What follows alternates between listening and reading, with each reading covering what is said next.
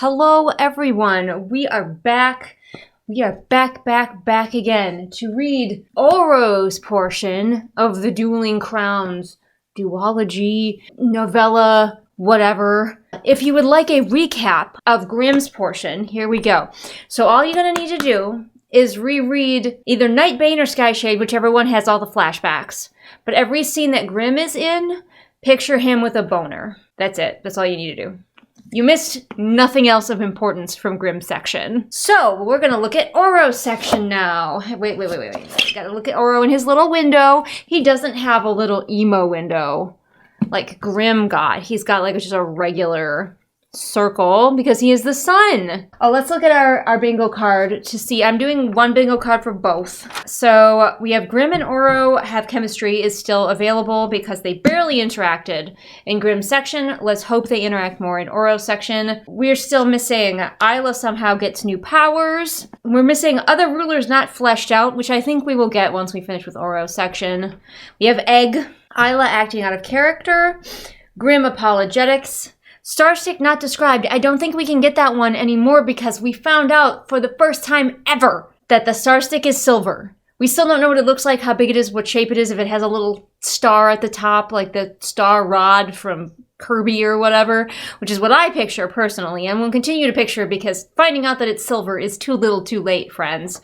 But anyway, we might not get that one. And we have Oro's section is more boring or shorter than Grimm's. It will not be shorter. We checked it out in Grimm's section, and Oro's section is slightly longer, but it might be more boring. That'll be difficult, but not impossible. I have faith that Alex Astor could get us there. Queen Cleo slander. We did not see any hide or hair of Cleo in Grimm's section. In fact, we barely saw the other rulers at all. The only one we actually saw was Azul at a distance. Nigel is here. He has opinions.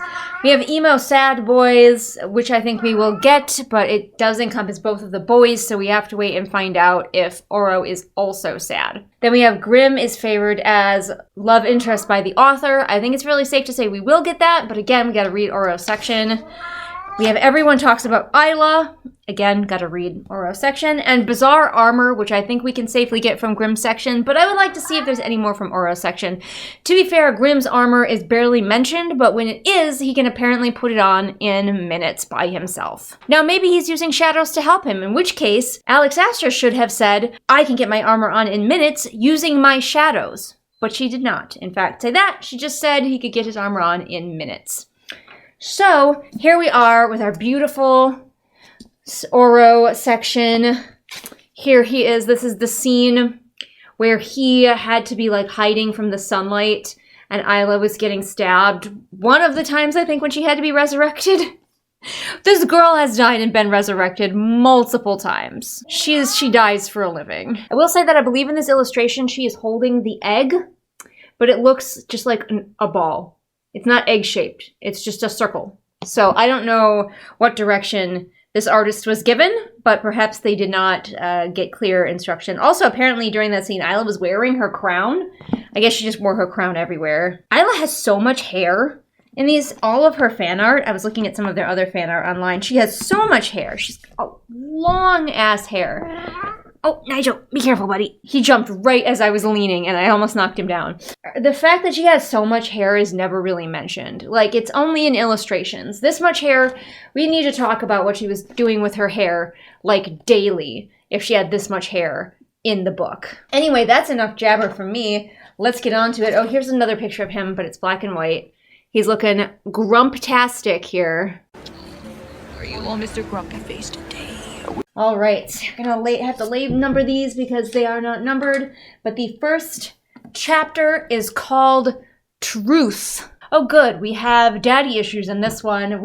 Again, both of these guys have both mommy and daddy issues. His first line is, father doesn't care about me. Oh good, Oro also bottles up his emotions.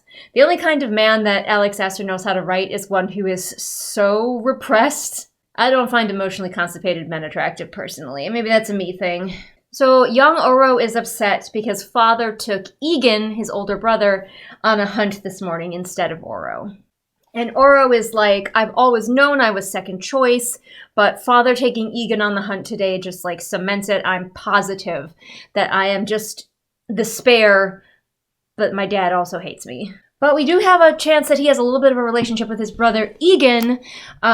So we have the parallel of Grimm getting that sister that he's totally always had, and Oro getting a relationship with his brother. I don't know if Alex is doing anything with that.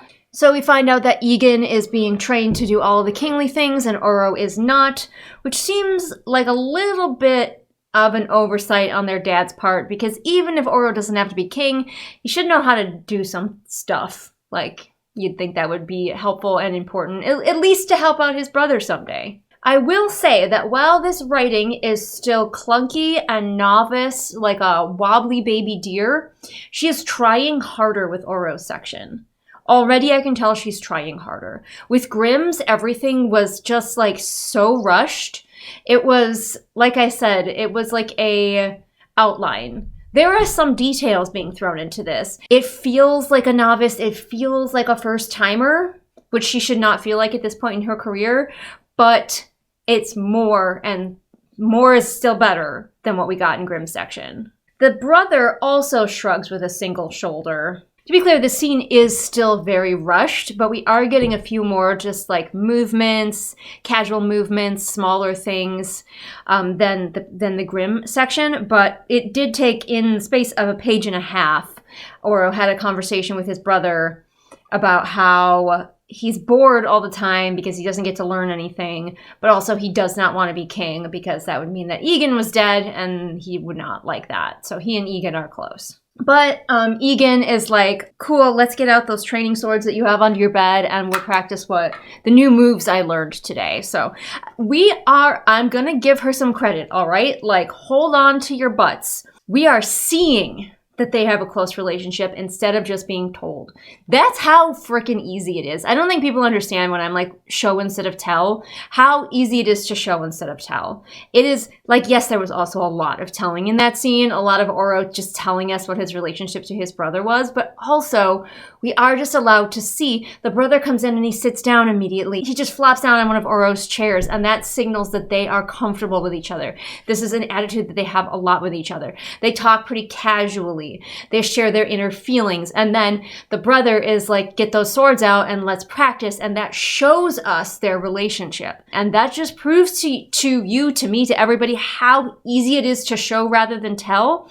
And the fact that Alex Asser couldn't muster it in the Grimm portion makes me scratch my head a little bit. But I think the Grimm portion, she just really wanted to get to the horny stuff and really did not care about the other stuff with Grimm. But possibly with Oro, because he's not endgame, she actually has interesting things that she wants to do with him instead of just getting him straight to being horny over Isla. We'll see if that's true. We'll see how long it lasts. That chapter was 2.5 pages long. So we're already to chapter 2. And onward to chapter 2, Gilded. All these bad dads. Now, I love a bad dad. Just to be clear, love a bad dad in a story. Not in real life, but in a story, I love a bad dad. I often write bad dads myself. But it's just this, both these guys, both Grimm and Oro, just the same thing. Their fathers hate them until they do something brutal, and then their fathers are like, oh. So Oro accidentally kills someone, and that makes his dad take notice of him. But as you recall, Oro accidentally killed someone by turning them to gold because that's his flair. He can turn people to gold. And his dad is so proud that he displays the guy that was turned to gold, like, in the palace. Yeah, that's fucked up.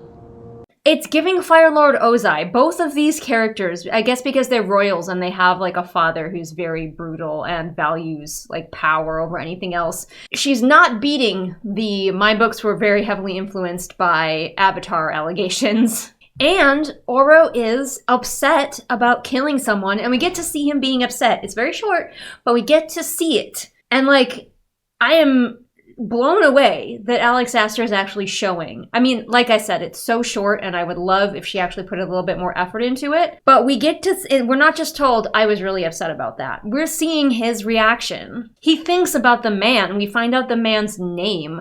We get Oro taking a moment to be like, I have ruined not only his life, but his daughter's life. Like, I did something extremely, extremely bad. If it was Grimm, we would blow right past this so fast. He'd be like, yeah, I killed a guy. Sucks. And then we'd just be carrying on to the next plot point before you could blink. But his dad's like, do it again, and he's like, no, and so now Dad's disappointed in him again.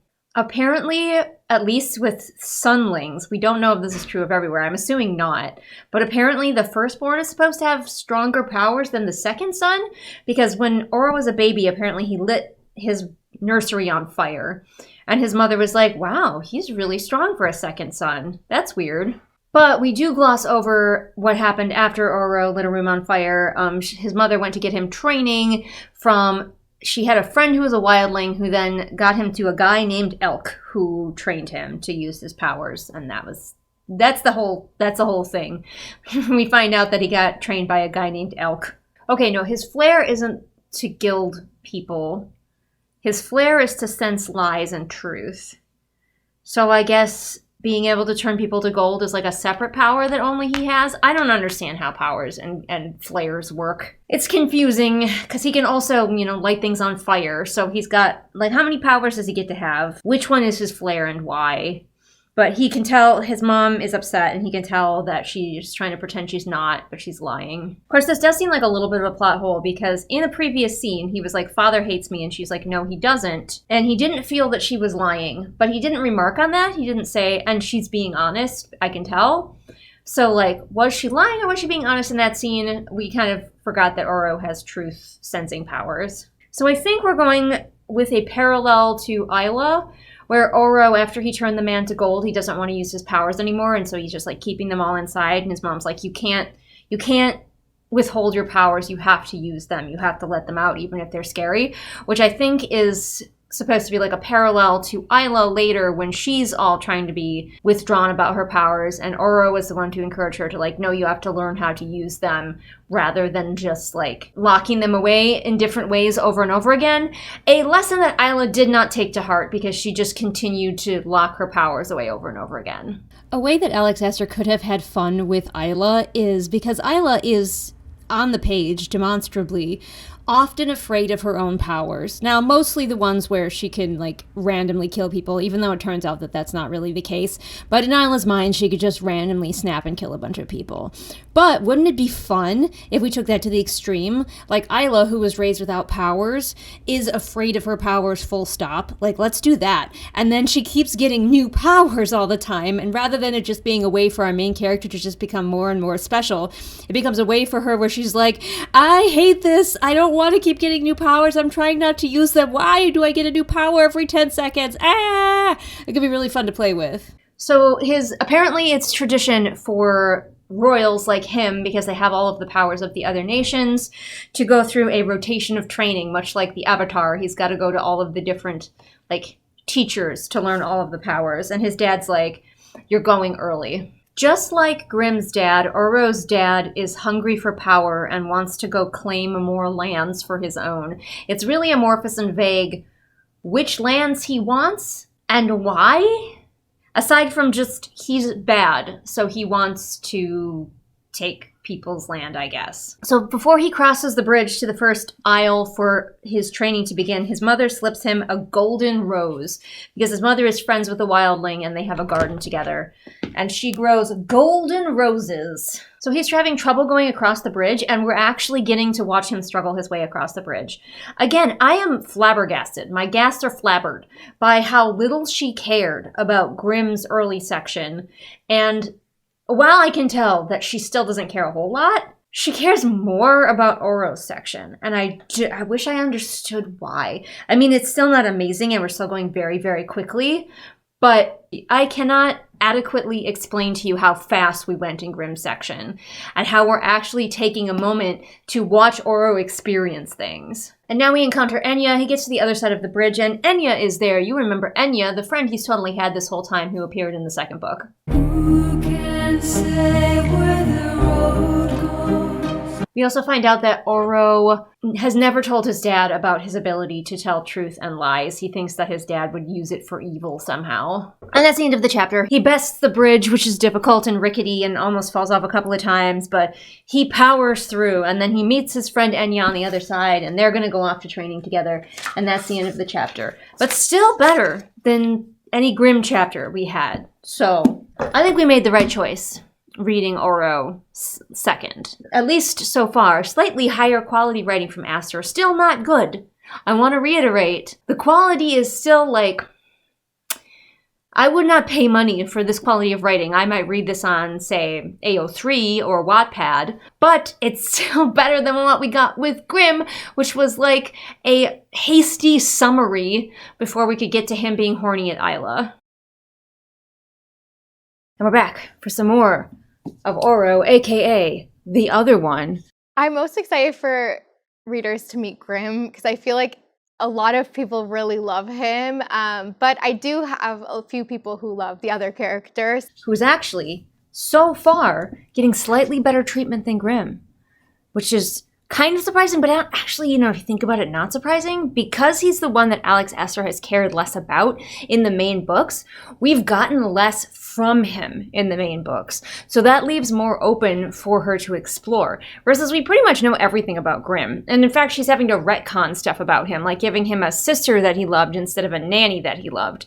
I think she's got more freedom with Oro because he doesn't have as much to do in the main books. Now, like I said, we are still going at top speed. These chapters are very short. We're flying through things, but at the same time, she's actually taking a moment. Like, we actually watched Oro cross the bridge. Now, was it a very rushed character moment? Yes, but we're used to that from her. And if it was from Grimm's point of view, it would have just said he crossed the bridge with great difficulty and moved on from that. We wouldn't have actually seen him do it and seen him struggle. Chapter 3 is called Prophecy.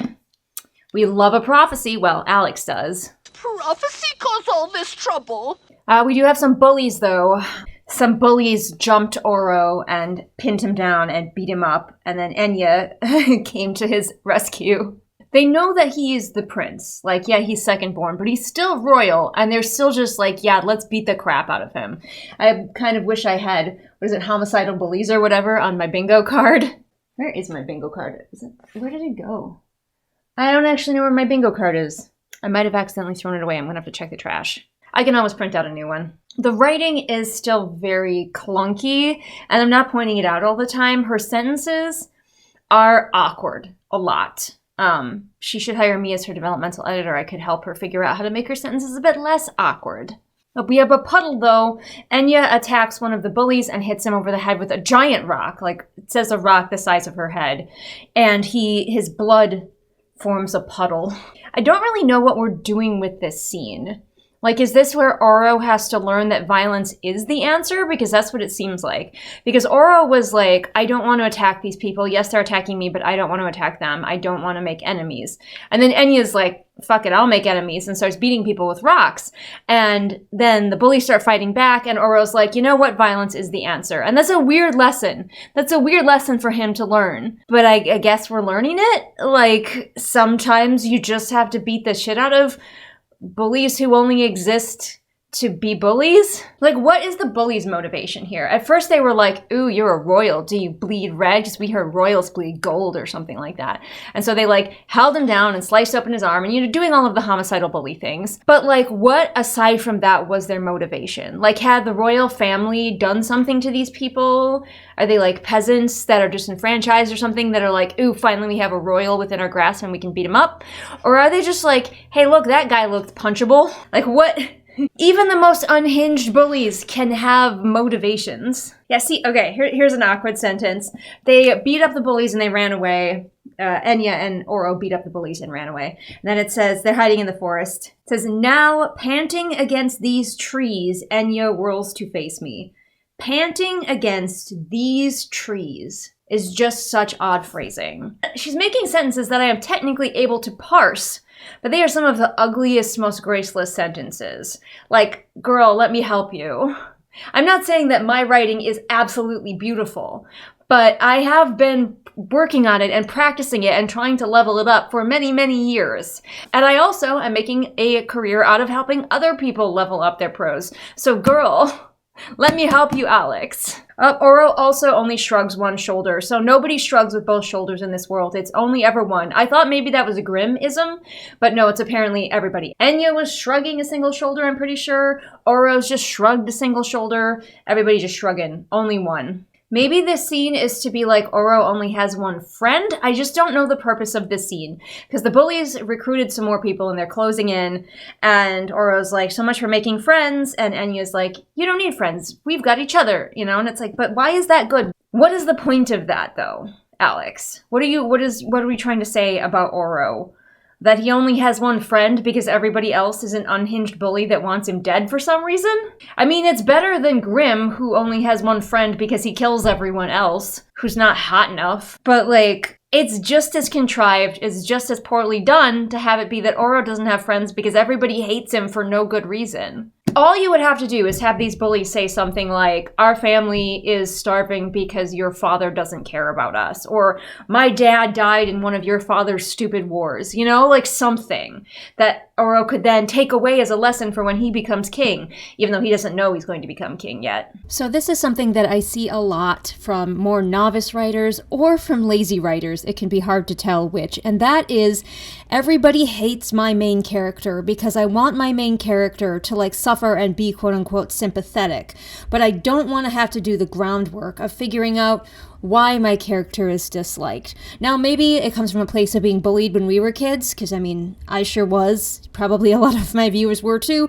Bullying is very, very common, and maybe as a kid, you didn't understand why those bullies were going after you, and perhaps if they were asked, they maybe didn't have, like, a very clear reason. They just felt some type of way about you. But having everybody and their brother just arbitrarily decide that they're not only going to hate the main character, but try to kill them on a semi-regular basis is just lazy. It's just you wanting your main character to be sympathetic and you don't want to have to do any work to get there. You just want to use an extreme shorthand. And yeah, it's lazy, guys. It's lazy. I love how the fauna of this world is so, like, just nothing. So he says there could be creatures waiting to tear us to shreds. No indication of what type of creature. Just creatures. There are creatures. I like to imagine that the forest is just absolutely chock full of, like, rabid, flesh-eating chipmunks. Yep, Enya just shrugged a single shoulder, so we're just doing that. That's just how people shrug in this universe. So he and Enya are running from the bullies, and they've been chased to, like, the edge of a cliff, and they're like, we have to jump down into the water and hope that it's not shallow or there's not rocks. But Enya has decided to pick this moment to be like, by the way, I know I said that, you know, we've got each other, but actually you won't have me forever because I know the circumstances of my death. I just don't understand why anything in this scene. Like, yay that we're getting Oro and his friend, but, like, why is it important that we're reminded that Enya knows when she's going to die? I don't think she's going to die in this novella. Is she? Because I don't think she's died yet in the main storyline. So she knows when she's going to die, but that's a ways off. So now having read the entire novella, I know that they actually make use of Enya knowing when she's going to die, and I actually like that aspect. But I think I still struggle with this scene because it feels so odd. Like, they're just being chased by homicidal bullies to the side of a cliff where she randomly decides to bring up, oh, by the way, I know I'll be fine at least because I don't die today because I happen to know the circumstances of my death. So, like, the fact that it's brought up actually turns out to matter. The scene that it's brought up in, though, clown shoes. So we're finding out that the reason that Enya knows when and how she's going to die is that her mother encountered one of the oracles on Moon Isle that unfroze for a few minutes to give a random prophecy about this woman's daughter. Okay, I guess maybe we have to be reminded about the oracles? And then he's like, okay, well, how are you going to die? And she's like, I'm not telling, ever. If I was Oro, I'd be like, oh shoot, she knows that we're going to die when we jump off this cliff, and that's why she won't tell me. Boy, they are, now that they have realized that they can shrug one shoulder, they have been nonstop single shoulder shrugging. I think there have been 4 in this chapter alone, and this chapter is like 4 pages long. So there's been a single shoulder shrug on every page. They're having a lengthy conversation, at least lengthy for Alex Astor, with the bullies apparently closing in. It's like, how far away are the bullies actually? I feel like maybe you could have run a different direction in the time it's taken to have this conversation that Enya won't tell you how she's going to die. Okay, so all of this was just leading up to Enya's catchphrase, "I do not die today," and she yeets herself over into the water. And of course they both survive. We know that. There's no question. So we just smash cut to 1 month later. So Oro has still been magically constipated, not using his powers, and his instructors are getting fed up, and because like he's learning to use fire first since he's a sunling, so he went to fire school first, and they're like, fuck it, and so they have thrown him down into a pit. Apparently, you want light, make it, yeet. That's how you teach children. That's how everyone in this world thinks that you teach people, is by like torturing them. See, I don't understand why people prefer Grimm. I don't. I legitimately don't. Because Oro is down here in this pit, and Alex Astor is kindly giving him a moment to, like, think about his life. And he's feeling bad again, a second time. Alex letting a character think about something for a second time is a big deal. He's thinking for a second time about how bad he feels about having killed that attendant, Albert. He knew the man's name. And I'm like, Grimm does not give a second thought to anyone else's life except Isla's. And he's more attractive. I just don't understand why that's more attractive. It's so ridiculously toxic. Are we that desperate for someone to care about us that we're like, we'll take anybody? Like, give me somebody who doesn't care about anyone else. As long as he cares about me, that's all I need. Like, oh my God, we deserve better. We deserve men who care about us and other things. We're really hitting his relationship with Enya hard, which is interesting. Grimm barely got anything with his general, Astria. The most we got from her was some gentle ribbing because Grimm was in love, and the fact that she likes to read those real person fan fictions about him. But we're having another, like, a memory with Enya when she was, like, comforting Oro when he was having a mental breakdown because his father was being neglectful again. See, here's an opportunity. Here's a good opportunity, but we missed it. So in this memory, Oro is smashing up his father's armor because his father was, neglecting him and calling him a little shit or whatever. And so he's in the armory beating the crap out of his father's armor. And his father's armor is, like, famously unblemished. And it's like, ooh, that could be cool. Is it because his father always leads from behind and doesn't actually engage in the battle, and that's why his armor is unblemished? Like he's a hands-off leader, just like he's a hands-off father. But no, it's because he just has never lost a battle. Apparently no enemy has ever touched him, and that's why his armor is unblemished. And I'm like, oh, you had a real opportunity there, Alex. And if I was your developmental editor, I could have pointed that out to you, and maybe you could have put it in. And then, after Enya helps Oro beat the crap out of his father's armor, Oro worries about Enya. He's like, did anybody see her come in here? Because then she could be blamed for doing this to my father's armor. And I'm like, what? Why do we like Grimm? Like, does Alex realize that she... I mean, I guess this is the book to make people like Oro. Like, she's even said it. Like, this might make people change sides. And it's like, okay, but we still know that Grimm is endgame, right? Grimm is endgame. He's so obviously endgame because he is the true enemies to lovers trope that everybody loves. But his section has him as such an irredeemable jackass who's always horny. And we're actually seeing Oro think and care about other people. And it's so much more attractive. I don't know what to tell you. So he uses his gilding ability to repair his father's armor, which is apparently made of gold. Terrible thing to make your armor out of. Gold is a soft metal. You will die. But apparently his father never gets touched in battle anyway. But he repairs his father's armor so that Enya will not get in trouble. Enya watched Mouth Parted. I think you mean lips parted. I don't know how her mouth could be parted, except maybe if it, like, fell off of her body. Like, parted from what? What is her mouth parted from? It's either lips parted or mouth open. Pick one of those two. Apparently, though, this armory is enormous. It's a maze of an armory, and they're just running around, goofing off. She's having him turn random things into gold. And it just reminds me again that Alex Astor has no sense of place in any of her stories. Like, if you asked her to describe this armory and how it's laid out, she could not. By the way, if you hear crunch, crunch, crunch, there's a ferret eating. This is the memory of when he accidentally turns Albert to gold. So we're getting the full memory of this mistake that he made that haunts him. And with Grimm... Well, you saw what was with Grimm. We were charging past those emotional beats so quickly so we could get to being horny over Isla. So they're laughing, they're turning things into gold, and then Albert has the misfortune of, like, coming around the corner and getting turned to gold. And we don't end this moment of him in the pit with him finding his fire. He legitimately is having to actually earn this. And I'm like, Alex, wait, are you trying to tell me that you understand that maybe sometimes, or often, most of the time, you should go slowly with big emotional character beats like this instead of running through them at 1,000 miles per hour? Where is this in any of your other books? I mean, like I said, her style is still very quick. And this is quicker than most people would go with a character. But for her, this is slow and methodical. He didn't just spend time in the pit and then recover and be able to use his magic. He's like still stressed. He stays in the pit and doesn't get his magic back. Unheard of. Unheard of for Alex Aster.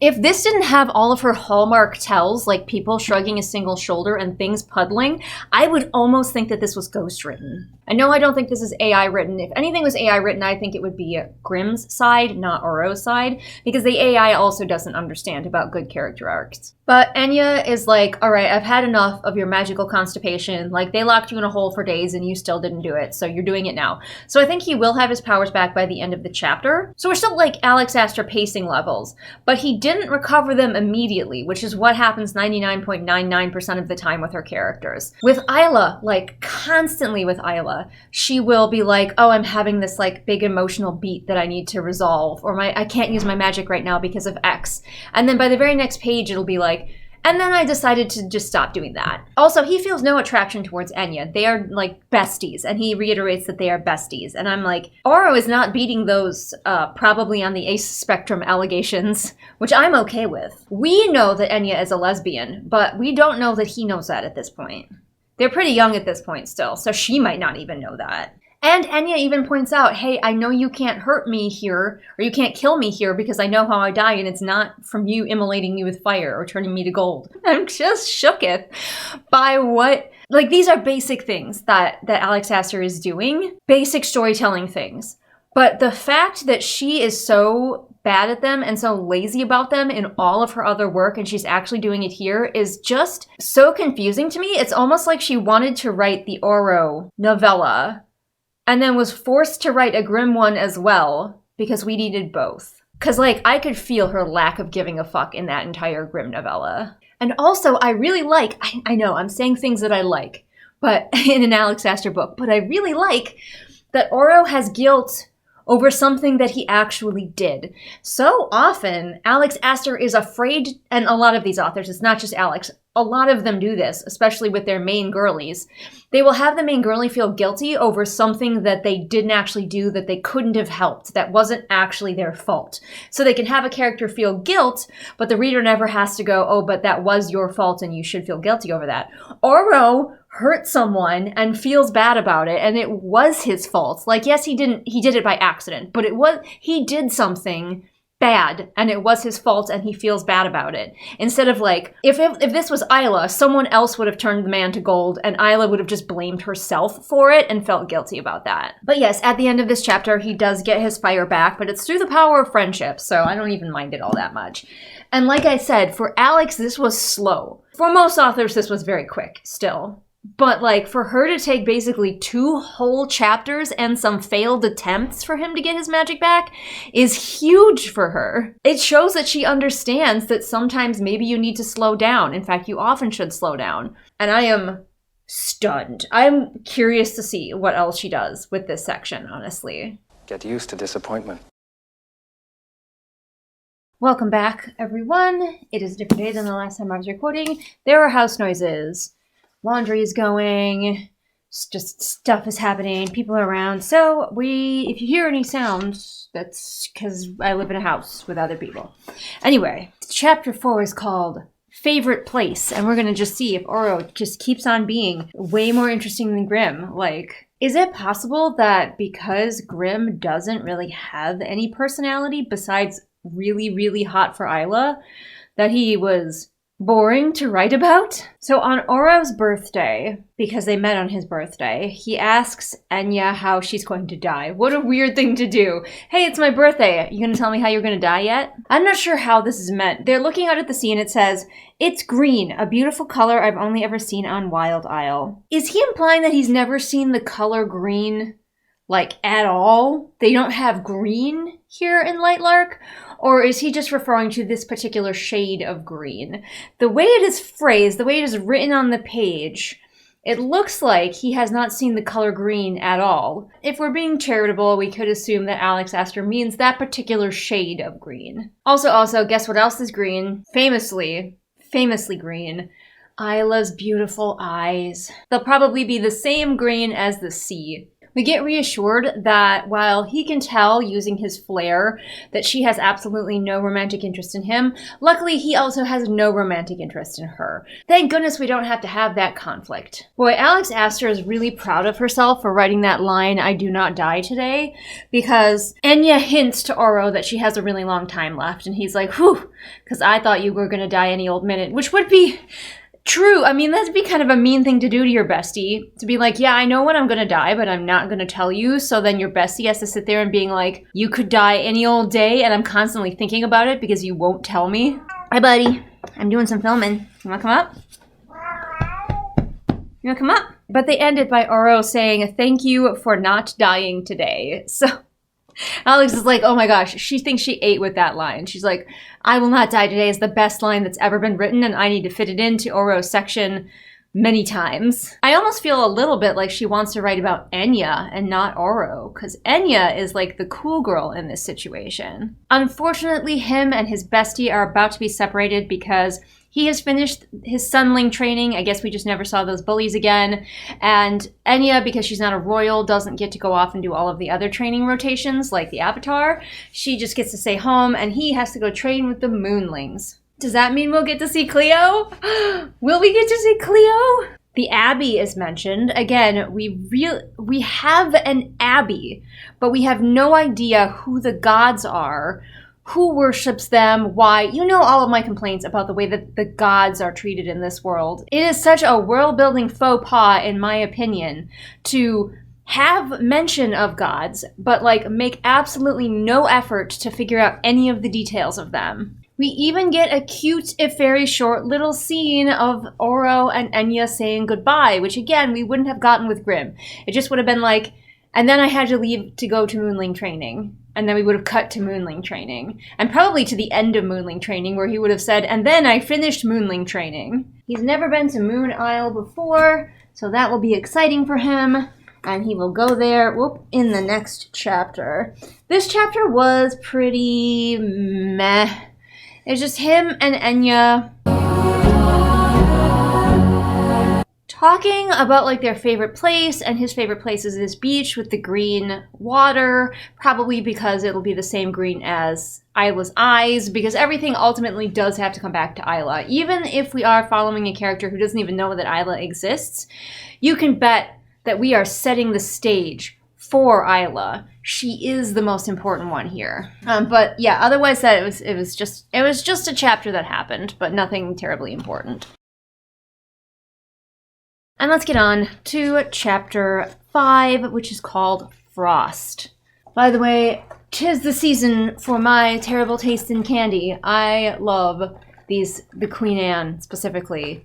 Cordial cherries. They're so cheap and not good, and yet I love them. See how much I can get on the book. I wonder do we ever find out what Oro's favorite food is?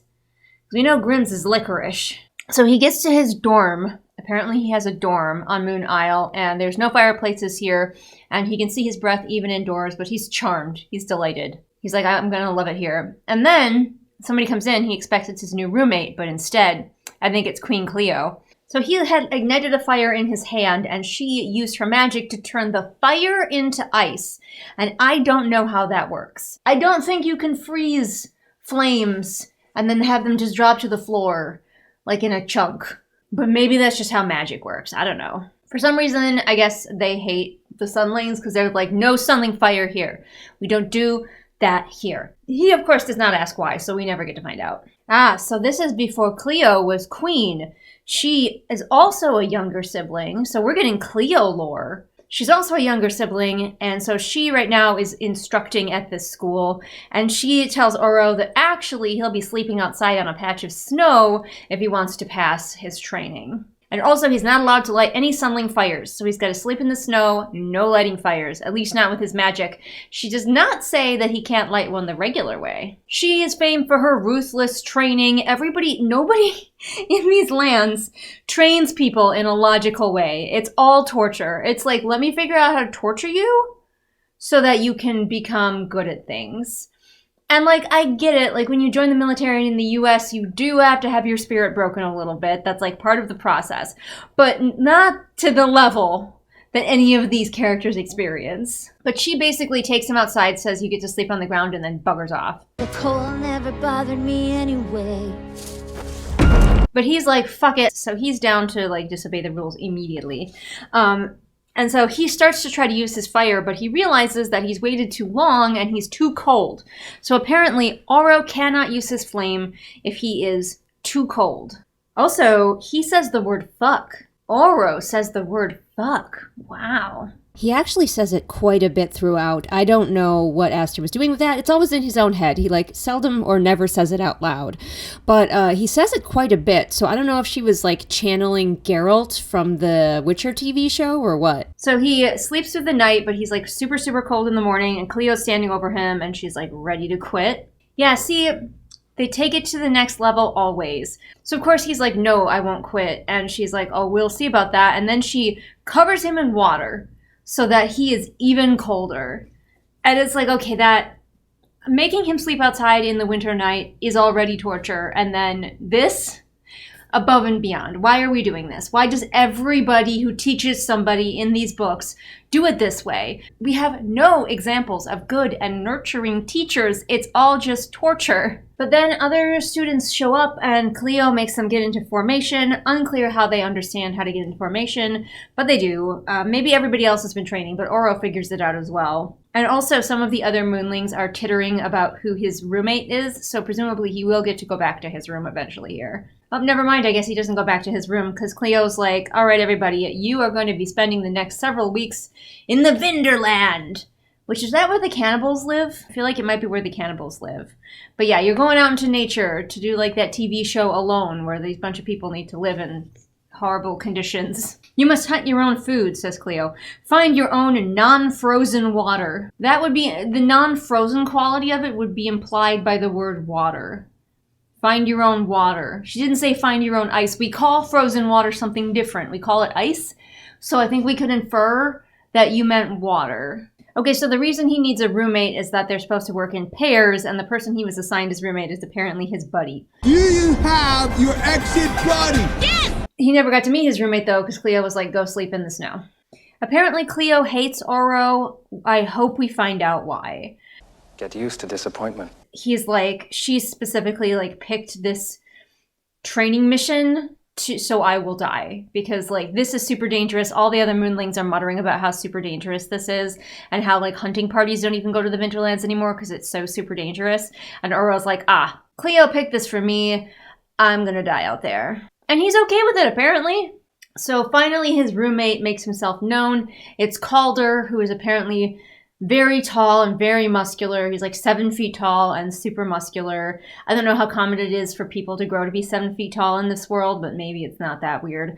You remember Calder is in one of the other books. I think he was an ally in that book, so probably Oro is going to make friends with him. Although I am, again, wondering why he's making friends with Calder and not with Grimm, because I figured that maybe we'd get to see him and Grimm's friendship, and maybe that's coming?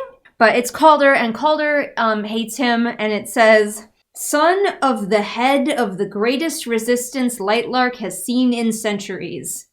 Wow, thank you, that was so helpful. What the fuck? Son of the head. So son of the leader, probably. Of the greatest resistance. What type of resistance? Is it the rebels that we see later? In the later books? Or is it that different? Son of the head of the greatest resistance Lightlark has seen in centuries. Resistance to what? To Lightlark? Why? What does it mean? I don't understand how any of the politics in this world work, but that's the end of the chapter. Onward to chapter 6, which is called Calder, imaginatively enough. Oro's dad killed Calder's dad, so that's especially why Calder hates him. So Calder's walking ahead of him, forging a path through the snow, and it says, He pierces through the layer of snow like a shovel, his legs and feet parting a path for me. Alex is doing better in this section, but her actual on-the-page prose are still sometimes very clunky. I will say that I have encountered some sentences that I actually kind of thought were pretty okay. Some solid sentences. But we still have some gems like this one. Now here's some telling that I don't love. I will always feel the brunt of others' resentments because of who I am. I'm gonna need to, see that. Feel that. Don't tell me that about you. We're in your head. Let's do a little bit more work here. So Calder has brought supplies, which Oro does not have. Again, because I think Cleo's trying to kill him. For reasons we do not know. Aside from, I guess, everybody hates his dad. Maybe we're supposed to infer that. Even though Oro is the second son, so killing him in this process is going to do worse than nothing. But Calder starts unpacking his things, and Oro's like, hey, those are actually my things. That's my pillow and my blanket. And Calder rips the pillow in half and gives him half. Rips? What is the pillow made from? Is it foam? It's certainly not a goose down pillow where there'd just be feathers everywhere. But I guess they're sharing the pillow by having it been ripped in half, like a piece of paper. He also rips the blanket in half, but that's less weird than the pillow. Oro thinks the word fuck and fucking a lot. I am kind of surprised. So Oro sits up all night clutching his sword because he's sure that Calder is going to kill him in the night, but it doesn't happen. We keep hearing how friggin' cold Oro is, but he never actually has any side effects of being cold. His fingers aren't about to fall off from frostbite, or his nose, or his ears. He's just very, very cold, but also handling it at the same time. It's really unpleasant for him, and that's about it. Also, he hasn't eaten or drank anything, and he stayed up all night, but we're not worried about those details. But he realizes now why Calder had them hang back. He thought it was to kill him, but Calder had them hang back while all the other students went on ahead because they find the other students and they were caught in a blizzard that somehow missed Calder and Oro, and all of the other students are dead. Well, not all of them, but a significant number are just dead in the snow. Oro does think to himself about their families and how will anyone tell the families what happened. They can't even come get the bodies because it's too dangerous. So if it's too dangerous to even come claim the bodies, why are they having students go here? Does Cleo just hate this entire class? She's written off this whole class. She's like, these are a bunch of fuckos. I'm writing off this entire class. They can go die in the wilderness. I'll start over. The military! I'm assuming this is military training. Is this just high school? Is this something everybody goes through? Or is this specifically military training? Because it could just be regular high school, in which case the entire class of whatever this is just died. Why do we keep doing this? Why do we keep having institutions of learning, whether they be military or not, set up to kill a majority of the students? Why do we keep doing this? Is it because of that one book that everybody really liked? That was Deadly Education, I think it was called. My mind narrows to one purpose, survival, but they haven't eaten anything or drank anything. Calder brought one pack with Oro's blanket and pillow, and that's it. Oro has his sword. Is Calder just going to magically have other things later when we need them? They're going up a mountain, unclear why, if the goal is survival, but But they get so high up the mountain in a single day that the air is thin, and they've basically reached the top. And Calder explains that they came up here because another blizzard is coming, and they can avoid it by being too high up. Yes, Calder's just going to have things when we need them. So they start cutting down trees with the curved blade he has in his pack. How thick are these trees that you're cutting them down with a curved blade and not a saw? I'm going to assume, saplings? Oro is still convinced for some reason that Calder is going to kill him, though. He's like, I don't know when he's going to do it, but he's definitely going to kill me. It's just taking him a long time. And he also brought my blanket and pillow. It's part of his ingenious killing me plan. Hello, Jojo. Please do not claw my chair. You want to come down here, too? That's a lot of cats on my lap. So Calder makes up, the fire logs, and he's like, all right, here you go, light a fire, Sunling. And Oro's like, I can't do it. Ah. So they have made a shelter, and Oro is sitting there trying to get a fire lit, using his powers and struggling. And then Calder totally comes back in with an entire deer. What are the deer eating up here in this frozen mountain? Who knows? But Calder has a deer, and he comes in through the door. So they've had time to make a whole, opening and closing door to this shelter. I assume at this point they've built a log cabin. So Calder brought the deer inside, saw that Oro still hadn't started the fire, brought the deer back outside, and skinned and dressed it out there. Why did he bring it inside in the first place? Then, with no indication of what he does with the deer, assumingly he just leaves it in the snow and I guess no predators are going to come get it, Calder comes back in, sees that there's still no fire, and just falls asleep. Okay, he did. He just left it out there, and then Oro wakes up the next morning to the sound of Calder being upset that the deer that he dressed and then left in the snow is missing. Like, guy. I mean, maybe he's not a country guy, but he knows how to kill and dress a deer. How did he kill it? Does he have arrows? That's not addressed. Maybe he wrung its neck with his bare hands. Who knows? But he apparently did not know that you shouldn't just leave fresh meat out in the snow for anything to come get. Oro takes a minute to try and remember anything about Calder's dad, except for the fact that Oro's father turned Calder's dad into a pile of ash. And he's like, I don't even know what the guy was mad about. Like, I don't even know what the rebellion was for. But they both head out into the woods together to hunt more again. Well, at least it's nice of Oro to also wonder along with me how the hell Calder killed the first deer, because Oro's like, I don't see any arrows, so I don't know how that happened. So they see a deer with magnificent white antlers, and as Calder gets his blade out, and Oro wonders what the heck he's going to do with that, Oro makes a noise, and the deer does not run away, it charges at them. Oro immediately is like, bye, and starts to run away, and he looks back, and Calder is just like standing there, ready to get impaled by a deer. But the deer is focused on Oro, so the deer is still chasing Oro and leaves Calder alone. Oro runs until he just falls off a cliff that he didn't see, but he manages to catch himself, but barely, so he's dangling. Cliffhanger, hanging from a cliff. He hears someone above him and he looks up and he expects to see the deer, but no, it's Calder, and then he's like, this is what Calder was waiting for, and now he's going to sit here and relish this moment of my death, because Oro still for some reason thinks Calder wants to kill him. Okay. These people, they get locked onto an idea and they do not let it go. But of course, he is shooketh beyond belief when Calder reaches down and helps them. I hope we find out what the fuck happened to that homicidal deer. Calder just killed it. Good. So Calder just came after it, just killed the deer, and then Oro wasn't hanging there for very long, so Calder killed it really fast. Homicidal deer problem is solved. And Oro is so grateful that his fire returns, and that's the end of that moment, and we time jump.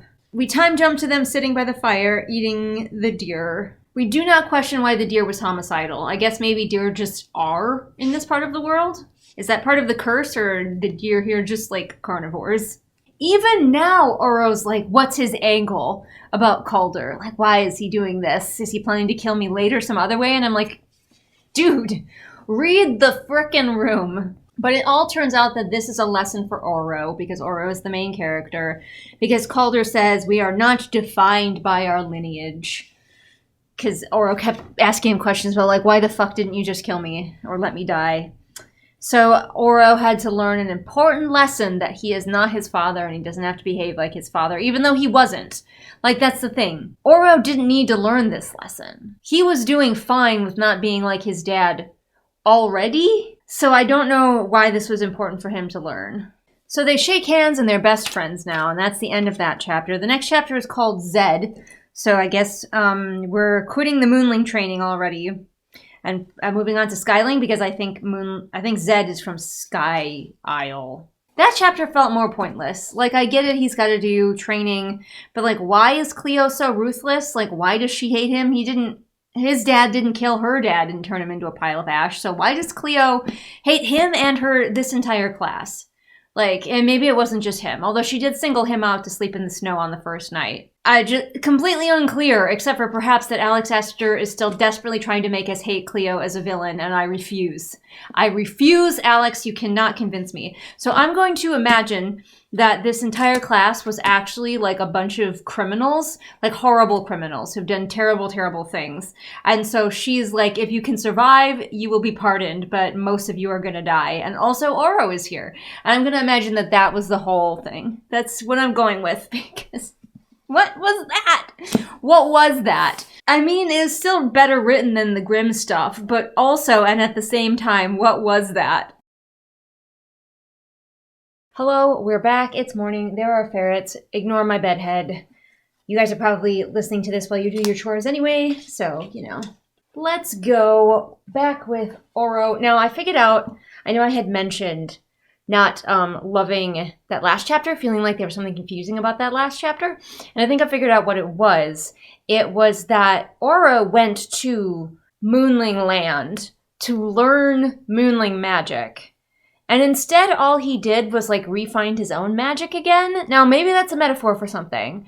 But he didn't master any Moonling magic of any kind. He just found his fire again, which he had already refound, in a previous chapter. So he made a friend who is a character who was totally there the whole time during the first Lightlark book, believe us, guys, but who actually showed up in the second book and did some things near and around the second book, the third book, whatever. So I believe the next chapter takes place in a different place because it says, the day after I complete my Moonling training, the king requests my presence. So he's completed his training now in the course of a chapter. So don't you worry about that. And I guess we're meant to believe that he just mastered Moonling powers off page? Is that what we're going with? I don't know. But the king wants his presence, I guess. This chapter's called Zed, so we're going to meet another character. There's a lot going on with this resistance and these rebels that we know basically nothing about. Who are they? What do they want? Aside from they don't like Oro's dad. Oro's dad is not okay in their books. So a new prisoner has been dragged in. I guess he's also a rebel. What is this rebellion? There's way too much infrastructure to a rebellion plotline for most of these authors, but especially for Alex, and especially in just a random little novella. Here's a wild thought. Why not just let Oro's dad be a good person? Do they all have to be bad? I guess maybe the only type of leadership that Alex Astor knows how to write is bad leadership. So this guy was caught as a thief stealing gold, and the king's we gotta execute him, and Oro, I want you to do it, because he's bad, okay? He's a bad man, that's all you need to know. He's an asshole. We do not sit with Oro and any kind of thought process here. He just goes, ooh, my dad would really like this. And then he just says no, and that's it for Oro's thought process about this situation. Apparently there are other people here, because it says the nobles stare wide-eyed, the whispers start, and we did not set the seat at all. As far as we know, it was just Oro and his dad and the prisoner. And maybe some guards. I could assume there would be guards. But I guess there's nobles here, too. You got your little parade again? Mm-hmm. Trying to get away from the rain. Nah, she's lost interest. Chai hasn't, though. She's still hot on your heels. So Oro's dad is a result of being told no, puts Oro in prison? In their dungeons. I guess why not? That might as well happen. We're kind of back to the Alex Astor doesn't know what to happen next, so things just happen kind of vibe. So Oro's in prison now. There's a hole in the ceiling of my cell positioned on a cliff. I catch rainwater to drink. Again, I could help you with this kind of sentence. I see what you're going for, but that's not the result. Because the way it's worded, it sounds like the hole on the ceiling of his cell is positioned on a cliff. I think it's meant to say that his cell is perhaps overlooking a cliff or something like that. But it sounds like the hole in the ceiling is somehow positioned on a cliff, and I don't know how that would work. But Oro's laying there on the floor of his cell, and then somebody peeks through the hole in his ceiling, and it's like, I can get you food. So the person is like, I'll get you food, but I need to be paid. I want your button.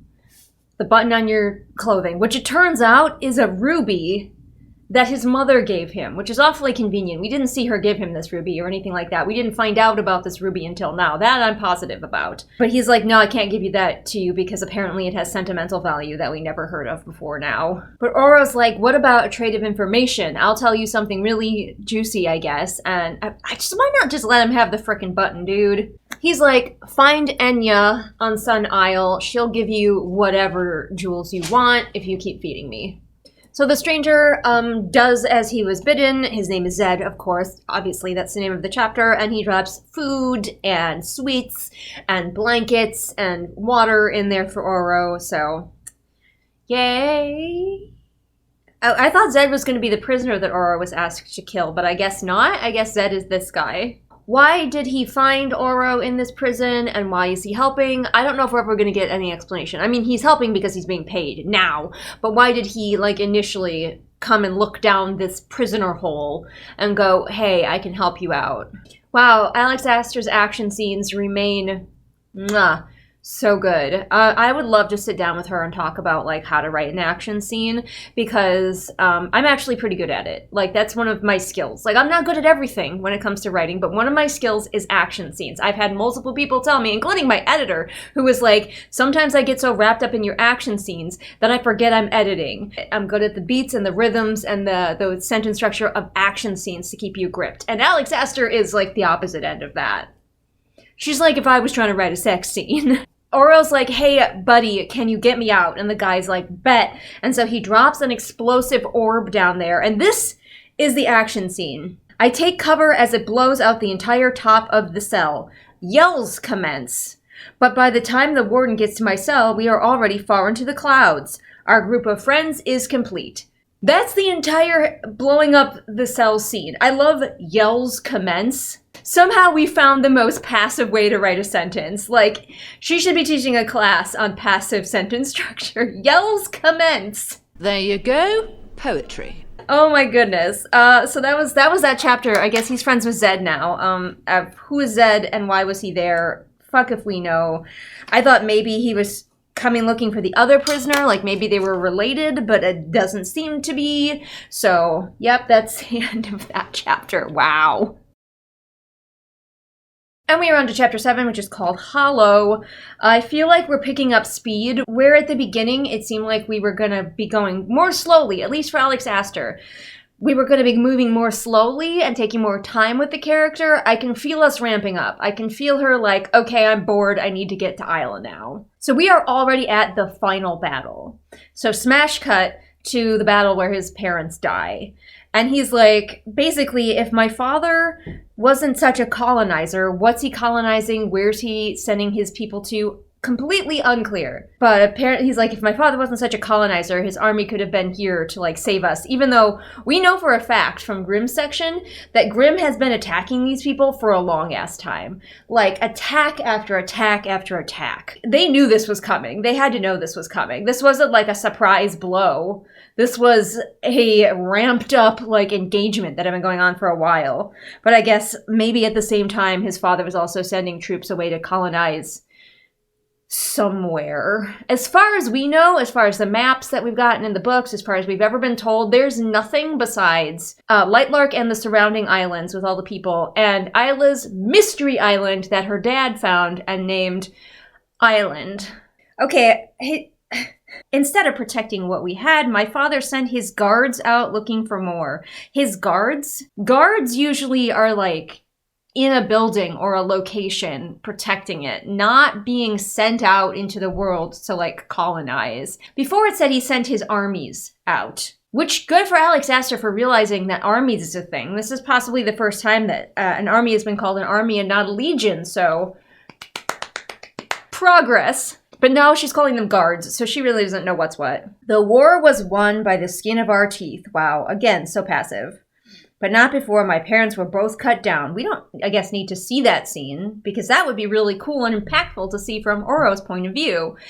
She's fine with repeating scenes that come from other books, but she's not going to repeat scenes that came from this book. And that's silly because, like, Oro would have a distinctly different point of view on that scene from what Grimm had, so it would be okay to repeat it.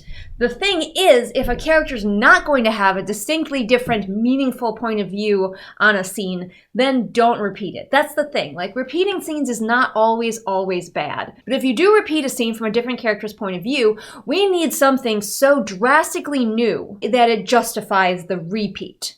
It can't just be the same scene again, but Grimm's a little bit horny. That's not enough. We can infer that Grimm was probably horny. But seeing this, his parents' death from Oro's point of view, now that we know his relationship with his parents, could be really impactful and interesting. But no, we're skipping it. When his mother died, her roses died as well, I guess. Okay, is she part wildling?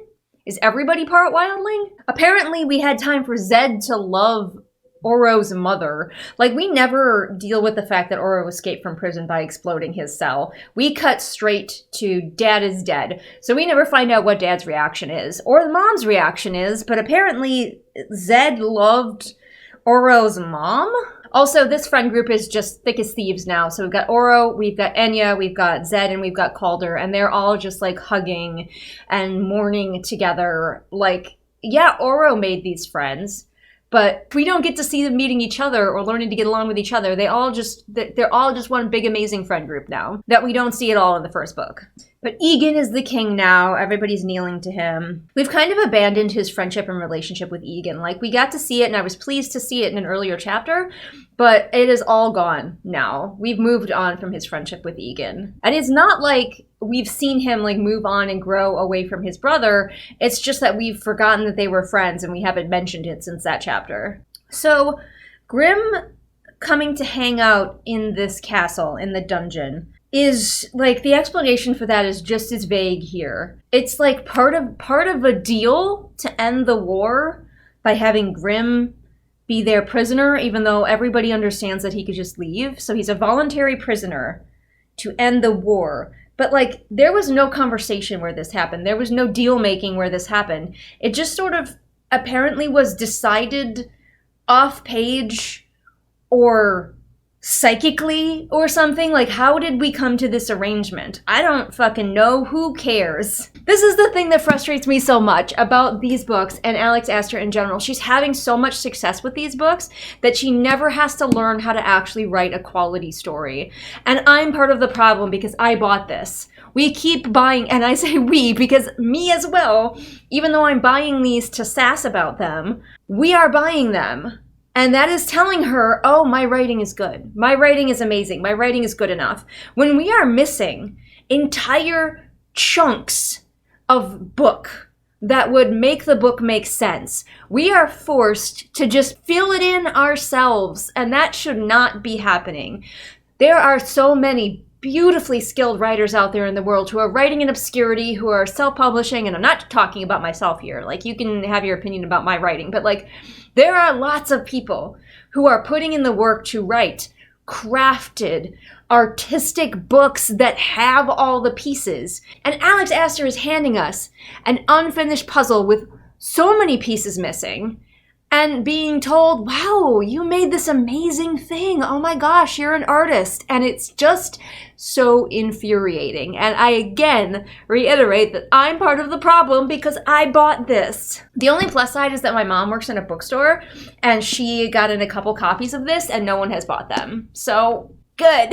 Don't. Buy quality writing instead. You know what? Risk it for the biscuit and try out an indie author you've never tried. I guarantee, even if it's crunchy, it'll be better than this. And you'll at least have spent money on somebody who's trying. I will give her this. Oro's friends are questioning what the fuck. We don't get to see how this deal went down or what the thought process was of it. But they are like, this is suspicious that it is now happening, and why would Grimm volunteer for this? And I'm like, that would have been a great thing to bring up during the scene where Grimm talked about this plan, treaty, whatever, surrender, I don't know. That missing scene that we desperately need. Calder's main job is to say, we are not our fathers, again. So thank God he's here. That gives Oro the idea, though, that maybe Grimm isn't the bad one, maybe Grimm's father is the bad one, and maybe they should give Grimm a chance. We do have mention of Grimm once again teleporting all of the bodies away to his lands. And I just can't, I have to assume that that's how the skin industry kicked off. Like, people were like, we need something to make our book covers and gloves out of. Oh look, a pile of corpses, that's convenient. Hide behind the mound of dead bards. Oro says, it was cruel, it went against the ways of war. What are the ways of war, Oro? Oh my god, the phrasing. So Calder's like, we're going to have to let him go eventually. We can't keep him in the dungeons forever. And he says, we will be living among him at some point.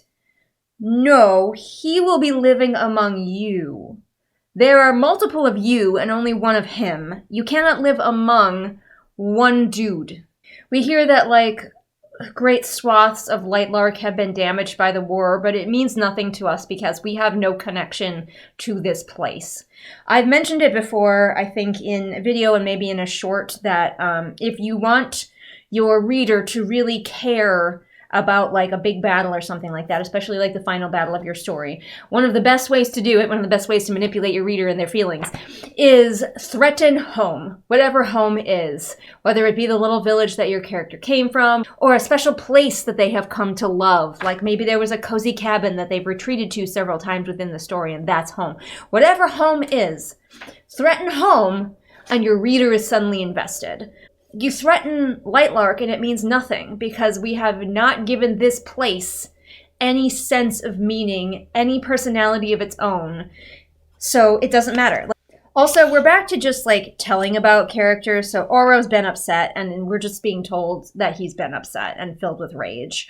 But I'm sure he'll recover from it in like a paragraph. So all that good stuff that we were doing at the beginning where we were actually taking time, not a lot of time, but some time with a character and their emotions and working through things, we're not doing that anymore. Now we're just back to the lazy, he was angry. Grimshaw looks like a demon. What are demons in this world? We don't know. Although one did pop out of a cursed book that Isla opened. Now, Oro is like, really wants to kill Grim. He's gone to visit him in the cell, and he really wants to kill him because he's like, this guy's father killed my mother, and I watched it happen. It was very traumatizing. But like, we didn't see it happen. If we're going to buy the pain, we need to see the wound. Does that make sense? Also, I would have this scene be very different, because he's, like, threatening Grim with fire or whatever, but, like, the scary thing that Oro can do is gilding. So I would have Oro just start turning the floor and everything around Grim to gold and slowly moving it inward towards Grim until it's just, like, Grim and a little bit of the stone cell surrounding him. That's a cool image. I would do that versus just fire. Fire is boring. But Grim wins him out with sad boy tactics because Oro's like, I want to kill you. And Grim's like, would that be such a bad thing? Ugh. I'm so emo. And Oro's like, he's so emo. So I guess Oro is into that. I bare my teeth, ready to launch my disgust at his lies. What does launching your disgust mean? Chai, what does it mean if you launch your disgust? Is that when you, like, pounce on something? When sweetness smooths down my tongue. Okay, so something that I haven't really mentioned is that the way that Oro can tell when someone is lying is he gets an actual taste in his mouth, which I don't hate as a concept. And it's sweet if someone's telling the truth and bitter if someone's lying. Grim is being so emo, but he's telling the truth. So Oro's like, are you telling me that you don't want anyone else to die? And Grim doesn't give him a clear answer, which to me says that no, Grim is fine with people dying. And we know that for a fact because we were in his point of view and he is in fact fine with people dying. He does not care about other people, but also he's very, very sad his own self. Like, all he really cares about is that he's sad and maybe he figures coming here to pester Oro will fix his sadness. Or, you know, Oro will kill him, which is what he deserves. So emo, so much soul pain. Only men can feel this much soul pain. Mountains of man pain all over the place. But hey, our ship might be finally kicking off, so at least there's that.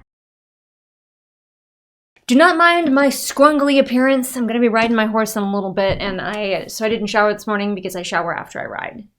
More information than you wanted, but there you go. Those are the sort of nuanced life facts that you tune into that the other creators who read these books aren't giving you. Anyway, chapter 9 is called Prisoner, so let's get this ship a-shippin' with Grim and Oro here, shall we? What did somebody call it? Somebody had the ship name, and it was like Groro, I think? I don't know. Put your ship names in the comments below. So Oro goes back to his friends and he's like, yeah, the prisoner in the basement is like really, really emo and he told me the truth the whole time. And everybody's like, oh, why would he tell the truth? That'd be stupid. Like, what's his scheme? And Oro was like, unless his scheme is like really, really long and involved and needs to make friends with me first, like build up my friendship first. But why would he do that? And I'm like, I feel like that would be the best long-term scheme. Is to build your trust so he can betray you. But that one seemed like they dismissed it right away. We are still, like, even though this isn't Grimm's chapter, we still need to understand just how sad and tortured this man is. The people who are really into, like, Wump, apparently, are gonna love Grimm. Because Oro's sitting here, like, contemplating how, like, Grimm didn't want to live. And how he didn't even want to leave the disgusting prison cell. And he's just like, oh, he's so emotionally distraught and devastated. And it's just like, oh my God. Grimm has taken, like, whatever sadness and depression you're feeling, Grimm, you can't feel it anymore because Grimm has taken it all. He has stolen it. He's hoarding it all for himself. There's a lot of tea drinking in Oro's section. His people drink a lot of tea. They're very tea-oriented people. So Grimm's people make stuff out of human skin. Oro's people like a nice tea. I look over at Calder. He's always the mediator in these situations. Well, great. I love being told that and not actually getting to see that through the character interactions. We are now at the point where Oro has made the friends, and we will just be given factoids about the friends and their relationships rather than shown. Because even though we have so much book, like so much book to get through, his relationships with these people, not the important part. So we're gonna just say, yeah, he's always been the mediator. But all of his friends are like, you have to get back down there. Like, we already ship it. So you get back down there and you befriend that incredibly sad emo boy. They say it's because he needs to figure out what Grimm is planning, but we all know that they ship it as well. Although, honestly, I kind of want better for Oro. Like, I ship it less now. Oro deserves better. I keep forgetting that Oro's brother is still alive and in charge at this point. Because the brother, aside from being in, like, one scene at the beginning where we saw that they had a good relationship, has not mattered at all. Like, could we have more scenes with the brother? He's gonna be important. He's one of the reasons that the curses happen. Because he's one of the ones in the love triangle that the people falling in love with the wrong people that caused the curses to begin with. Oro goes back down to the dungeon. It seems like this is all happening in the same day. But he gets a report this time that the prisoner is not eating. And I'm like, well, why didn't he get that report like 10 minutes ago when he was down here before? But he's like, why isn't the prisoner eating? And then he realizes that Grimm can't feed himself because he's chained to a wall. And again, I reiterate that Grimm could free himself easily because of his powers, but he's not because he's determined to be sad. This man is so dramatic. He does manage to still shrug one shoulder, though. So Oro thinks I could directly ask him some questions, and I would know if he was telling the truth or not. Or I will go through all of the effort of befriending him so that he'll just, like, reveal things without me having to ask. Like, my guy. You magnificent bastard, I read your book! Ask your questions first, and if he does nothing but lie to you, then maybe go with the befriending him plan. But Oro's like, being direct is for losers. Especially me, who has the ability to tell if someone's lying or not. Does Grimm even know that Oro has the power to turn people to gold? Because Oro's like, I'm not going to turn you to gold. And Grimm, like, keeps walking. Like, he doesn't seem to notice. And I'm like, how and when did he find out that Oro had this power? Because Oro has used his power one time and refused to use it any other time. And he didn't use it to threaten Grimm, which I thought would have been a great thing in that previous scene, if you recall. So how does Grimm know that Oro can gild people? So the boys argue back and forth. It's getting very tense. Their faces are very close together, y'all. The ship is shipping and the steam is steaming. All right, guy. But they're arguing about, like, well, my soldiers are people, and then Grimm's like, my soldiers are people too. And then Oro's like, well, you attacked first. And Grimm's like, no, my father attacked first. And Oro's like, oh, my mantra of we are not our fathers has kicked in. The fact that thousands died in the war won't matter now because Grimm didn't order it. It's very similar to all of these other situations that we get in with a lot of these books, in that the bad guy is just the child of a really bad guy. And so because the bad guy hasn't done anything, he has just not stopped the really bad guy, then the bad guy, the main love interest, not actually bad. That's how the logic works. They're just throwing jabs back and forth. If this was a guy and a girl in this scene, it would be leaning towards an eventual romance for them. Although Aster's writing is still very much present. His face projects the full extent of his disgust. There you go, poetry. Grimm has to rub it in how much harder his life has been than Oro's, because Oro's like, you killed my mother, and Grimm's like, at least you had a mother.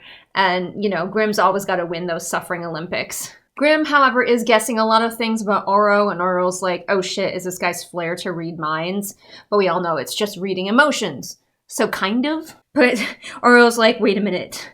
Does he know that I have a plan to like befriend him so that I can get answers and then later betray him because he can read my mind? I don't think he's going to think very deeply on this. He's probably just going to be like, what if? And then carry on with his life. But they're bonding over the fact that they have bad dads. So wouldn't it be more interesting if Oro's dad was good and his mother was the problem?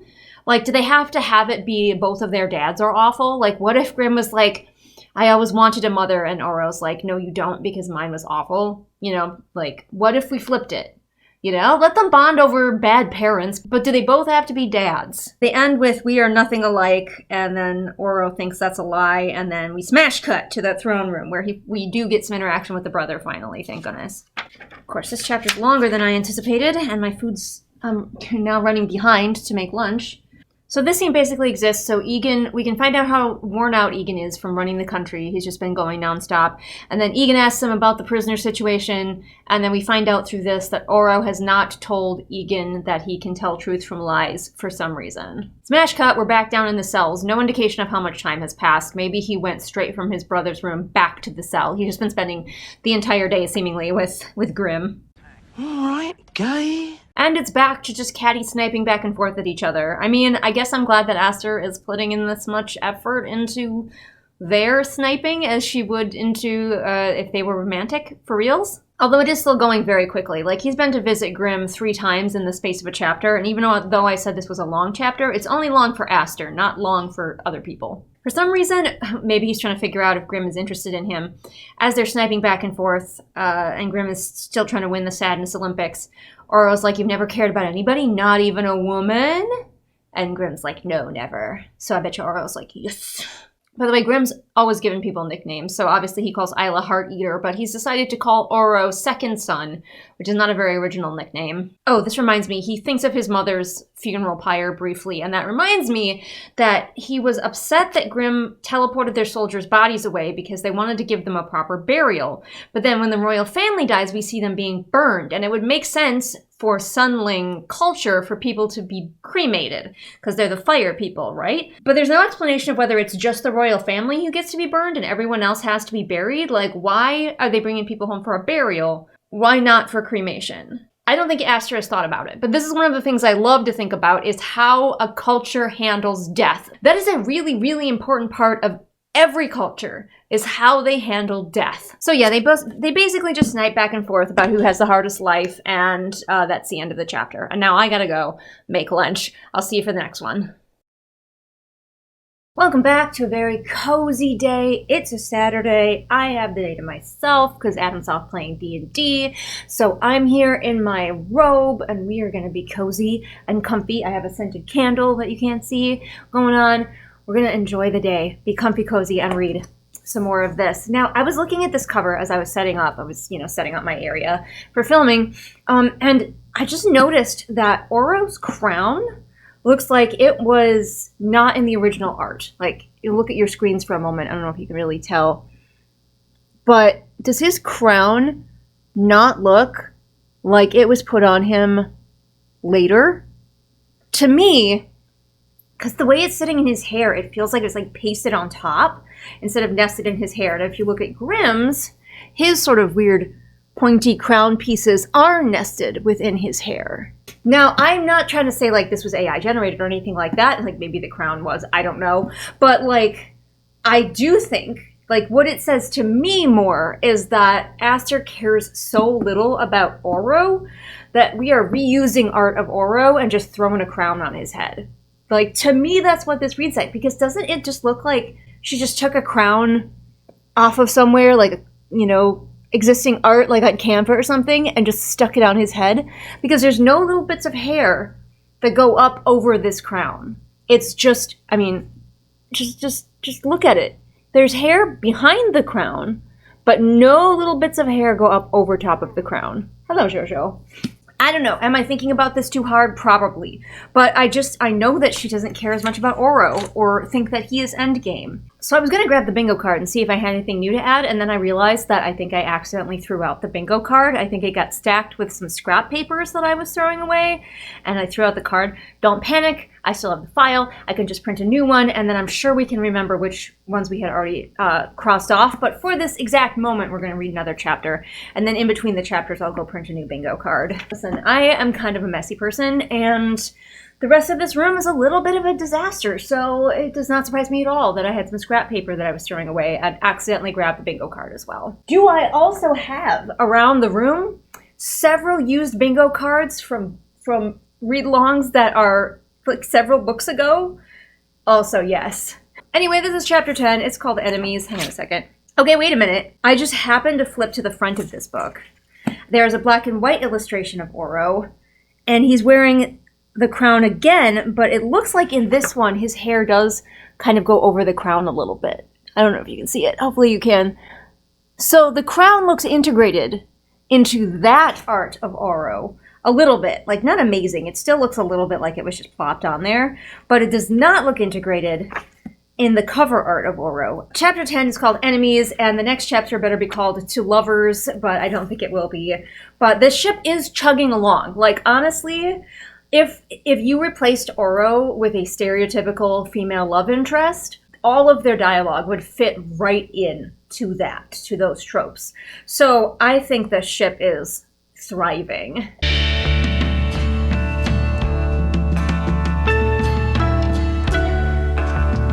Which will probably, as I've mentioned, annoy the one homophobe who likes to comment on my videos. Hi again! I had to read this twice to understand what this means. The chapter begins with, I walked into a previously abandoned floor we've overtaken as our own to find my friends there. It took me a minute to understand, like, what did that mean, especially in the context of the last chapter. He was just talking to Grimm again. An abandoned floor where? I think we're meant to just assume that it's Oro's palace, and there are abandoned floors in his palace. Why is that? Why, we had no idea of that until this very, very moment. And who is we? We've taken over as our own. Like, eventually we can infer that it's the friends. It's like a bunch of teenagers have just, like, taken over a floor, reminding you that these people are quite old. I don't think they're 500 years old at this point. Like, I think that's coming later. But they're not teenagers, I don't think, at this point. That was a confusing sentence to start your chapter with. It makes a lot of assumptions of understanding that the reader does not have. Oh my gosh, yeah, they are just totally doing the teenager thing. They've got couches and chairs that are all mismatched and super comfortable that have been, like, brought from other parts of the palace. And it's just like, okay. Also, who is saying this line? So Oro's describing the room, and then he says, we each have our favorite chair. Zed is currently sitting in mine, and then it has the dialogue, let's go swimming. Directly after it, it is not separated by a paragraph. So it seems like Zed is saying this. We pointed out that Zed is sitting in Oro's chair, so we kind of expect the next line to be from Zed. But no, Oro said, let's go swimming, we find out in the next paragraph. Line attribution is hard. I get it. It is very challenging, but an editor should have caught that. Oro does say of Grimm, I don't think I've met such a miserable person in my entire life. And I'm like, yep, that's probably accurate. Grimm has just taken all the misery for himself and not leaving any for anybody else. So his friends convince him that he was right, they should go swimming. And it says, on our way down to the beaches. Are you each going to your own separate beach? With multiple beaches? Are you, like, beach hopping? Why is it not on our way down to the beach? And of course, on the way down to the beach, all Oro can think about is Grimm. It's so romantic. He's thinking about how Grimm never had a mommy to love him, and how Oro got to experience a mother's love, but Grimm didn't. And poor Grimm, because, like, Oro's like, if I had never experienced that, what kind of person would I be? Of course, we do not describe the beach at all. We just basically cut to them already being there and him going into the water, because we don't, like, the passage of time is not a thing that Alex Astor worries her head about in her writing. We don't even know if it's a warm day, a cool day. What do these people wear to swim? Are they swimming in their clothes, their underwear, in the nude? Like, we don't care. We jump cut back to the prison with Grimm again. Gotta get these boys back together, man. This ship is not gonna sail itself. In their conversation down in the cells, Grimm starts listing people by name. People, presumably, that have died in the war. But we read his section. We were in his head in first person. So we know he doesn't give a fuck about these people. You can't just say, oh, he gives a fuck about these people, and then never prove it. Prove it, Alex Astor. You wrote a whole novella from Grimm's point of view, and the level of fucks that he gives about his people are in the negatives. We only got like 2 named people, one of which was his general, and the other of which was that dude that is mean that Isla kills in another book, because you just had to put him in there to make sure that he was in there. Nobody else even got fucking names. And now you expect me to believe that he knew the names of any of his soldiers that he just threw into the fray without a second thought? He was happy to use them as cannon fodder. He didn't give a fuck if they were dying. He only went to help them when he occasionally remembered to because he wanted to stop thinking about Isla all the time. No, fuck off, Alex Astor. This is all lies, and Oro should be able to tell. He's using it to guilt trip Oro, though. He's like, these are the names of some of my soldiers, and you killed them. You should feel bad, you horrible, horrible man. And it's like, dude, we actually see on the page Oro caring about people. We not only know the name of the man that he accidentally gilded, but we know the names of his family members. And Oro has thought about that moment multiple times and thought about how much that affected him. Like, not a ton of times, but this is Alex Astor we're talking about here. So him thinking about it more than once is a big honkin' deal. So when Oro says, I care about my people, I believe him, because it has been proven in his own point of view. You see how that works? I'm mostly talking to the fictional Alex Astor who's totally watching this video. But like, for those of us who are writing our own books, you cannot just say things about characters, especially fundamental things about them. You could potentially say something like, they always let the cereal go soggy before they eat it. But something as fundamental as they care about their people, and then we get into their point of view and they patently do not, then that's not working. It's not working. Your reader stops trusting you. Your reader doesn't believe you. I choose to believe that while Oro was off swimming with his friends, Grimm teleported home, found some kind of record of the dead, memorized a few names, and teleported back just so he could use them as weapons against Oro. Oh, we've got nostrils flaring. So Grimm says, I would rather be here in your prison than home with my father. And I'm like, you don't have to be like around your father. You could go to the Christmas village. You could go to one of your many palaces. Like, your dad is easy as fuck to avoid. He's, at this point, he's basically the crypt keeper and doesn't really move from his throne. So we have this whole big thing where Grimm is like, why are you here? And Oro's like, I don't want to lie. Even though I can like school my emotions and Grimm couldn't tell if I was lying, lying is not who I am. I fundamentally am not a liar. And then the very next line is, I'm here to find out if you're working against us. I say truthfully. We know he was going to be honest. He just had a short paragraph about how important honesty is to him as a person. So we don't need I say truthfully. The only thing you need to point out is if he does decide to lie here, then you could have I lie. And maybe talk about why he does it ultimately. But if you're going to have a whole paragraph about him planning to tell the truth, we can assume that the next thing he does will be to tell the truth. But Grimm says he's not working against them right this minute, and that's good enough for Oro. So that's the end of that chapter. The next chapter is not called Lovers, it's called Villains. Disappointing. We're back. I printed out a new bingo card, so let's go over it. This will be a good reminder for the bingo card anyway. I'm crossing off Grimm and Oro have chemistry, because now that they've finally been together, yes, the chemistry is chemistrying. At least by the standards of how romance books usually go, especially the popular ones. We don't have Isla somehow gets new powers. Other rulers not fleshed out, it's probably coming. Yep, weird writing choices. Did we give it Grimm apologetics? Because, like, he's an awful person. Actually, we're going to give it Grimm apologetics now because in that previous chapter, he was pretending that he cared about people. And we're supposed to just believe that that's true because Oro didn't sense that it was a lie. Retcon, yes. We can't do Starstick Not Described because we found out that it's silver. We finally found out one detail about the Starstick, and it's in these little novellas. We got wild tone switches, yep, 100%. Isla is the best. Scenes copy-pasted from previous book. Queen Cleo slander, now we have in this new section. She is just, like, needlessly psychotic. It's never explained why she's like this. She's just like, hey, Oro, fuck you. I'm gonna torture you personally. Why? We don't have Pretty Princess dress up because we never know what anyone's wearing. Weird role building, yep. Never felt romantic love before Isla. Emo sad boys. Surroundings barely described, yep, 100%. Scene ends abruptly, yep. Everyone talks about Isla, haven't gotten there yet. Bizarre armor, yes, because Grimm can put it on in minutes. And also, I'm going to give it awkward fight scenes. What fight scenes exist are very poorly written and also very awkward. Because I do remember Grimm had like a whole fight scene near the beginning where it was describing what he was doing. And he seemed to be like doing 3 things at once that would be impossible to do at once. So that is the state of our bingo card at the moment. Do we have any bingos? Because I'm just like trying to fill this in at this point. I'm so used to just filling it up that I don't even pay attention to bingos. There's a lot of filled squares, but every single row has one that's not. So that's fun. That's fun for us. Eventually get a real bingo. All right, so Chapter 11, Villains.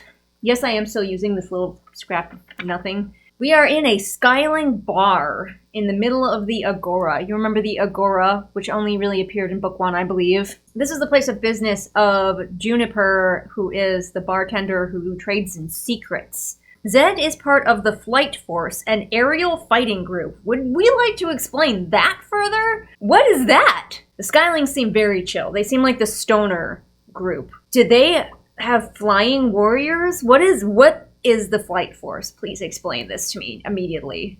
Apparently Zed got drunk once and while he was flying over the Agora threw up on a large portion of it. So either this place is very small or Zed had record-breaking amounts of vomit in his system. Zed shrugs one shoulder. Everybody's just a single shoulder shrug is the only way we shrug. I think Zed might be an alcoholic. That will never be addressed because everybody complains that the drinks he ordered are basically pure alcohol. And then Zed drinks his entire cup and Enya's before he leaves. Oh, and then he just goes to the bar to get more. So I think the man might have a problem. We have another buzzy line. The worst lies are the ones we tell ourselves. Slap that one on a TikTok. Oh, we have Enya finding out a secret from the bartender because Alex Astor's like, I put this bartender in, see, he's here. Do you see him? He's from the other book, you guys. He's from the other book, you see? But the news that the bartender told her, I wonder what she traded for it, what secret she gave in exchange, is that Oro's brother is betrothed. So we are getting onto that messy love situation that causes the curses. Still nobody has actually met Celeste, the person who did the curses. Nobody's actually met her on the page. But viewers are reminding me in the comments to the Grimm section of this that apparently Grimm was supposed to be having, like, sex with her at some point, but Grimm is Isla sexual, as we learn, so that just never happened. They all suspect that the girl that he's in love with, Aurora, of course, that's Celeste, killed her parents. They were killed in a freak explosion in the stables. You know, horse stables, always exploding. Constantly exploding. I'm in danger every time I go out to feed my horses. Everyone's like, yeah, she totally killed her parents. So Enya says, it's for political reasons, of course. Starling is strong as ever. An alliance between them makes sense. Is there a reason that an alliance would make sense besides Starling is strong as ever? And also, aren't you guys already basically in an alliance because you all have a symbiotic relationship with Oro's family line? Because as we learned in the first book, if Oro dies as a quote-unquote origin, everybody dies. Everybody. Not just his people. Everybody. Aren't you all kind of already in an alliance? You shouldn't have to do the marriage thing. They're all going out of their way to be like, oh, he doesn't really love her. He's just doing it for political reasons. And I'm like, why are we trying to convince ourselves of this? Would it be bad if he was doing it for romantic reasons because he loved her? Like, I don't understand. Apparently, though, if they get married, this would be the first ever marriage of 2 rulers of different lands. What he's doing is not just a marriage of alliance, it is unprecedented. I need more details about why he's doing this. Because if nobody else has ever done it before, then marriages of alliance clearly aren't necessary. What's going on? Really missed a chance here to cement Enya as a queer woman because she asks Oro when he's going to get married because she's sick of people assuming that they're together. And she's like, if women aren't staring at you, they're glaring at me. And I really wanted her to be like, and I really want the women to be staring at me. You know? Like, let the girly like the girlies on the page. We also have Oro has never felt romantic attraction until Isla, so we get that one double crossed off. Because he glances around to see if there are any women he finds attractive in this bar, and like, no. He's like, I can objectively understand that the girl I'm looking at is pretty, but I don't actually feel like any romantic attraction to her. I'm like, yep, because she's not Isla. Everybody knows that the boys in this book are Isla sexual, although of course we do have our Grimm and Oro ship. Now, I have long maintained that I think Oro should be somewhere on the Aro-Ace spectrum. I am unconvinced that Alex Astor even knows what that means, so it'd be very doubtful that she would be doing it intentionally. Oro is throwing off aromantic vibes, though, because he thinks about, like, I could have a romantic interest, but would I want to hang out with her more than my friends? I just can't picture it. It just seems like such a waste of time, and I'm like, oh, honey. Oh, baby boy. Oh, sweetheart. But that's the end of the chapter. They just talk about the marriage and how Oro should like girls, and he doesn't.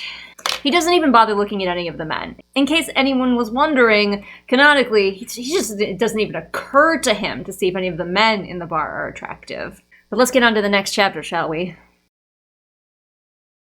Let me tell you, fam, in between each chapter, I have been letting myself getting more and more distracted by my phone because I do not want to read this. But I gotta get through it because, like, the next book in the actual series is going to be coming out. Actually, this chapter's longish, long for Alex Astor, so we'll be getting through some chapter finally. This chapter is called Shattering, and it says, I find my brother in the war room. He's frowning down at the depiction of the island. Not a map. It's a depiction of the island.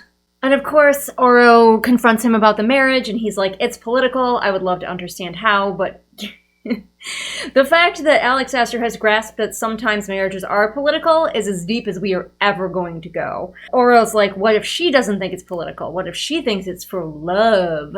And Egan's like, whatever. He says, my top priority is uniting the realms, but why? Shouldn't you, like, marry Grimm? Like, his realm seems to be the only one that's not already united. Everybody else getting along real well, except for Cleo, I think. Her realm, I don't know, it's very unclear. She hated Oro, but we don't know why. But she is not in charge of her realm right now. Her older sister is, so it doesn't even matter what she thinks.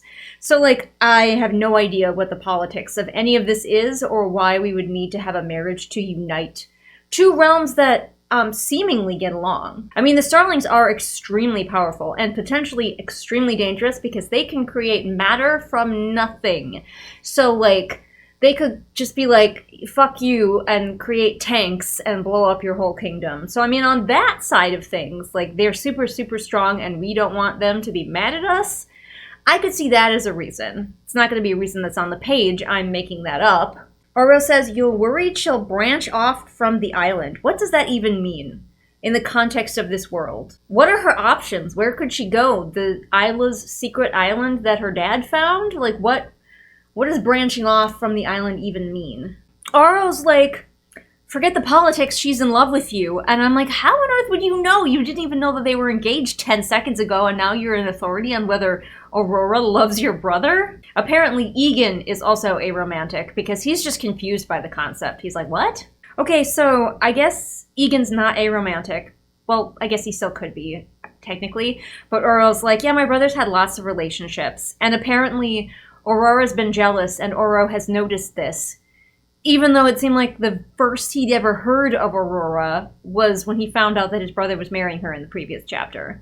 Alex Astor has a very, very tenuous relationship with setup and payoff. Oh my god, more rich people logic. Egan's like, well, a royal wedding will give people something to celebrate. Why are the royals in these books constantly being like, oh man, the poors are sad. Let's let them watch us throw a party. If they're lucky, they can get a job serving us our cake. It makes me really concerned about Alex Astor and how she views poor people, because she's not one of those. Apparently, though, on Sun Isle, royal weddings can last months, which sounds exhausting for the peasants. That doesn't sound like something that would cheer them up. It sounds like so much, and they're going to use up so many resources to feed these rich fucks who are going to be partying for a month. A lot of you guys know that I used to do catering. I was a caterer for a while, and we used to cater weddings all the time, obviously. And there was this one outdoor wedding, I fucking hate outdoor weddings, where like the place where we could stage the food was quite far away from the tent where the food was being served, so that we had to walk with heavy food across uneven yard to get to this big tent. And then everybody went into this like finished barn for the reception, but the food was eaten out in the tent. And of course, after the meal, it just started raining unbelievably hard, just pouring down rain. We had to clean up and get drenched, just drenched to the bone, getting all of the supplies back to our vans. I know how it feels to be like somebody who's serving at somebody else's party and how little anyone thinks of you ever. So yeah, I feel for the people of this world a lot more than I feel for these Richie Riches. Oro, for the first time, fully realizes that his brother might be having a difficult time. Like, he's seen his brothers not eating, not sleeping, marrying a girl he doesn't care about. And Oro now goes, oh, I could help. Yes, sweetheart. You don't need to just be like living the life of a rich prince, hanging out with your friends all day, doing whatever the fuck you want. You could help. You're right. We smash cut to a different day. It's a few days later. And Oro is going into, like, the throne room, the meeting room where people come to, like, petition the king. There's always one of those in these stories. And he's like, I'm going to help my bro. Like, I've dealt with the Grimm situation. Oro thinks that the last thing he did was heroically deal with the Grimm situation. So Oro's like, I'm going to go help my brother. And he comes into the room, and there's a woman just wailing, and she's on the floor just weeping, and Egan gets up and goes to comfort her, even though that's not allowed. And we're just seeing what a good king he is. So it sucks that he's going to die. And we're going to be left with Oro, who, well, not a bad person, has still kind of not completely realized that his people are people and he might be in charge of them. If you want a second-born royal who cares about their people and wants to help them, I have a book that you might enjoy. This is my book, Boots. It does not get enough love. In it, Princess Joanna is the second-born royal child, and she spends all of the time that she possibly can out amongst her people trying to protect them from a magical threat that is happening in their land. Like, physically protect them with her steel. You know, she's an asexual warrior princess, and she is out here trying to be the people's protector. That's the job that she wants. Check out this book if you want to see a royal character who actually gives a fuck. But back to Oro. So he recognizes the woman who is weeping on the floor. It's someone he knows. She's apparently, her daughter has gone missing. So you remember in the Grimm section, we find out that they go on a little adventure together, but we don't know what it is. This is finally it. So at least we are getting it in the Oro section. I don't know how long it's going to be. It might just be the rest of this chapter. They go find the girl and that's it. But the woman's daughter sneaked into the Midnight Woods. Why do we have that? Oro's thinking about the kid, he knows the kid, and he says the baby with red cheeks that we all took turns holding, which makes it sound like they all took turns holding the baby's cheeks. On Lightlark, babies are honored, even coveted. Are babies rare? Does nobody have babies? Why? Why? Explain, please. Explain, please. And also, if babies are so special, then how do you have the population to fight off Grimm? Because he seemingly has an endless army of people that he can just throw at you. I close my eyes sharply. I don't think you can close your eyes sharply. But apparently Egan is not immediately sending out soldiers to find the girl because the Midnight Woods is just way too fucking dangerous. Fuck this lady, I guess. I cannot help in this moment but be reminded of the United States attitude towards children, where it's like, oh, we love babies. We want lots and lots of babies, but once they become children, fuck them. The lady, however, it must be her power. She can tell that her daughter is still alive. She's still out there. She's frightened, but she's still alive. But apparently the woods, the Midnight Woods, is the way it is because at one point they were all one supercontinent. And then the smaller islands broke off, I guess? We're finding this out just now. And Nightshade used to be attached to Lightlark, but then they separated? It's very confusing. But it's a piece of Nightshade that is still stuck here, so that's probably why he's going to have to involve Grimm. Oro goes to her and is like, I'll go get your kid, apparently out of earshot of Egan. And then, of course, we go straight down to Grimm. I wonder how long it would take Grimm to die of starvation. Because he's, still not eating, because his hands are still chained above his head, which Oro hasn't done anything about. Oro had the realization, but he didn't. Maybe Grimm chained his own hands there. Kind of wonder. Or somebody tried to unchain him, and he's like, no, don't do that. He uses shadows to just chain himself to the wall. He's trying to flirt with Oro, and it's whoosh over Oro's head. It says that Grimm is looking weaker, But, like, we know how ridiculously difficult this man is to kill, so how long would it actually take him to die of starvation? A hint is given here. Did Aster write this first? A hint is given here about the nanny that we know that Grimm had from a previous book, but was never mentioned in Grimm's section. But Oro's like, have you ever had someone that was, like, a second mother to you, someone so important in your life? And Grimm has, like, this flash of recognition, and I'm like, okay, are we going to mention the nanny? Because she certainly wasn't important enough in his section to get a mention. We're not. We just see the flash of recognition, and then we keep moving. Grimm agrees. Oro goes to unchain him. That's all you need to know. So they're moving around the island. I guess they're going to Star Isle. I guess the special woods is on Star Isle. It's a little piece of Nightshade that's still on Star Isle. I don't understand how it works. I keep asking questions, and I should learn not to do that. But Grimm has hidden himself from everybody else's view except for Oro's. And Oro's like, oh, that's cool. Cool that he can do that. But Grimm is not weakened in any way. Like, he was looking a little bit pathetic in the cell, but now that he's out here, he's doing amazing. Oro shrugs a single shoulder, take a drink. Oro's like, hey, by the way, why are you helping me? And Grimm's like, what, you don't think I care about a child? I'm like, correct. Because you don't. We've been in your head. We spent an entire novella in there. You don't. We get some classic Alex Aster, very evocative descriptions. The trees are silver, glowing. The dirt looks like ground up stars. Star Isle is beautiful. So they go into the woods. It's creepy. Barely described, but creepy. And I'm like, if it's so awful in here, why did the child go in here? Like, this definitely seems like the sort of place that a child would be like, no, you know what, nah. Grimm gets sick of the evil trees in here are like trying to hit them with poison vines. He gets sick of their bullshit and he just cuts them a path made out of shadows. They find the kid very quickly, mostly because she's screaming her head off. But they find her in the middle of a pond. In the center of there is an island, and in the center of that island is Ara, the little girl. Then he sees some skeleton guys in robes, because why not? They're coming out of the woods, I guess. Oro realizes that they're not only surrounded by skelly boys, but also some zombies, like creatures that still have rotting flesh on them, so zombies and skeletons going on here. And they all just stand there surrounding Oro and Grimm and the baby in the lake for a while, and Grimm's like, this is not good. Like, when they go silent like this, they're about to strike. We have never seen these things before, to my knowledge, so... These are the type of skeletons that you can't kill, though. Like, he chops off a head and it just, like, pops back. So, unkillable zombies and skeletons happening. Grimm's having better luck with his shadows because he can basically rip these things apart with the shadows and it takes them longer to reconstitute.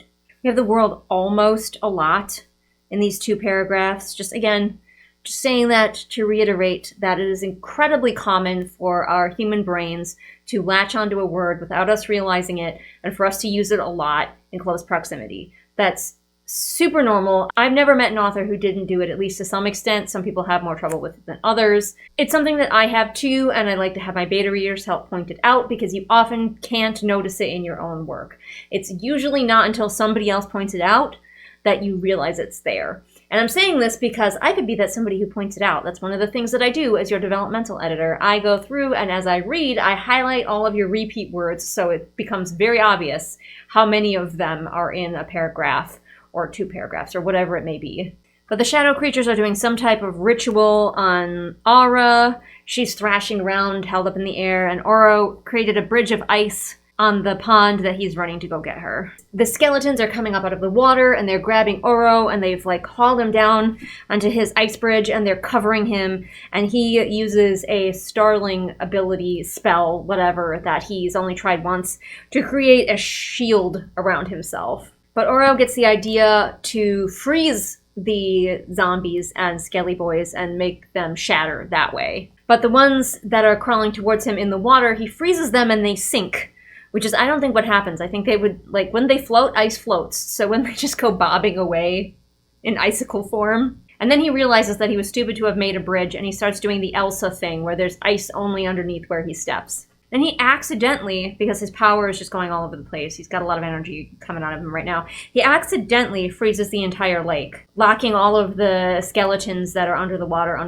And it's like, maybe you should have done that from the get-go, actually. He says, my blood feels thinner. What does that feel like? Would you care to explain what your blood feeling thinner feels like there, bud? Unfortunately, although he has locked all of the critters that were in the lake, the ones on shore are now rushing toward him, and he once again gets tackled in a pile of skeletons. This is his second time that this has happened to him, but this time Grimm saves him. I'm imagining that I Need a Hero song is playing. Oh my gosh, okay. Yeah, the ship is really gaining steam, if you will, because Grimm doesn't only just, like, get all of the ones that are climbing on Oro off of Oro. Grimm is so incensed, so filled with passion, that he obliterates all of them because they attacked Oro. The chemistry is not there. I'm just saying.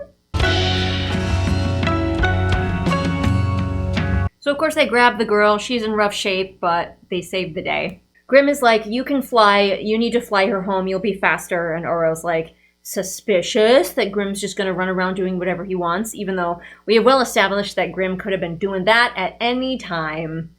But Grimm's like, I'm not going to do anything, and Oro consents that it's truth, so he flies away with the kid. What is our relationship with Wildling at this point? They're really not mentioned too often. Like, I think his mother was friends with the Wildling. We smash cut, of course, to when the child is being healed, and there are Moonling healers in there. But, like, what about the Wildlings and their elixir that seems to cure everything? Or maybe they don't have it yet.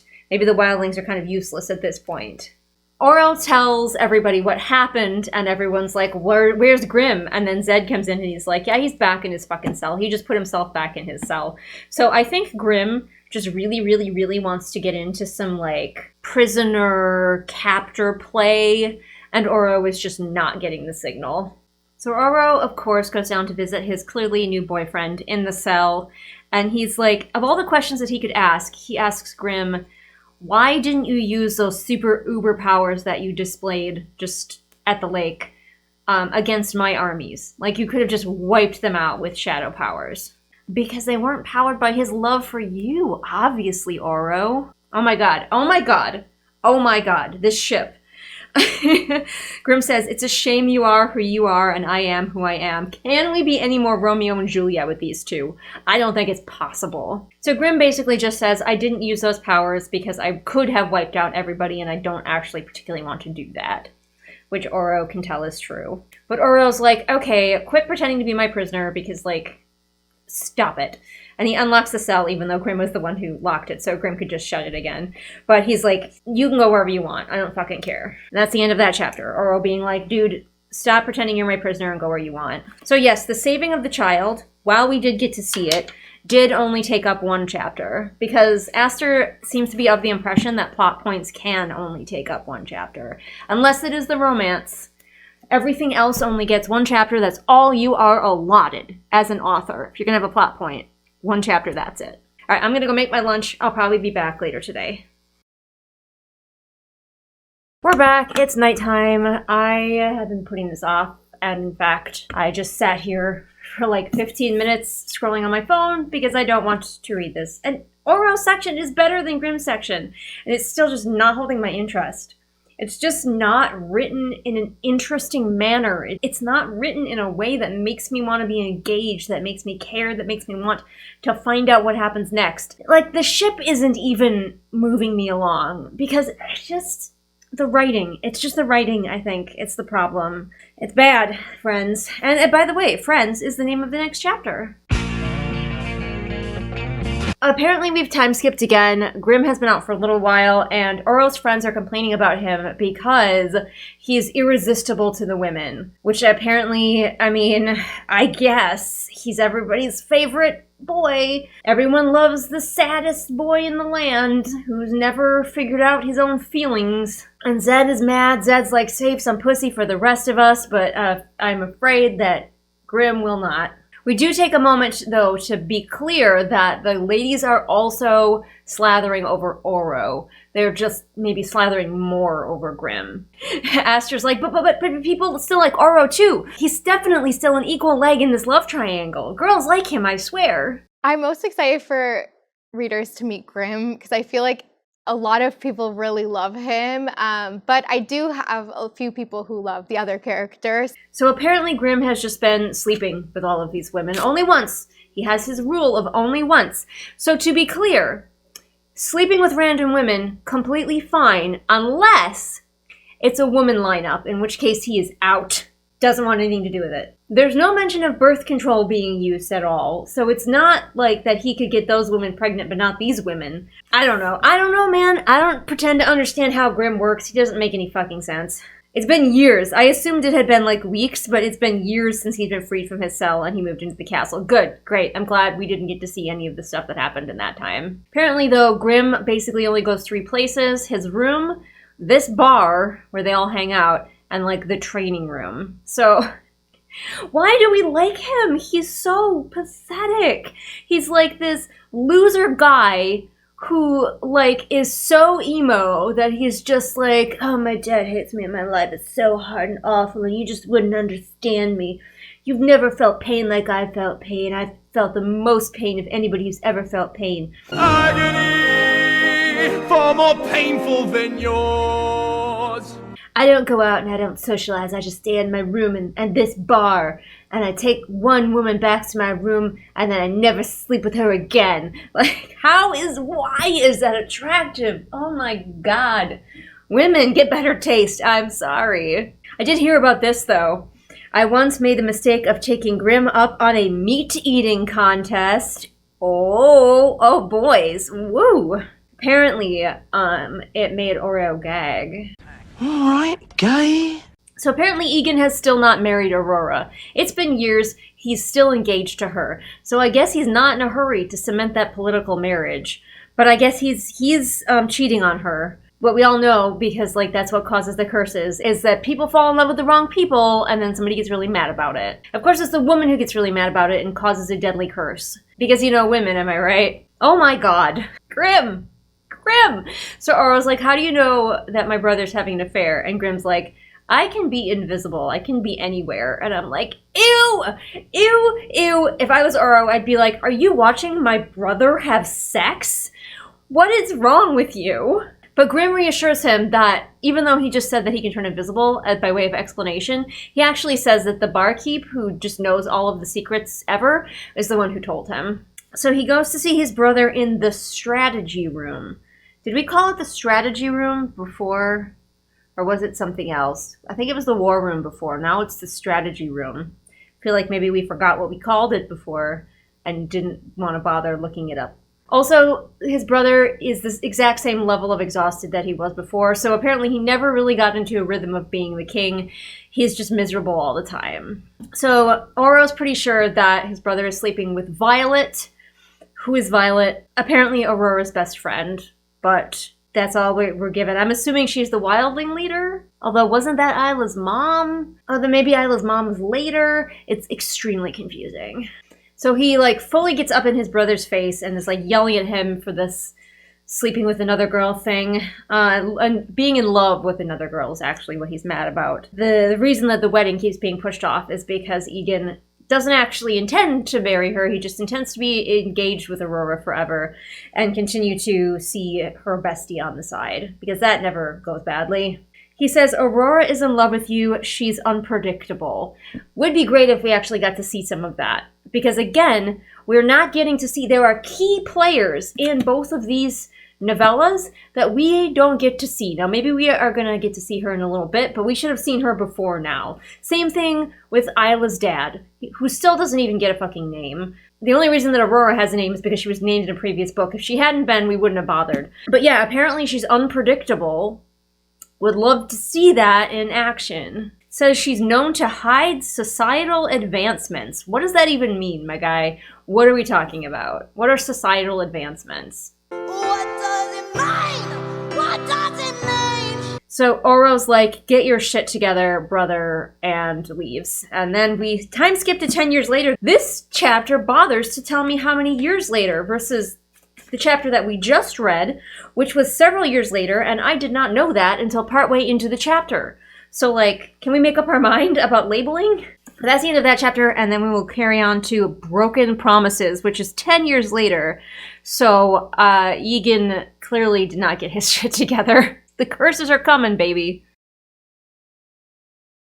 All right, the next chapter is called Broken Promises. I am pretty shocked that we have made it basically almost 100 pages, and Isla has yet to appear. I mean, we still have a decent amount of pages left, but where's Isla? Was nobody thinking about Isla? Maybe that's even further proof of how much this author doesn't ship them, because, like, she was in a fucking hurry to get to Isla and Grimm. But she's just like, Isla and Oro, is it really that important? I can take my time with Oro. It doesn't matter when he meets Isla. So Oro does not see Violet, who we can only assume is a wildling because it's never been explicitly stated. He's not seen her with his brother again for 10 years until just the other day when he opened his brother's door and Violet was there and his brother had no shirt on. Whoa, scandalous. Oro is so upset by his brother doing this. But we're not really finding out why. He's just like, I thought I knew you. And it's like, why do you didn't... It's not like you shipped him and Aurora really hard. And you don't care about Aurora. You called her, like, unpredictable and potentially dangerous. So why are you so mad at your brother about this? Is it because he's being wishy-washy? It's because he won't break up with one girl and marry a different girl? Like, what is the fundamentals of your problem with this situation, Oro? Apparently it's been 10 years and Egan managed to push off his engagement for 10 years. Now, I mean, these people do live to be a very, very old. So maybe for them, 10 years feels like nothing. You know, 10 years is like, oh, we're having a year-long engagement. Like, it seems long to some people, but it's not really that long. But now his wedding's coming up. And Oro's like, dude. He says, for the first time we're finding this out, for sure, in this book, Starling is almost purely responsible for manufacturing all our weapons and energy. Very unclear about how the energy manufacturing works, but they're very, very apparently, like, entwined with Starling. So if Starling left, I guess that would mean that they wouldn't have any weapons or energy. Do they have electric lighting? It's just not clear. So Egan's like, not only am I going to call off the wedding to Aurora, which again is in a couple of days, so this is a terrible idea. Couldn't do this for 10 years. He says, not only am I calling off my wedding to Aurora, I am stepping down as king. This is your problem now. Wow, Egan. Just give your brother the middle finger, why don't you, as well? So he's like, I'm going to tank relations with this other country and then leave you in charge. He's an asshole. So Egan's making it sound like you're going to be a better king than me. You're more worthy than me. I'm a sucky king. But it's like, no, dude, you're just trying to escape your responsibilities. You're going to break it off with this girl and then leave your brother with the immense political fallout. Egan is an enormous dick. I don't think Oro's going to point that out, though. Like, he's mad for different reasons. But Oro's like, you're doing all this for love? You're stupid. I'll never understand love. And that's just the end. We smash cut to later. He's sitting on the edge of a cliff. So he never actually pointed out or realized how much his brother is screwing him over. You know, Grimm continues to be the saddest sad boy in all the land, but Oro has far more substantiated reasons to be upset in Lightlark, the first book. Not only did his brother fuck him over royally politically, but he also did something that caused this woman to just make these curses that ruined everyone's lives and then left Oro in charge of this disaster, presumably by dying. But you know what I mean? Like, Oro was just like cruising along as the second son, not doing jack and or shit. He vowed to help his brother and then actually didn't do that. He went and found one kid. That was the extent of it. He's like, yep, my work here is done. I am a great second son. And now all of a sudden he's going to be yeeted full force into the disaster of everyone's lifetime, the disaster of multiple generations, the worst thing that's ever happened to anyone. He has no experience whatsoever because he was not trained. Again, we're learning about stuff that happened off-page. So they're on Wildling Isle. Grimm is also there, and apparently the Wildlings fucking love Grimm. He's very popular here. He immediately, integrated into their society. I would have loved to see some of that from Grimm's point of view. Would have loved that. Oro's telling Grimm about his conversation, and I would think that Grimm, at least, would be the one to point out how much Egan is screwing Oro over. Let's see if he actually does. Oh my god, these poor kings. Oh, it's so tough being a king. As Oro says, a throne or a cell, they aren't so different. Man, it's so hard being a ruler of these lands and barely giving a fuck about your people. Not that Oro doesn't give a fuck, but Grimm sure doesn't. Grimm seems to think that Oro is a different person, though. Because Oro's like, well, maybe I could be a good king, actually. And Grimm says, hope from you? Grimm is acting like Oro is exactly like him. All broody and dour all the time. And it's like, no. Oro gets mad sometimes. Has a little bit of a mentee bee sometimes. But he's not Grimm levels by any means. So the fact that he has hope is not weird. Oro's already warming up to the idea of being king. He's like, hey, maybe I could be a really bomb king. Maybe my brother just sucks at it and I could be way better. I mean, your brother is going to be leaving in such a way as it puts you at war with the people who supply your weapons and power. But yeah, maybe you could be an amazing king. Who knows? Oh my god, they are such boyfriends. Then Oro's like, you could become king with me. You go home, kill your dad. We'll be rulers together. Oh, they're adorable. Oro's like, we could rule our kingdoms in peace. We could have a peace treaty. And I'm like, you could have a marriage. He does say that this would be the end of a pointless war. And I'm like, it's been 10 years. I feel like the war is kind of over. Even if Grimm goes back. I think it's done. And Grimm goes for it. He's like, you know what? I do like your plan of me going home and killing my dad and us ruling together. Totally not boyfriends. But unfortunately, the curse happens. We smash cut again, because scenes just stop. We're very used to this from Aster. Whenever she's done getting whatever point across that she wanted, the scene just stops. Chopped off abruptly. Like a guillotine came down and went shwoop. But the next morning, Enya rushes into Oro's room and is yelling that everyone's dead. Does Oro feel any difference, physically? Because, everybody's powers are affected by the curse as well. Or, I guess not everybody's, but a lot of people's are. Does he feel different? Does it feel like his fire is lesser or something? Does he feel depleted? Probably not going to worry about that. Also, canonically, sunlings are supposed to be charged up by the sun, but we never see Oro or any other sunlings doing that. But of course, it's morning, so the sun is up, and everybody who's outside is dying. And Oro's like, I need to find my brother. Presumably, one of them, Zed, I think, is a Skyling. Presumably, he is not flying when this happens. Pretty convenient. So Oro's running through the halls looking for his brother, and he just woke up. So I'm picturing him in, boxer shorts.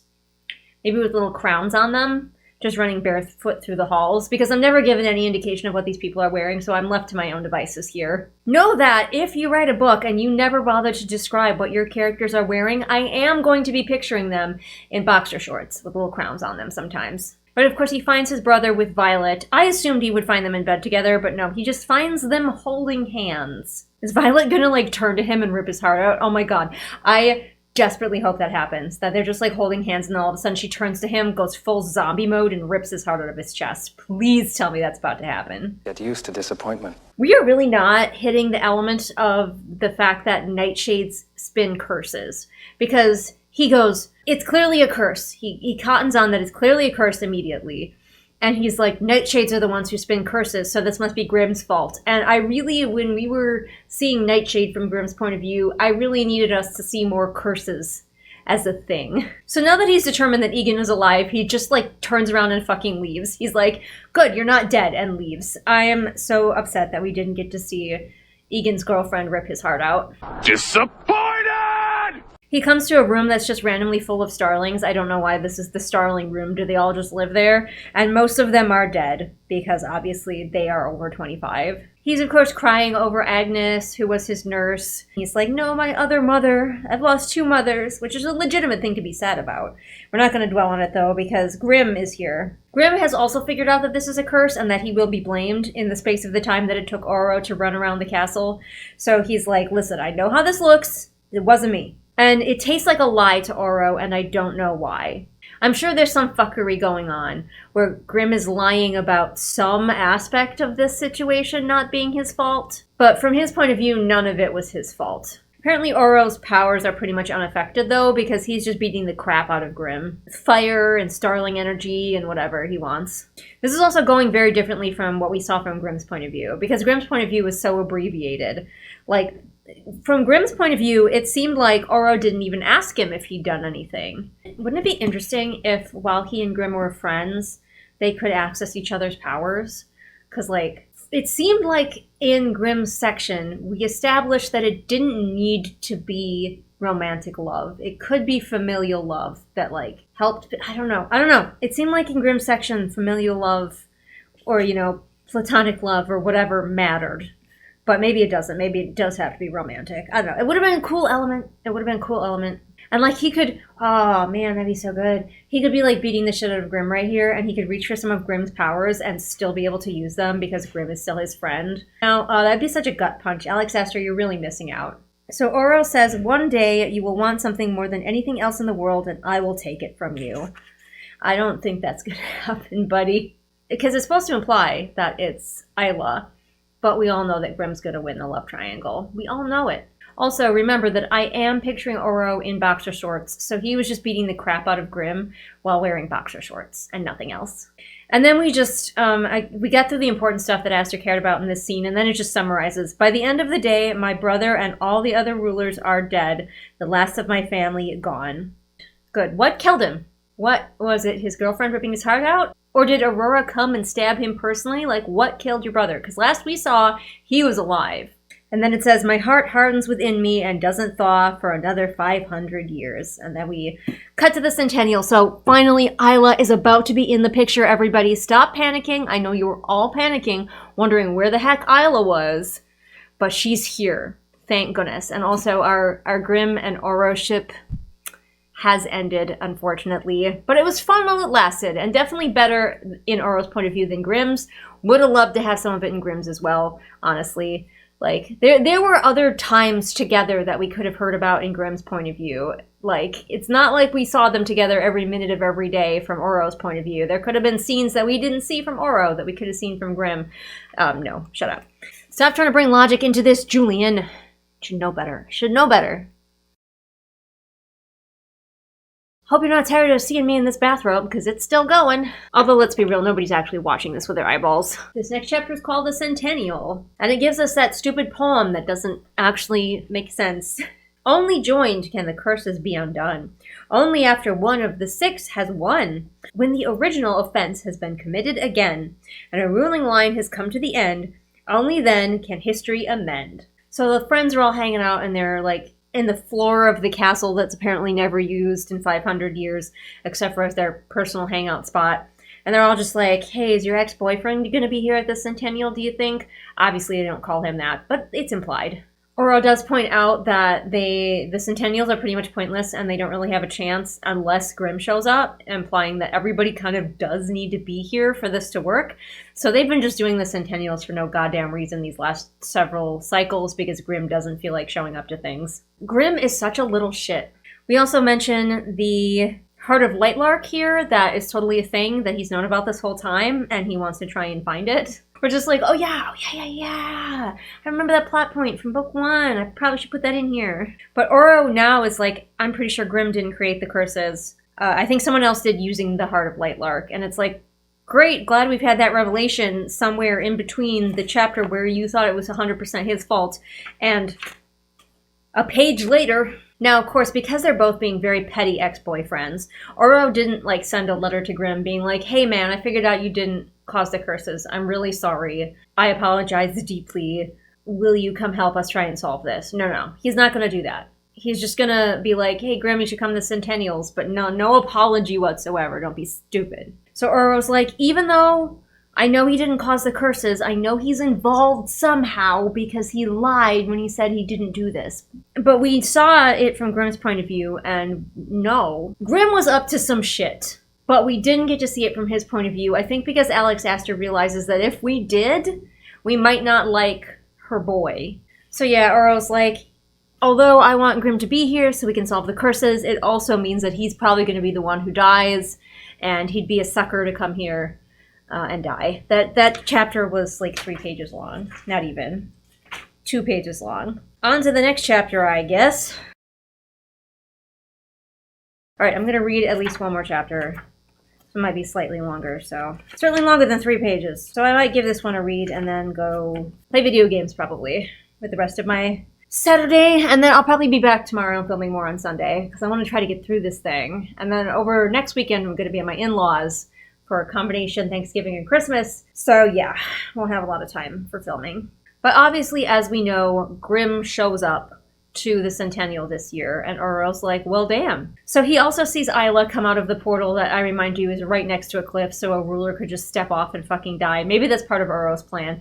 Maybe he's hoping it'll be taken out of his hands by somebody stumbling out of the portal and just falling to their death. But he sees Isla come stumbling out, and he's like, oh, she's dressed real slutty, so she must be a wildling. Over the 500 years or whatever, a bunch of wildlings keep coming and trying to seduce me. We're just finding out that stuff happened off page so much in these novellas. I do want to know, though, if we're going to get to see the scene where Isla is randomly singing on her balcony, a thing which she never does again. It's supposed to be like a wildling thing, that wildlings just totally sing sometimes. And then Oro, like, claps for her and she fucking falls off. Do we get to see that from his point of view? I hope so. Now, though, of course, he's seen Isla, and he's, like, dismissed her in his head, he's nonstop thinking about her. He assures us, all right, well, I've seen her, and I'm not going to give her a second look. But then he just keeps going on about, like, her and why it won't work, and wildlings in general. He's watching from a vantage point because it's daytime, so he can't go out. But then he sees Azul show up, and he's like, yeah, I'm happy to see Azul. And I'm like, yeah, Azul's the party king. Everybody likes him. Cleo sweeps in next, her white robes puddling around her. We got puddling, everyone. He doesn't have any more thoughts about her. She didn't show up last time, which is presumably because she's having a kid. The curses affect her people the least, which is very, very extremely true. And that's it. He doesn't think like, oh, she's a bitch, or oh, I've been having trouble negotiating with her over the years, or oh, we've become tenuous allies. Nothing. No hint of their relationship. So the last we saw of Cleo, she seemed to have a personal vendetta against Oro for no reason that's on the page whatsoever. I guess we're just supposed to infer. I like my headcanon where they're actually friends, and they've like built up at least an alliance, if not like a close friendship, at least some friendship.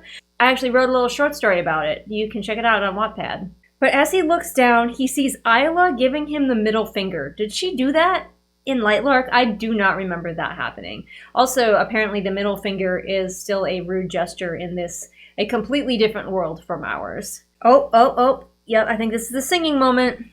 We have immediately got to get to praising Isla, though. He says, not singing. It's more akin to gently tracing a dagger across the sky, whatever the fuck that means. The note impossibly high and smooth. Perfect. It sounds perfect. For the first time in centuries, I find myself enjoying something. So Isla can't just sing. She has to sing in like a transcendent way. So of course he goes out on his balcony and he sees Isla and he's like, that's weird. No, none of the other wildlings who tried to seduce me started with this method. This is different. He says, I reach around for her powers to feel what she's doing. I'm like, you can sense other people's powers? Since when? That has never come up in all of this novella. It's just so he can be like, she's hiding her powers. She's shielding herself. That's smart. And it's like, but what do you mean you can feel around for her powers? What? But yes, he claps when she finishes and she falls off the fucking balcony, which is hilarious to me. So at first he's not freaked out because he's like, she'll just use her powers to save herself, no big. But then he realizes that she's super not doing that. And for a second he thinks about just letting her fucking die. He's like, that could solve all our problems. But he's not gonna. She falls in the water, he dives in. When he reaches her, it says her skin is already cold and prickled. Why is this girl so prickly?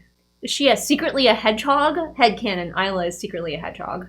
So she's like bleeding a lot from her head, and I'm like, did she smack her head so hard on the surface of the water that she like cracked her skull or something?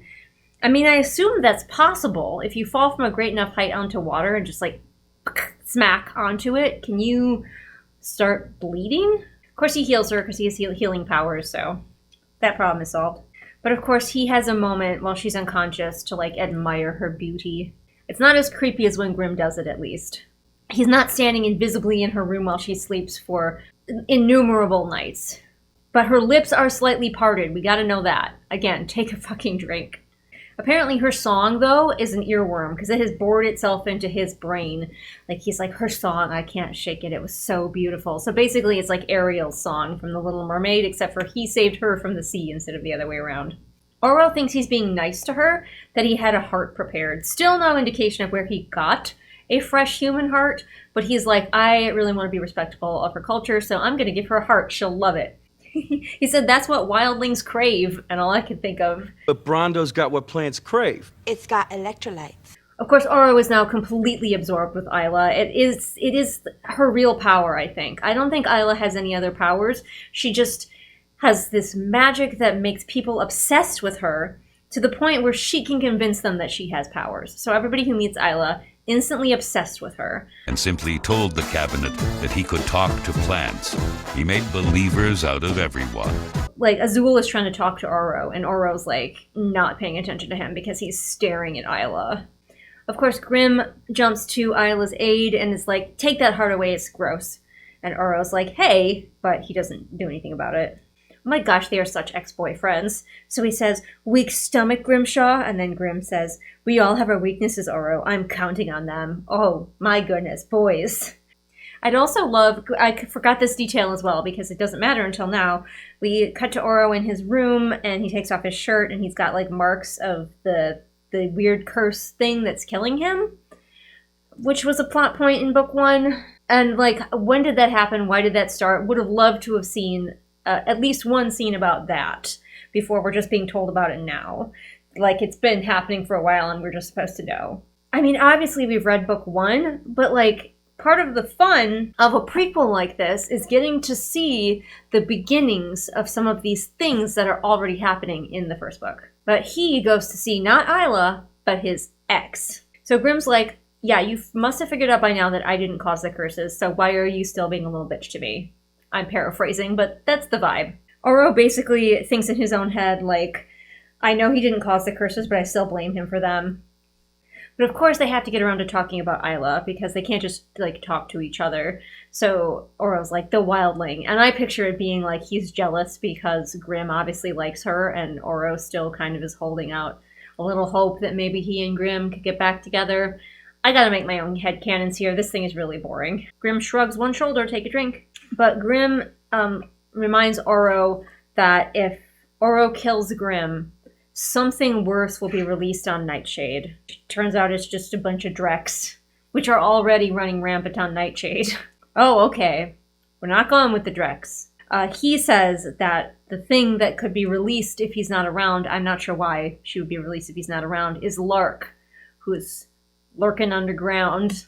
I don't know why his death would release her, but apparently it would. Basically, her flare is like super healing. She's basically Wolverine or Deadpool. So Cronin just buried her alive. I guess that was effective. Although if she can't die, does that mean that Isla and like her mom or whoever was ruler before her aren't really the rulers of Wildling? How would that work? Because she's not dead. So anyone who came after her wouldn't be the new ruler, right? What are the rules?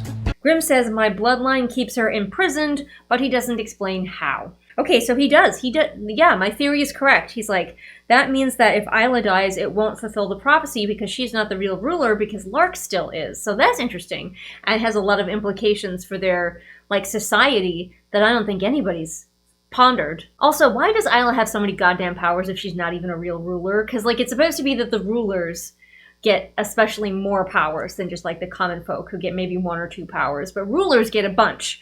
And Isla gets a bunch. Is it just because she's from the ruling line? Is it anybody who's in her family would just automatically get a bunch of powers even if they didn't become ruler? Is Isla just that special? I don't know. Probably she's just that special. But he's like, yeah, we don't have to kill Isla because it won't do a goddamn thing. He says, I can't kill Grimm to fulfill the prophecy, not unless I find the heart of Lightlark first. I don't know. I don't understand. I don't understand a lot of things in these books, but I don't understand how finding the heart of Lightlark will make him be able to kill Grimm. I thought finding the heart of Lightlark was going to help you, like, solve the problem without having to kill somebody. I don't know. I don't remember. The expectations were, but I don't know why he thinks he's going to be able to kill Grimm after he has the heart. Okay, apparently he thinks the heart is, like, good enough to keep Lark at bay. Like, it has enough nightshade in it to keep her at bay, which is a really stupid theory. I don't know why he thinks this. It is kind of hilarious, though, that Isla spent the entire centennial thinking that everybody was trying to kill her, and at least 2 people know that that would be completely pointless. He's not thinking about who he's going to kill instead, though, because it kind of just leaves Cleo, or the Starling ruler. Maybe that he doesn't probably like Cleo all that much, so I think he'd go for her. Once again, he reminds us that he doesn't like anybody except Azul, but Azul is so unserious all the time that he's like, when it's time for us to team up, I can't team up with him because he doesn't care. He doesn't try to win ever. So we cut to the scene with the duels, the first trial, and we just get a 1-sentence summary of all the other duels, of course. And then Isla duels Grimm, and he's like, I hope Grimm wins because I want to duel Grimm, which I assume would be a very flirty fight, if you know what I mean, but of course Isla wins. The only reason that Cleo gets a hit in is because Oro is too distracted by Isla, of course. He thinks fucking Cleo, but I don't know why they hate each other, and we're never gonna get it explained. It's never gonna be explained, it's too late. There's not like a third novella lurking around there somewhere to tell us why him and Cleo hate each other. They just do.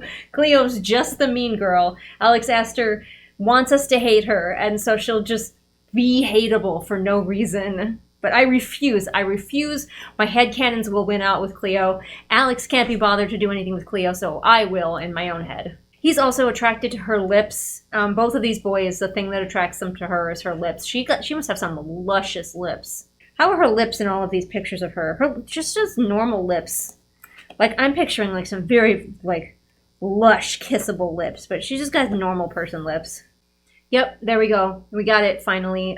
He looks her in the eyes and sees that her eyes are green, and they're the same green as the sea in his favorite place. So he's head over heels immediately. She pounces at me, sword in the air. Oh, goodness. He can, of course, tell, if you recall, like, she's totally beating him, and then she decides to throw the fight, and he can tell that he sees her decide to throw the fight. Because we have to know that she could have won. Everybody has to know. And that's the end of that chapter. The next chapter is called Crown, probably because her last name is Crown. But I'm done for tonight. Boy, oh boy. If I had enough of that nonsense. Hello, we're back. It is indeed the next day, and I have been really lollygagging and doing anything I can not to read this. So, yeah. Before we begin, I'm just going to take this moment to remind you that rather than this book, you could read one of my books, like Adventurer Mage. Just, if you like the quest aspect in some ways of these books, you might like this book. There's also magic in it that like makes sense and plot threads that don't get dropped. So that's even better. And the sequel is right behind me, just came out, so you don't even have to wait for the sequel. Anyway, onward to chapter 17. So he's sassing back and forth with Enya about like how Isla let him win and stuff, and I'm like, did we have to invent a whole new character? A whole new girl character for him to sass with? Or could we have given Cleo this job?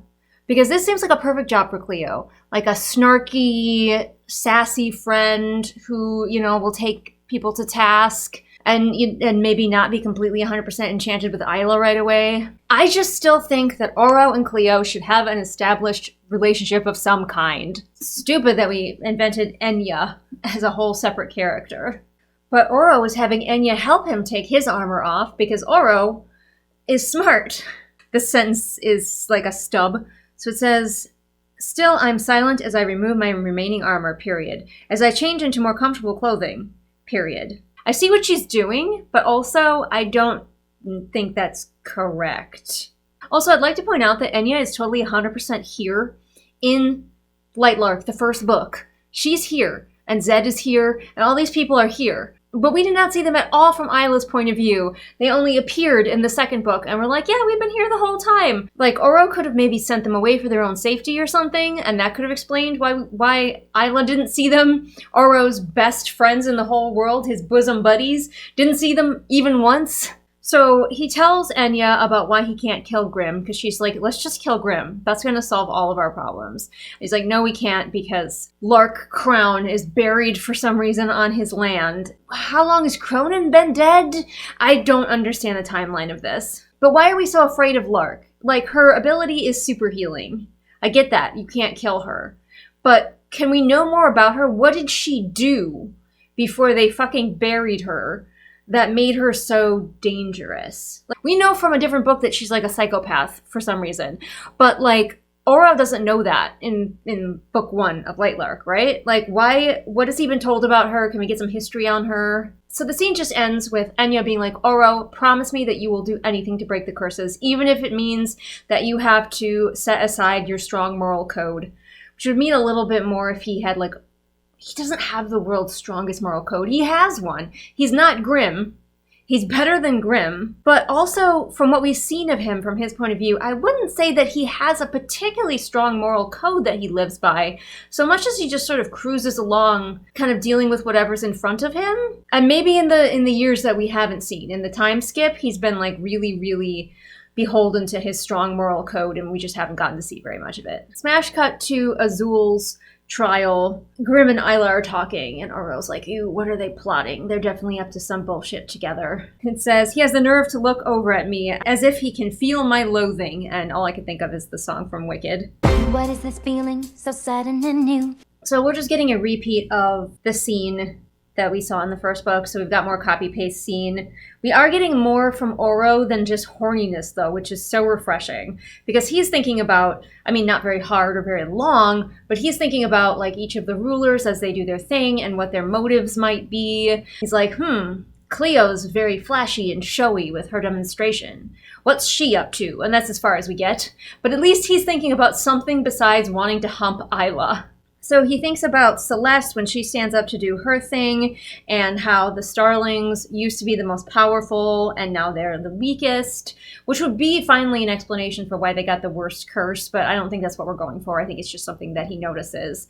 And he does not think about the fact that we know from previous books, or at least book 1, that he has Starling servants in his castle. Servants at best, slaves at worst. It's implied sometimes that they are slaves. And we are following a man who is, at least tangentially, because I don't know if he like even really pays that much attention, but is at least tangentially, potentially a slave owner of a people who only lived to be 25. So they got shafted by the curse, and now they're working as servants in his palace. And we're not exploring that. I think that is an element that Aster didn't really think about when she first wrote book 1. And she's not interested in dealing with anymore. And I don't blame her. That was kind of a bad plot point. When it's Isla's turn for the demonstration, though, she has Oro help. I think this is the one where she, like, throws a throwing knife. Now that she is actually, like, doing something, he's very much, like, it's very Grimm-coded. Like, we're not hearing about his boner, but he is enchanted with her. And just his lips part. He's not watching her parted lips, his lips part. But he does say that he loves her hair and thinks it's very beautiful. So he's got one up on Grimm for noticing something besides her lips, because that's all that Grimm seems to notice, and the fact that she wears a lot of extremely skimpy dresses. He realizes that her hairpin is actually a weapon, and he's like, this girl is so amazing. She's got weapons hidden on her at all times. Whoa, she's so formidable. And I'm like, I bet you Cleo also has a hairpin that's a weapon. That's not such a big deal. And now he's watching Isla's lips. It says, I focus solely on Isla's lips. Yep, I don't know what it is about this girl's lips, but these boys cannot stop staring at them. He, of course, is like, she's not wielding her powers during this demonstration, which I find to be like novel, ingenious, brave of her, not like suspicious or weird. He's like, wow, she's so like original. She's not like the other girls. The other girls would use their powers, but not Isla. She came to this power demonstration and didn't use powers. Oh my God, she's so special. Because she isn't weak, not like the foolish nobles think. Show them, I want to say, even though it's madness. Show me what you've got. He also says she's likely been trained since she was a child, and I'm like, she's still a child. By your race's standards, she should be a toddler.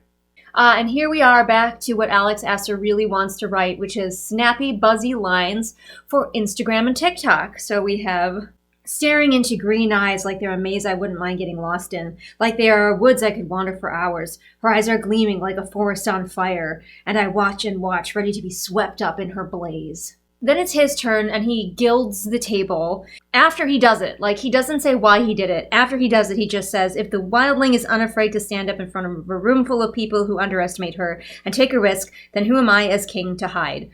That's not enough explanation. He has avoided doing this thing that killed a man for over 500 years, and then he just does it. And then after he does it, we get to find out, well, she did something cool, so I guess I have to be myself now too. Like, what? No, that's awful. So in this demonstration, Oro is the winner. One thing I wanted to mention is that Astor struggles with like a real like hate to love type relationship because both Oro and Grimm are like determined not to like Isla at first. Oro is a little bit more just indifferent to her, whereas Grimm's like, she fucking stabbed me and I hate her. But there's always like something that makes them like drawn to her. Like Oro, he's obsessed with her voice. He heard her sing once and it's like Ariel from The Little Mermaid. He's like, I can't get her voice out of my head. It's drawing me to her even though I don't want it to. And now I'm staring at her way more than I mean to. And with Grimm, he's just really, really horny. I mean, it was maybe her eyes too, but he's just unbelievably horny. So he's being led along by his member.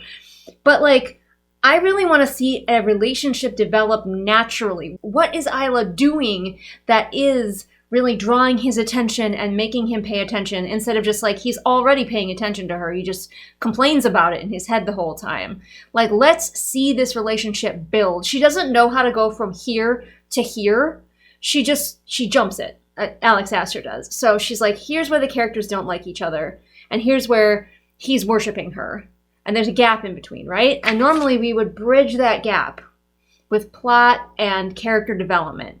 But Astor just teleports. She doesn't want to do or doesn't know how to do that middle part with the slow build and the character development. She just wants to get to the part where the man is obsessed with Isla. So she goes from he doesn't like Isla to he's obsessed with Isla without anything in between. So Oro's back in his room talking with his friends. Zed has been working on a network of spies. So Oro actually already knows about Cleo's navy. And he also says, a sect of nobles has risen. And I don't know what that means. Who or what are the sect of nobles? Who are nobles in this world? Why are they nobles? What makes a noble? How do they form a sect? And what would they do with it? Like, we keep having, like, these general ideas of there's rebels, there's people who don't agree with the monarchy out there somewhere, but what are they doing? Who are they? How were they formed? Fuck if we know. We just have to have, like, some other kind of looming threat kind of tickling in the background. But these are the quote-unquote moonling nobles who get up to no good during the centennial, and I think, like, attack Isla a couple of times, I think, if I remember correctly. It's been a hot minute since I read the first book. So now we're finding out, again, well after the fact, that one of the other reasons that he gilded the table was to show these rebel nobles that he's, like, dangerous. He's still a powerful king. But, like, that wasn't his thought process. We didn't see any of this thought process beforehand. We're getting excuses for it afterward. Does that make sense? He doesn't go, all right, it's my turn, and this is what I'm doing, and this is, like, why I'm doing it. Or why I don't want to do it or anything. It's just like, and I gilded the table and everyone was in awe. And then afterward it's like, oh, and I did that because of this. Oh, but he's going to meet with Cleo. He's going to meet with Cleo. Oh, we love our girl. Here we go. We're probably going to get a very, very short scene with her, but yes, Cleo! The moonling ruler sweeps into the throne room, a train of sea foam dragging behind her. Hot. We love her. She's, of course, immediately bitchy with no explanation as to why, but, you know, it's Cleo. That's just what she does, apparently. He's like, so Cleo, why didn't you come to the centennial last year? And she immediately admits that she had a kid, so she didn't qualify for the centennial, because only rulers who don't have heirs can go to the centennial. I don't know why that rule exists. Who made these rules and why? It's very confusing. But anyway, her kid's dead, so she's here again. I also do like that we're acknowledging that the moonlings got the easiest version of the curse. She's not retconning it, which is impressive. I thought she might try to retcon it. Yeah, Oral's like, yeah, the Moonlings version of the curse is barely anything because all they have to do is avoid the water once a month. That's it. It's the extent of their curse. It's not like they're drawn to the water or anything like that. They just have to not go in it once a month. But Cleo's like, you know when we all heard the prophecy about the curses? Well, I hung around afterward and got a second prophecy just for me. And Oro's like, oh yeah, the oracles are on Cleo's island, so maybe they would have extra stuff to tell her. But of course the prophecy that Cleo got pertains to Isla, because it's Isla, the thing around which the entire world revolves. So Cleo says, yeah, the oracles told me that this centennial was like super important and everything was about to change. So I figured I should probably come to this one. So he tells Cleo, I need you to ride herd on your nobles. They're getting up to shit and we can't be having that in this centennial. And she says, of course, and then she leaves. But we get no indication from Oro whether she was lying or not, which you'd think would be a really important piece of information to have. And that's the end of the chapter. So, I mean, we've got some moving pieces going on. There's a lot of Isla worship, but, you know, what else is new? But we have something besides that. Like, Oro is still winning in my book because he's doing things and caring about things besides Isla, which Grimm was not. All Grimm did for his entire section after he'd met Isla is think about how horny he was for Isla and try to distract himself by how horny he was for Isla by killing Drex. And then he'd get bored of that and go after Isla again. Oh, and watch Isla sleep. Those are the things that he did. Oro was actually doing things and caring about his realm. Like, not to the extent where he actually, like, really cares, but he's a better leader than Grimm and Isla. Granted, like, that is an extremely low bar to clear. The bar is in a pit in hell, but he's still doing a better job. So, like, he's still winning out as far as the two of them in this dueling crowns thing go, but somehow still managing to be boring, and I think it is the writing. Aster's writing just is very unskilled, and just kind of difficult and unfun to read. Sometimes, not very often, but sometimes I get the question, hey Julian, if I have an amazing story, what does skill matter? Like, if I'm a sort of a bad writer, but I have a great story, why would it matter? This is why. Because it doesn't matter if you have a great story. If you can't get it on the page in an engaging way that keeps your readers' interest, they're not gonna stick around to finish it. But anyway, let's get on to the next chapter, shall we? Alright, onward. Watching and Waiting is the name of this chapter. He's suspicious that Isla is working with Grimm because he's like, she let me win in my duel with her, and then she used me in her demonstrations where she threw something at my head. So, like, I think she and Grimm are up to something together. He's like, I could have Zed, who's my, like, personal spy master, follow her, but, like, nah. And I'm like, yeah, you couldn't, because then she might spot him, and she can't do that, because he wasn't in book 1. He didn't exist. So he starts following her instead, and because he can fly, he's just following her from the sky like a drone. I mean, a man in the sky is not the least obvious thing in the world, but she doesn't notice. To be fair, human beings don't look up very often. We're really bad at looking up. I actually kind of believe that she wouldn't notice, but he sees her going into the Agora multiple times, sneaking into Jupiter's bar, all of that stuff. He also might be realizing for the first time that having a barkeeper who has, like, all of the kingdom's secrets somehow on lock might be a bad idea, because he's like, yeah, she's going into Jupiter's bar, and she could be getting, like, any secret, because this man knows everything. So, yeah, that might be a little bit of security risk for your kingdom. But Oro, who's got a few brain cells to rub together, thank God, sees her leave Jupiter's bar, and then he goes in, because he's like, I gotta find out what information she was getting from this guy, who is, again, a major security leak. The barkeep shrugs a single shoulder. If I had a drinking game going for real for any time a character shrugs a single shoulder, y'all would be dead by now. Although, if I did do one where you were supposed to take a sip of water, you'd be extremely hydrated. So Oro tells the barkeep, because the barkeep trades in secrets, you know? So he's like, I'm dying, which I don't know, I feel like the barkeep would probably already know that. He knows everything. And the barkeep's like, okay, the wildling wants you to know about Moon Isle, about how to get on it undetected. But then the barkeep's like, hey, before you leave, extra secret for free. Isla is not a threat. She's a victim. Like, everybody's out to get her. Everybody wants her dead. The barkeep shrugs a single shoulder again. That's twice in the same scene.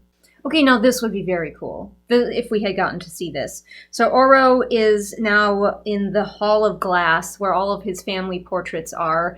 It says they're painted on the wall, which makes me think that it's just like a big mural, but I think that she means their paintings are on the wall or something like that. Oro's thinking about love, of course. And he's thinking about how his parents didn't really love each other. They were just in a marriage of convenience. But he thinks about the one time when they actually seemed to like each other. And that was on the battlefield. Like, they had a really good battlefield dynamic with each other. And I'm like, oh, that would have been so cool to see. I would love that. Like, show me, somebody write that book, that power couple on the battlefield. I mean, to be fair, Rayoni and Xander do get there in my fantasy romance, The Wolf and the Hawk. They get there, but it takes them a while. But they do eventually, you get to see them as a battlefield power couple and how their battlefield dynamics and their two different fighting styles work together. At the end of this book, in the climactic, awesome battle, I mean, I say it's awesome. I think it's pretty awesome. So if that is something you're interested in, also, if you want to watch a relationship develop slowly and understand why this pair would be a good match instead of them just lusting after each other immediately, I also recommend The Wolf and the Hawk. I don't hate this turn of phrase. Aster every now and then will stumble onto a turn of phrase that I actually like. So she can do it. She just, again, I think she really just needs somebody to coach her, mold her. She needs a really firm and skilled developmental editor. I mean, I'm available, but if not me, somebody else could definitely guide her as well to find beautiful sentences like the one I'm about to read you and to eliminate the ugly, clumsy ones, instead of just letting her keep everything and never telling her what's working and what's not. So, the sentence that I really like, now I feel them all being dredged up, like a powerful current scraping the forgotten bottom of a sea and bringing everything to shore. I like that. I think that's solid. Ooh, are we going to find out what Oro's greatest fear is? Because you remember we were doing the fear mirrors today in the Hall of Mirrors, even though it's a Hall of Portraits, but whatever. We're doing the fear mirror. Oro doesn't even know what he's afraid of. He's like, gosh, I can't wait for this mirror to tell me what I'm afraid of. Of course, Isla is what, like, gets him through. So his fear landscape, to steal from Divergent, his fear landscape is that he's back on the frozen tundra or whatever, but he's alone this time, and he's freezing to death, and he freezes in place because he can't access his fire, it's too cold. And then as he's frozen in place, everything comes crashing down around him. The whole place crumbles to nothing, and he's forced to watch. And he's has to overcome it, obviously. And to overcome it, first he thinks about his mother for a couple of lines, his mother, like, coaching him to find his fire. But then he starts to think about Isla. And she's what's going to pull him through, of course. This girl he met, like, 5 days ago or something. Maybe 10 days ago. The green, he's thinking about her green eyes. She has green eyes, by the way. Did I mention that? Her eyes are so green. The green is a beacon of hope, a world to look forward to, a world worth fighting for, a sign of spring in the heart of winter. You just met her. You just met her, you barely know her, but you've already decided that she's like the hope that will get you through this fear that you won't be able to do anything as the world collapses around you. This random girl with pretty eyes. Then the claps begin. I think you mean the applause or the clapping. Then the claps begin. I still want to know what Cleo's is, because Cleo does hers and beats it really fast. She wins. So, like, what was her fear? We'll never know. Jump cut to him following Isla again. These boys cannot stop creeping on her. I mean, he has a better reason. He thinks that she's up to some shit. But, like, Grim is invisibly watching her sleep. Oro is stalking her every place that she goes outside the castle. This girl cannot be alone for 10 seconds without men just fully stalking her. For all we know, Grim is also stalking her at this point because, again, he can be invisible and tangible and teleport anywhere. Oro, at least, has a chance of being spotted because he's not invisible. He's just a dude in the sky. He is fully head over heels now, and I don't know when or why this happened. But it says she's disguised, but I'd know her anywhere, in any color, in any clothing. The way she moves is seared into my very soul. Why? When did this happen? It feels like we're missing a scene. He's had a crush on her, but then we had the mirror scene where she was the thing that got him out of his darkest fear, and now he's like, I would know the way she moves anywhere. Like, I've memorized her so deeply. What? We are missing something. Fully missing something. When did this happen? Maybe we're just supposed to understand that anyone would be obsessed with Isla, and it's stupid to think otherwise. It's a matter of course. He says determination plain on her face. He can't see her face. He's above her. presumably fairly high above her so he doesn't get spotted. And yet somehow he can see the determination on her face. I'm assuming he'd be like looking at the back of her head since he's following her. But if he's hovering in front of her, has he got binoculars? So he watches Isla go across the bridge, and she's really nervous about going across. And he can tell, but it says, no one would even know she felt fear unless they knew her. She masks it well. You don't know her. Where is it? You've barely interacted. You don't know her. Stalking her from above is not knowing her. There's a scene missing, I swear to God. There's a scene that got somehow taken out of this book where they got to know each other a little bit or something.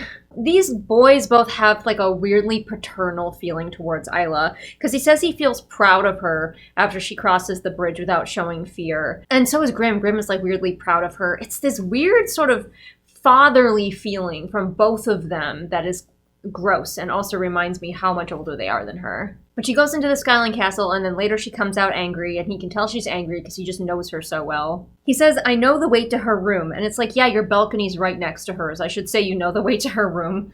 They're probably like a couple doors down. Apparently he's been dreaming about her, which is the first we've heard of it, but that happened to Grimm as well. Guys just dream about Isla. That's what happens. You meet Isla and you dream about her. I still maintain, I really very strongly think that Isla actually just has a power that makes everybody think. She puts up a pheromone or something. Everybody thinks that she's amazing and the best thing in the whole entire world. And so she doesn't have to do anything actually all that extraordinary, but everybody thinks that it is extraordinary. Then he spots Cleo, so to be clear, Isla's walking through the castle, followed by Cleo, followed by Oro. But then Cleo comes back the way she came, looking disgruntled, and Oro's like, how did she miss Isla? But I suspect Isla teleported away. Oh no, Grimm is there. I don't remember these scenes, so, it's going better.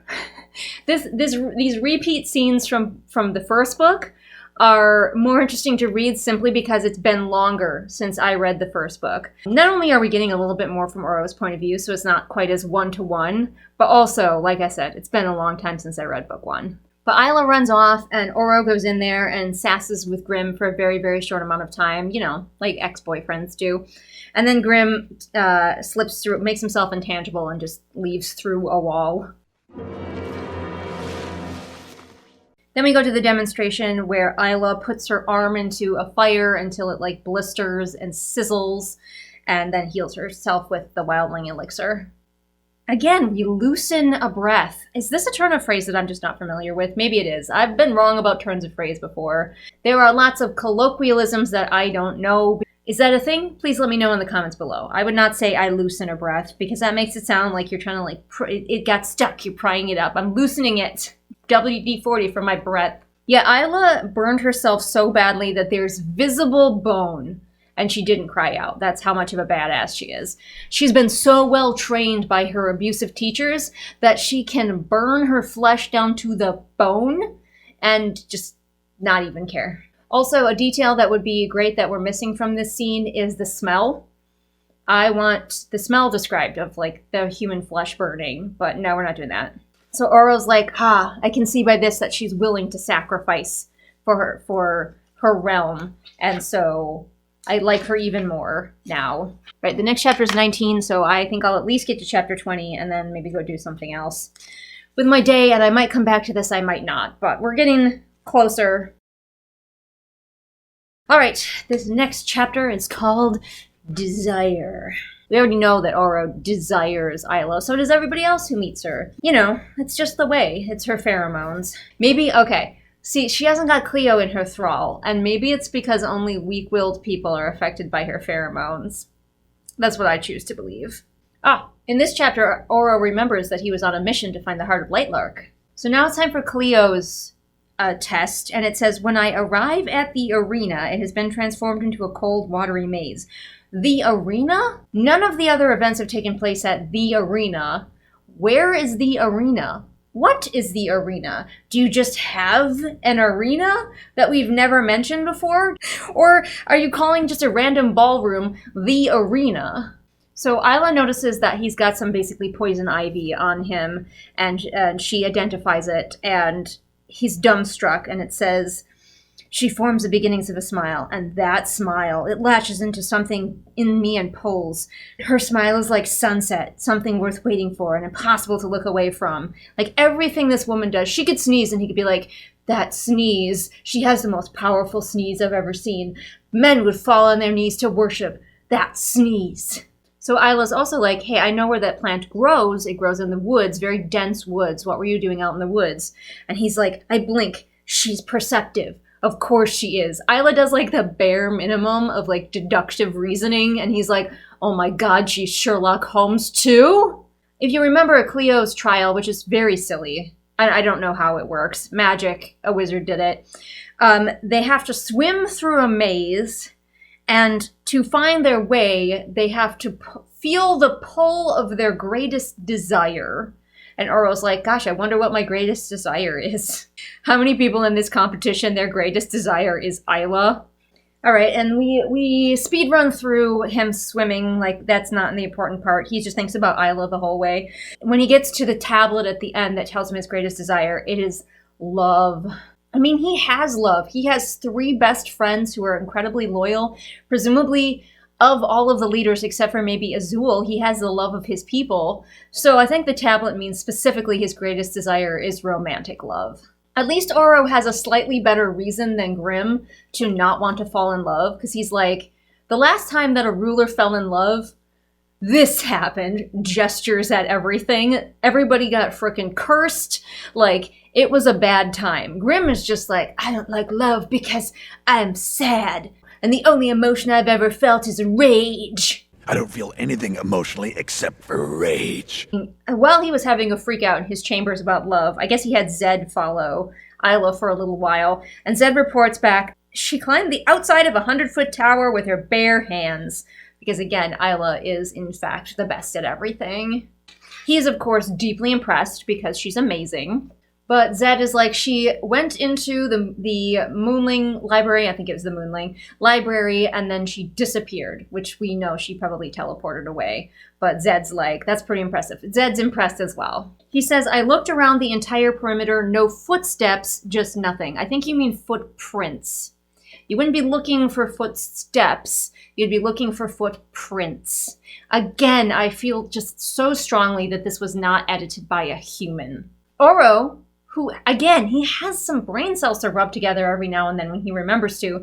He's like, well, I think that she's allied with Grimm, so if Grimm was with her, like invisible, they probably got out together. But Zed is like, no, I don't think Grimm was there either. I don't know why, but he can just tell. Oro's like, man, that gives me a lot to think about, mostly about her, but I also have to set up my own demonstration. This is maybe the one where... Is this where they all bleed like fire and flower petals and stuff, and we find out why that doesn't happen any other time? We'll find out in chapter 20, which is called Truth. Oh no, this is probably the one where they all tell the truth. So did we skip the one where they all bleed and bleed like fire and ice and flower petals? I feel like we might have. I feel like we might have skipped that one. I'm not positive, because again, it's been a long time since I read book 1, but that seems like a strong possibility since Alex Astor has completely obliterated that plot point from the face of the earth, so...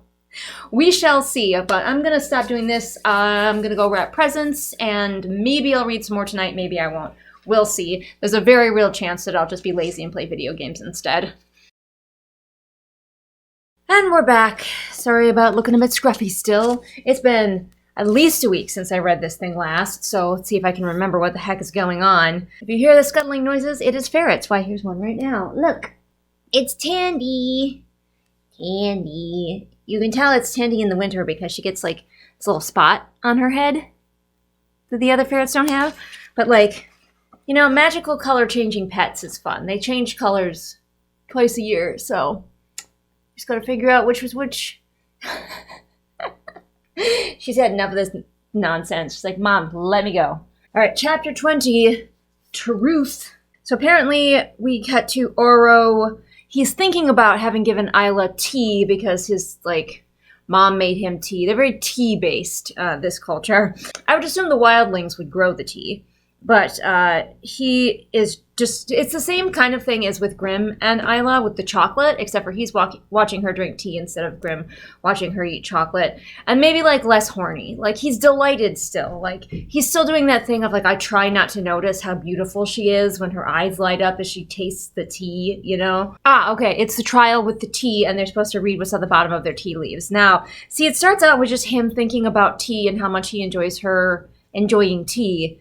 And then it's like, oh, but this is the trial. So it's a weird time for him to be like, yeah, her face lights up when she tries the tea. I think this is the one where Oro reveals his darkest secret, that he is dying. And I do think I recall that he had a conversation with one of his pals who was like, you should reveal it. It was a pretty stunted conversation, but I think that they were like, you should reveal it and maybe use teamwork this year? Gosh, I can't remember it. I'm certainly not going to go back and reread. So he's going to reveal it. I still feel like I would like a little bit more train of thought from him before he fully decides that he's just going with this reveal. Like, why did he choose the truth-telling challenge instead of just telling them some other time or something? Celeste drops her cup and breaks it so that nobody can find out that she's actually Aurora. But Oro's barely paying attention to that. He's like, what's Isla doing, though? Excuse me. Whoever's biting me, stop it. This Sharky Shark. Her favorite activity is bite the human. She doesn't play with other ferrets. She wants to bite you, and then you're supposed to run away, and she's supposed to chase you. That's the whole game. She wants to chase you around the house. But I'm busy, Moraine. I can't play chase the human right now, so stop biting me. Yeah, go on. Go play something else. Besides chase the human. Isla's lips are slightly parted. Take a drink. Drink water, you will be hydrated. Somehow he's figured out that when she plays with her hair, she's nervous. I don't know how he has figured this out. Isla also smashes her cup, even though Oro was like, I really want to know what her secret is. He's like, I have to fight the urge to just run over and look. Because apparently he's been like obsessing over what's her secret for this whole time. So Oro gives his big reveal, and instead of getting the reaction from his point of view, it just says, panic ensues. Of course it does. Try being the one dying. And that's it. And we just cut to the next line, which is, soon it's time to choose the teams. The reaction to his reveal from the other people, from Oro's point of view, we don't get it, we don't need it. We're just like, bing, bam, boom, we're choosing the teams now. So of course he picks Isla because he needs somebody who knows about plants to help him find the heart of Lightlark, which he believes is in a plant. Isla's lips are parted again. Take a drink. But you see, you know how Grimm loves her in all of her slinky, super sexy dresses when she's all made up? Oro is the one who loves her in her, like, pajamas and her hair in a messy bun. Which, it's the two types of boys. But I prefer that one. I prefer the Oro version. Mostly because, as you can tell by how I dress for these videos, when I dress casual, it's just a lot of sweaters and sweatpants. So Oro obviously goes to her room where she's in her pajamas and her messy bun, and he tells her about his plan, and she is grouchy at him. He's charmed because she's looking at him like she doesn't trust him, and he's like, ho ho ho, a novelty. I'm usually considered like the most honest one, the goody two-shoes, and she doesn't trust me, ho ho ho. We do still, though, even from Oro's point of view, gotta get these lines. She's captivating and fascinating to watch. She's a constantly evolving mystery. She has eyes that rival any of this world's beauty. Even as Oro's sitting here trying to lay out this plan to see if she goes for it, we need to have little interludes where we stop and just get lines about how gorgeous she is. That would work well on a TikTok or Reel. We do have to, though, take a moment to know that Oro does find her very, very hot when she wears all of her slinky dresses, because she asks him about, like, what disgusts you about me? Is it the heart eating or the dresses? And then we have a long paragraph about how attractive he finds her in her litany of sexy dresses. So we have to know that he also finds her attractive then, as well as when she is wearing the pajamas. Both of these boys, though, fall for her, like, so fast. So fast. They see her and they cannot help themselves. And that's kind of boring. Like, could we have this develop slowly? This attraction, this, like, need. They're obsessed with her immediately. And I was hoping that maybe with Oro, we would get him getting to know her and then kind of falling for her as he does. But instead, like, she's already consuming his every thought. He's dreaming about her. She's, like, everything to him. So it feels like we just cannot let ourselves slow down. And Aster's not the only one who's guilty of this right now. There's like all of these books that I've been reading lately, these romantasy books. It's the same thing. The he falls first, we like that, which is fine, but like there's leaving absolutely no room for any other kind of relationships to form. And I think there's definitely something really beautiful about he falls slowly. Like, he doesn't immediately think that she's the hottest thing on the planet. He doesn't immediately obsess over her, and she doesn't consume his every waking moment and his dreams. Let him get to know her and figure out who she is first. Like, why do we always have to go with sexual attraction first and then romantic attraction? Why can't we go the other way? Or why can't we go slowly? I don't know, but apparently that's out of fashion. People don't like that anymore, or something, or the publishing industry thinks that people don't like that anymore. But it would have been a great contrast to Grimm, who is just like so horny for her the moment that they met, and his identity just becomes, oh my gosh, I love Isla. It would have been a great contrast to have Oro not be that. Let him be the slow burn boy. Slow burn, for crying out loud. He's fire. Let him be slow burn. So a lot of Oro's section in like a copy paste scene like this one that we're getting right now is, instead of like cutaways to think about how hot he finds her, which is all we got from Grimm. It was just talk, talk, talk. What's Grimm's side of this? Oh, he thinks she's hot. Oro's is mostly just annoyance.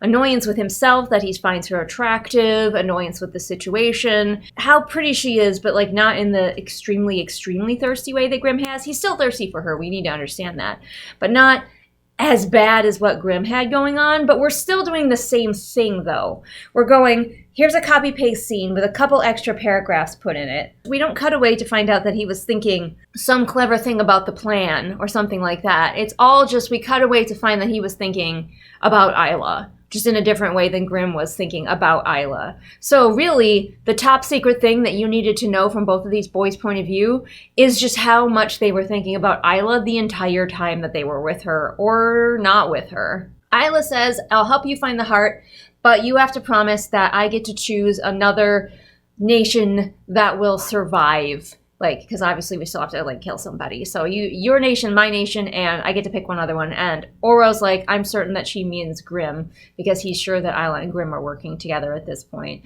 But I think at this point, Isla meant the Starlings because of her friend Celeste. Oro has the same revelation that Grimm had. He goes, I can't sense your abilities, to Isla. Is ability sensing a thing that rulers just have? Is Isla supposed to sense other people's abilities? Can everyone sense other people's abilities?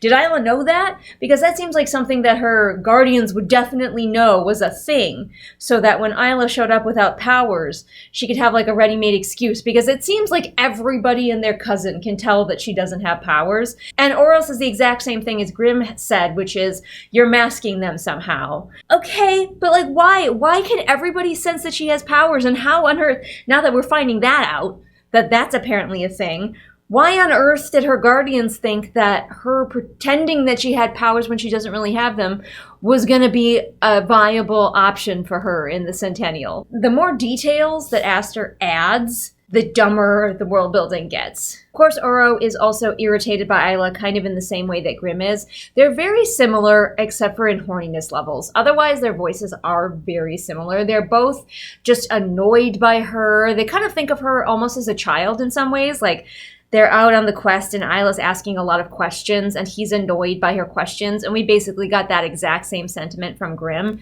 Well, Isla flicks his crown for the first time and we find out that he finds that annoying, like everything else. You know, from Grimm and Oro's point of view, a lot of Isla's actions make even less sense.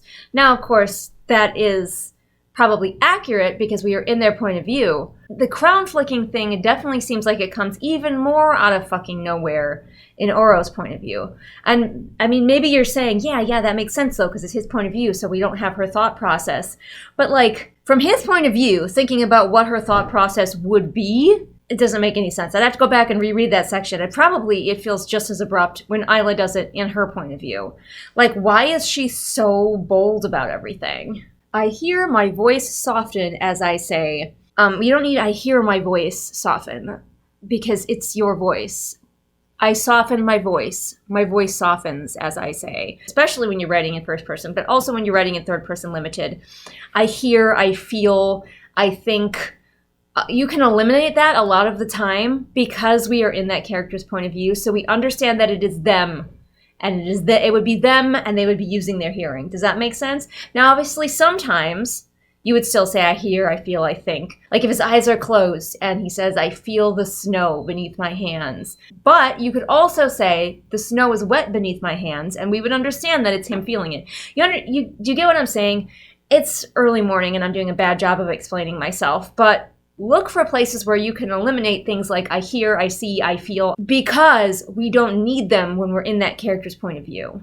And we can eliminate words, clean up those sentences, make them more artful, more masterful, and just more pleasant to read. So an Oro thing that he likes to do is ball his hands into fists. He's been doing that a lot. So there are things that I call crutch gestures.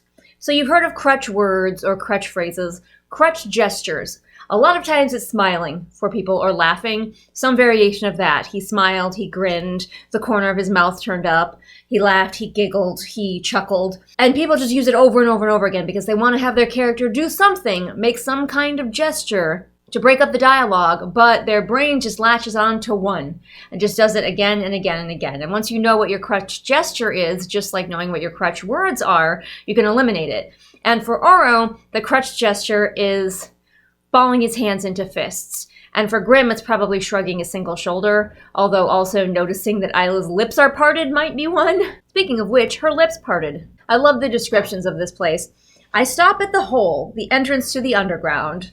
Good, great, I love it. I love how well described that is. Astra's writing is the same as ever. The way that she describes it, they can't see the bottom of the hole. The way she looks at me for implying she jumped through the hole, ending nowhere to be seen. Ending nowhere to be seen. There you go. Poetry.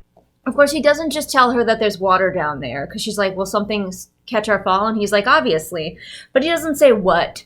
So she still has to just jump into the water. He doesn't even think maybe I should tell her what's down there. Her hands ball into fists this time. But here's the thing about writing a crutch gesture, a lot of times it transcends characters. It's not just one character who does it. Everybody starts doing it. He's charmed by the fact that she wants to punch him, / plans to punch him. He's like, nobody else punches me. I like it. Because these guys would like anything that Isla does. Anything. Whatever Isla does, they're going to be like, nice, nice. I like a girl who does blank. Like, what? It doesn't matter. Isla, from someone else's point of view, looks deranged. I think that's what I was trying to get at before. She seems deranged. Her actions, like, don't make any sense. Like, she spits at his feet, at the feet of, like, the High King. She spits at it. And he's like, wow, that was a lot. Of course, still charmed by her defiance, but, like, what if he wasn't? Isla just seems so random and insane from someone else's point of view. But of course, whatever stupid, weird, random thing she does, he's like, she was wise to do that thing. Okay. This is supposed to be a scene all about trust, but really it's just a scene about how Isla is bizarre. I'm running out of words to describe it. It's just like, what's another word for unhinged and random? They go down in the hole, they look at the plants. None of the plants is the heart of Lightlark. He flies her out, she's pissed about it, and he's like, oh my gosh, I think I like her, even though she's infuriating, because that's how all these guys feel about Isla. Same old, same old. All right, I gotta go put ferrets away now. Good morning, good morning. I'm here again to try and read at least one chapter. The ferrets were just put away. I usually try to read while they're out, but they were too chaotic for me, so I actually just had too many chores to do while they were out. So we're going to read another chapter really quick. Sorry if I sound kind of nasally. Adam gave me his cold because sharing is caring, you know, right? Yeah, that's marriage. I did, those of you who are wondering, take a COVID test. Not COVID, but people in the know remember that every time I read a Lightlark book, I get COVID. She hasn't gotten me yet. Alex hasn't gotten me yet, but there's still more of this book. I still have to edit it, and the next Lightlark book is coming out like today as of filming. I already have it pre-ordered and all of that good stuff. So it's coming, but like she has a lot of chances to still get me with COVID. So just because she didn't get me this time doesn't mean she won't get me some other time. But yeah, if I sound nasally, that's why. All right, this is chapter 21. It's called Pairing. I said it before and I'll say it again. Giving Oro these friends who are from like other places. So he's got like the Skyling and one other guy, Moonling, I think, plus Enya, who's from his kingdom, is fine and all, but I would have just made him friends with the other rulers, because that could have been really interesting to get to know them better, since they are much more important players in at least the first book. He just has separate friends who did not appear at all in the first book, but have totally been here the whole time, just doing their own thing, just never interacting with Isla ever. They're all drinking tea, because that's what people in Oro's kingdom do. They drink tea. Probably because that's what goody-goodies drink. Like, people like Grimm, they drink alcohol and do meth. And Oro and his group, they're drinking tea like civilized creatures. Zed is yelling at him because Oro's like trying to find the heart of Lightlark, and he says there's more important things to be doing during the centennial. And I'm like what, Zed? Would you like to give me a list? I would like to know what other things Oro's supposed to be doing right now. We will not, of course, get a list. His friends are throwing shade at Isla, though, which I appreciate, because they're like, why did you team up with Isla? And Oro's like, because she knows about plants, and I need to find this stupid thing that's totally inside of a plant. And they're like, does she know about plants, though? Does she? Like, implying that she's a shitty wildling, and I'm like, yeah, I'm here for it. Please shade Isla. Somebody has to not think that she shits gold bricks. So they're like, you don't trust Isla, right? And he's like, no, of course I don't. It would be so easy for him to find out more. Like, if he just asked her questions, just point blank questions to see if she's lying. Like, maybe she'd refuse to answer some of them, but I think Isla likes to talk about herself. Just like everyone else, Isla is also all about Isla. So, like, if you ask her questions, especially if you frame it as like, I just want to get to know you, you could probably suss out a little bit more of what she's up to and whether she's trustworthy just using your powers. But he doesn't think of that. Again, we have all of these characters with all of these powers, and the author is not using them more than she's using them. And that's always a problem. We have talked about this many, many times. If your plot will not allow for the characters to use the powers that you gave them, something needs to be reworked. Either they need different powers, or you need to rework the plot to allow the characters to use the powers that you gave them. You are the author. You have all of the control over this. So fix something. Again, it just, oh my goodness, Aster's writing would just benefit so much from an editor who like sits her down and is like, these are the issues. Good, Enya says, she's most likely working with him, and she isn't. I interrupt, cutting her off. We don't need I interrupt and cutting her off. I interrupt means that you cut her off, plus on the page we can see visually that you cut her off. We don't need to be told 3 different ways that you cut her off. Oh, here's Aster just painting over why Oro doesn't use his power. I don't like using it on purpose often by asking specific questions. So yeah, we just hand wave that away. He just doesn't like to use it. Even if it would save your kingdom and thus everyone here, your friends, the people you love, other people who maybe you don't love but have responsibility for. No, I just don't like to use my power. And I've often said that won't use it is more interesting than can't use it if you're finding excuses for why your character wouldn't use a power in a certain situation. But won't use it needs something more than just, I don't like to. Won't use it is interesting. There's thorny reasons, maybe trauma related. What is it? Let's dig into that. Psychologically, what is the reason?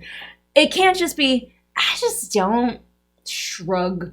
No, not good enough. So then they're like, why is she hanging out with Grimm then? And Oro thinks like, Grimm's not stupid. He's up to something, blah, blah, blah. And I really wanted Oro to be thinking, I didn't know Grimm liked women. After that time we spent together, I assumed. We have to hear again, though, about how Oro is definitely, still dreaming about Isla. So Oro mentions that he had special pants and shirt made for Isla to, help in their search because she kept tearing up her other pants and shirt. Which, I guess I'm glad that we're, summarizing instead of just watching that scene. I assume that was a scene from the first book. It's been years since I read the first book, so I don't remember every detail, but yeah. So I'll give it to Alex Aster here. We summarized a scene with Isla instead of copy-pasting it, and now we're watching a different scene. We're back with Oro and his friends. that we couldn't have seen from Isla's point of view. So like she's doing here what she should have been doing in Grimm's section. Show us stuff in between those scenes, summarize those scenes, and show us what he's up to otherwise, which is a lot more of what we're getting with Oro. We have had way less copy-pasted scenes with Oro. Although I do wish that we gotten to see any of this. Zed says, "You've faced rebellions, deadly creatures, uprisings, and curses, but one tiny wildling is giving you trouble." Could we have watched him facing those rebellions, deadly creatures, uprisings, and curses? That would be fun. That sounds like a great book. I will say that an advantage that Aster has accidentally given herself of giving Oro a group of friends that Isla never saw in book 1 is that we have to have scenes without Isla because she never saw these friends. So if Oro wants to hang out with his friends like he's doing right now, Isla cannot be there. Inadvertently, by retconning in that these characters have always been here the whole time, she has helped herself out to write a more interesting novella. They are playing a sort of version of Sharks and Minnows, but with dangerous exploding fireflies. See, and we're finding out a little bit more about who Oro is. I mean, it's still telling, but in the course of this scene, I think it works. According to my friends, I'm the worst partner because I'm the only one who refuses to cheat. So that we're setting Oro up as an honest person with using the framing device of playing a silly game with his friends. There's also an orb involved in this game. It's made of thick reinforced glass, and I'm like, I don't know enough about orbs in this world. There are orbs sometimes. It's been unclear what they're made from. I thought they were just made of magic, but this one's made of glass, so is that different from the other orbs we've seen, or are all the orbs made of glass? Some orbs can hold objects, like the orb that Isla found that held the magic pen. What are orbs?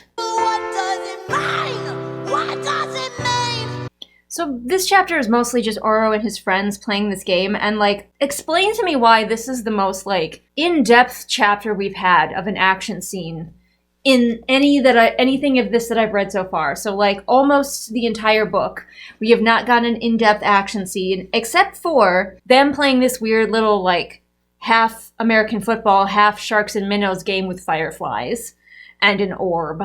So yeah, we watched their entire game, and then we cut to something else. And I'm like, that was an interesting choice. On the one hand, I am living at this point for anything that just lets the characters be characters. And that scene just let Oro hang out with his friends. And my God, do we desperately need that, especially in this book. But at the same time, I'm like, and yet what was it for? I guess just to let Oro have a slow moment to hang out with his friends? The part of me that's don't have unnecessary scenes is at war with the part of me that's this author desperately needs a few of those. They're in direct conflict right now. Also, why is Aster writing out an action scene that is just these people playing a game when she can't be arsed to write out important battle scenes? Also, Oro is supposedly dying of some curse poison, but he really doesn't mention that part. He hasn't mentioned it getting to him or weakening him or making him ill in any way. He's fine. He's playing fireball tag with his friends. I wonder if Isla ever gets sick of these men using her for their fetch quests. I mean, at this point, she doesn't remember that Grimm used her on the sword fetch quest, but now Oro is using her on the Heart of Lightlark fetch quest, and that seems to be Isla's MO, especially in the earlier books. She just gets used by guys to go find MacGuffins. Isla's just being a manic pixie dream girl again. She's just so quirky. She's just so quirky. She probably listens to the Smiths. She listens to the Smiths. They all listen to the Smiths. Okay. Oro's trying to be annoyed, but of course, because it's Isla. And I fall into the impossible and futile task of trying to find something wrong with her. Maybe a fault would loosen the hold of this obsession, would be proof that she is not as perfect as I have built her up to be in my mind. But there's nothing. Gods, even covered in dirt, she's beautiful. He can't think of a single flaw in this woman. Her tongue darts out to lick her lips. What is she, a lizard? What are we... Is that attractive? But she says that Oro looks bad, and he can tell that it's a lie. So he's like, ooh, I have a shot. He, of course, is obsessed with this now. She said I was ugly, but she didn't mean it. Oh my God. Settle for me. Baby cakes, just settle for me. But we cut to Oro having a conversation with Azul in a private part of the castle. And Azul is like, I'll sacrifice myself to end these curses. Azul is the only one actually focused on this mission. As per usual, Azul has to do everything. Yes, we get reminded. Alexaster preemptively buried her gaze with Azul. So Oro's like, wow, you'd be willing to die and sacrifice your realm? And Azul was like, I'm ready to be reunited with my love. So his husband, who's pre-dead, like already killed off before these books even started, he's willing to sacrifice his realm to go be with his husband in whatever kind of afterlife these people have. It's completely unexplored. But of course, we find out that his realm is fine with it. They totally voted and they're okay sacrificing themselves. I just gotta say that we keep trying to paint Azul's realm as like this silly, frivolous place when they have demonstrably the happiest populace. They have democracy, and they are apparently willing to sacrifice themselves for the good of others. But yeah, he's the silly one who's always having parties with glitter. But then we have Oro actually go and speak to one of his friends, Zed, who is a Skyling, about the fact that their ruler just said everyone's okay with dying. And I'm like, okay, I'm honestly shooketh that Alex did that, because like that's the smart thing to do. That's the logical thing to do for this character, and I'm like so not used to that from her. I'm so used to her characters just like participating in scenes and then zapping off to something else that has nothing to do with anything. So the fact that Oro goes and finds Zed right away and it's like, your ruler just said you're like willing to die. Continuity from Aster? But Zed is like, yep, it's true. We voted. We're all willing to sacrifice ourselves. It is a really short conversation. It's like a quarter of a page, his conversation with Zed, but at least there was one. So now we're just summarizing as a passage of time where Oro tells us that he's finding Isla less and less annoying, but also you were already basically in love with her. So we end with Oro falling asleep in the bathtub, dreaming about her, and almost drowning because he was dreaming about Isla. Certainly a choice for the way to end a chapter, but that's all we've got for today. I'll see you probably tomorrow. I'm just kind of trying to do like one chapter a day until I can get close to the ending. I thought I had my cosplay figured out, but I don't even know 100% that I'm going to do one just because I'm so busy right now. I'll see you for the next chapter. Were you waiting like I was for the inevitable audio error? Well, now's the time.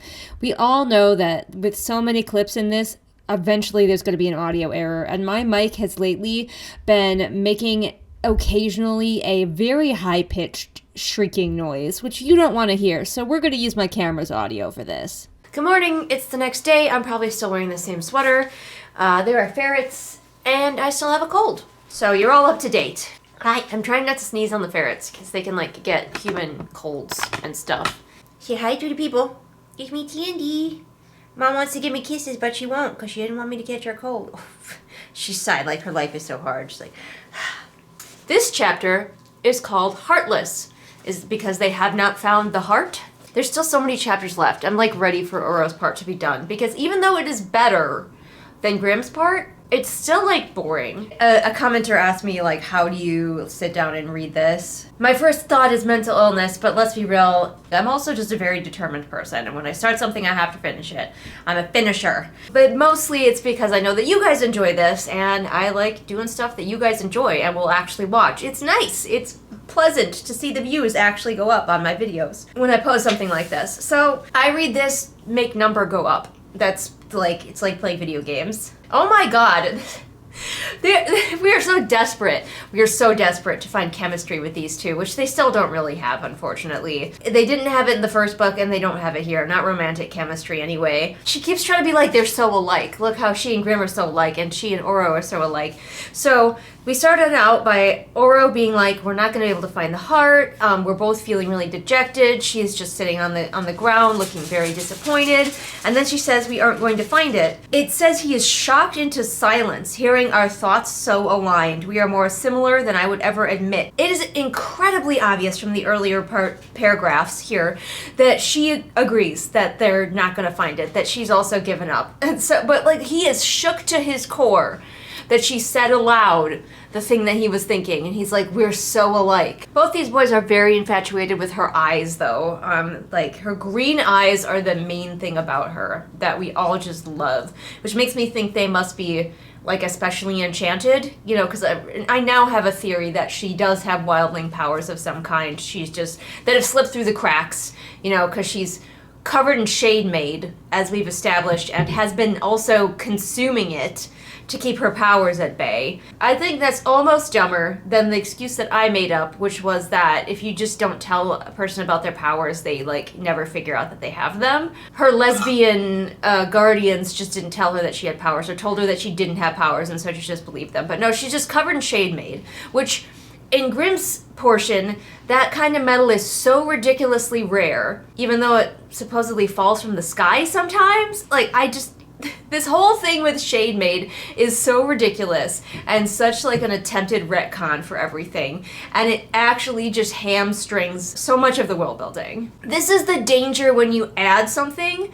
that you especially expect us to believe has kind of been there all along. 3 books in. Then we have to go back and we logic it out and we're like, no, it's not. It very evidently is not. Which is one of the reasons that when I write a series, I finish the whole series before I start publishing it to make sure that I don't do stuff like this. Because I'm a pantser, and I suspect Alex Astor may be as well. And it's dangerous as a pantser without a plan to be writing a series, you know, especially if you completely don't have a plan, which I feel like she doesn't. When you add something retroactively, you can really mess up your earlier books and make your reader not trust you anymore. Now, I'm not saying that you have to write the whole series. I'm not saying you have to do what I do if you're a pantser. Just know that that's a danger of not knowing what's ahead. You're gonna run into moments where you want to retcon so bad. You want to add a thing that was totally there the whole time. But this is what could happen, so be cautious. I haven't even made it past page 1. I just have too much to rant about. This is a problem. She asks, what does it feel like? And I forgot that Oro was dying because he thinks about it so little. I thought she was meaning like his flair of reading people's honesty, but I think she doesn't know about that yet. He says it's slow and painful, but we have not seen that. We have not seen him suffering. Like the blue marks are definitely spreading, like we mentioned those, but never that he's in any discomfort from it at all. She also asks, are you afraid? And he says yes, but again, we're in his point of view and we have not seen him concerned about this. Like, that's the problem. We're copy-pasting a scene now. This is a conversation that we saw in book 1. But from Oro's point of view, a lot of his answers no longer make sense because we are in his head. The same thing happened with Grimm. The Grimm we got to know on the page is not the Grimm who would have said the lines that he said. Same here with Oro. He hasn't been thinking about his death. He hasn't been fearing his death. He's really kind of just been ignoring it. But we have to have this moment with him and her where he tells her that it's slow and painful and he's afraid, even though those are not things that we have seen from his point of view. Because those are the lines that go in this scene. And that's another danger of using copy-pasted scenes like this from a different point of view, is that you have to make sure that you've built up this new character to still make sense to say those lines.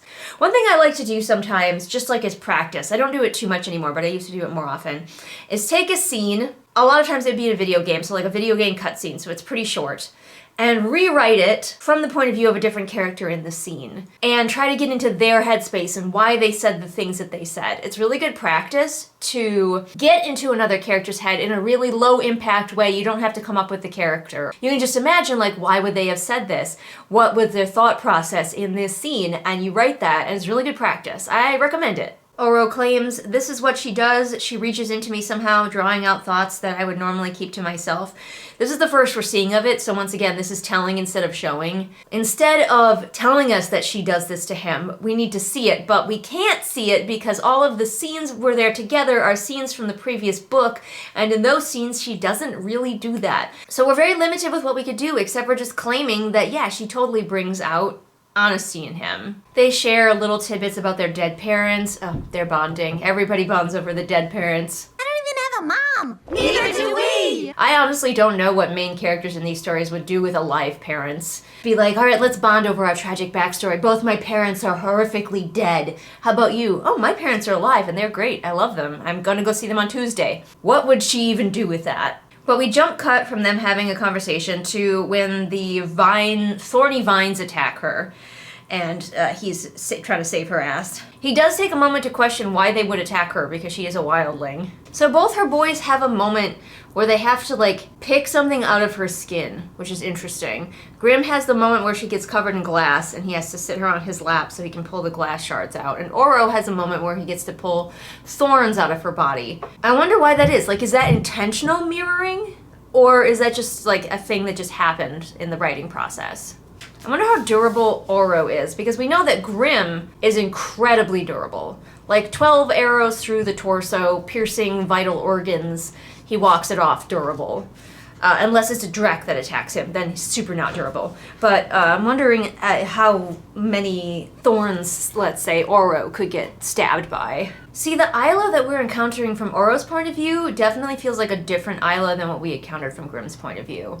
Because this Isla is like, don't help me, like, I'll heal myself, go check out the wall. Like, she's very, very stubborn, at least in this scene. In general, she's got like way more overblown confidence with Oro than she does with Grimm. With Grimm, she's kind of a poor, sad baby who needs to be rescued nigh constantly. She doesn't have a lot going on for herself. She's just always sort of scantily clad and damsel-y.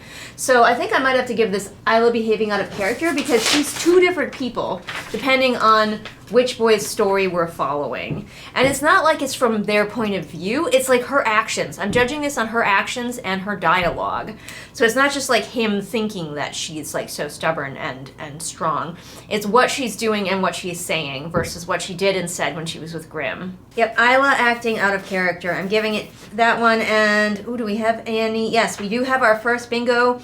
Grimm broods, Isla acting out of character, wild tone switches, weird world building, and scenes end abruptly. So we have our first bingo, but I'm sure there will be more. We also have to have, like, poor Isla. This poor girl has just had the most tortured of backstories, because she's like, get out of here, Oro, leave me. And he's like, she's been abandoned before. And it's like, okay. Poor Isla. Surely she has suffered the most of anyone. Except for maybe Grimm. She cannot suffer more than Grimm. Grimm has to have suffered more than anyone else has possibly suffered. I love how in Grimm's chapter, he is like, I suffered all these horrible things, and Isla doesn't also say, yeah, samesies. He keeps earning her trust over and over again. You know how in Grimm's section, Grimm kept being like, I love her, no I don't love her, no I love her, no I don't love her. I have to distract myself from her over and over and over again. This is another scene where apparently he's earning her trust, but I'm pretty sure he earned her trust kind of already in at least one other scene. So I'm wondering if he's just gonna keep earning her trust over and over again. Oro is just thinking about how amazing she is, and she's so fucking strong for dealing with the pain of all of these stabby things. I mean, in Grimm, she's a lot softer in Grimm's version. Like, she gets stabbed by one thing in Grimm's version and she's like passing out. This is the scene where she like bites her tongue from the pain of the thorns, and he offers her his hand to bite down on. And I'm like, you couldn't think of anything else. You haven't got like a piece of clothing or your leather belt or something that she can bite down on? No, your actual flesh is what we're going for here. We don't get from his point of view why he makes that stupid decision. I grab the canteen of water and begin to heal her wounds. He says the canteen as though we, the reader, are supposed to know that he has a canteen. This is something I've noticed with a lot of novice writers, is they just assume that we know like what's in a room or what a character has on their person, but it's kind of cheating when you do it that way. Now, I'm not saying that you have to describe every single item in a room or every single item that a character has, but if they're going to use it, if it's going to be important, we should probably know about it before they use it. So like, let's say we go into a room and we need to know that there's at least a chair and a desk and maybe a bookshelf, because the character is going to sit in the chair, examine the desk, go through some books on the bookshelf within the course of the scene. If we don't describe the room at all, then the character is basically, it's like having a fog of war on, where we have no idea what's in the room until the character is using it. And we're like, oh, I guess that's there. And you have to adjust your mental picture. Same with items that a character has. If they've got something with them that's going to be important, then we need to know that they have it. Now, sometimes you can get away with, like, if they carry those kinds of items a lot, you don't need to tell us every time that they have them. For example, in Adventurer Mage, Maeve pretty much always has her potion vials in her pockets. So I don't need to say that she packs them every time she goes out, but I often do mention if she has certain specific ones that she's going to be using in a scene later. But you can always pretty much guarantee, and the reader will already know that she has them because we have seen her having them a lot.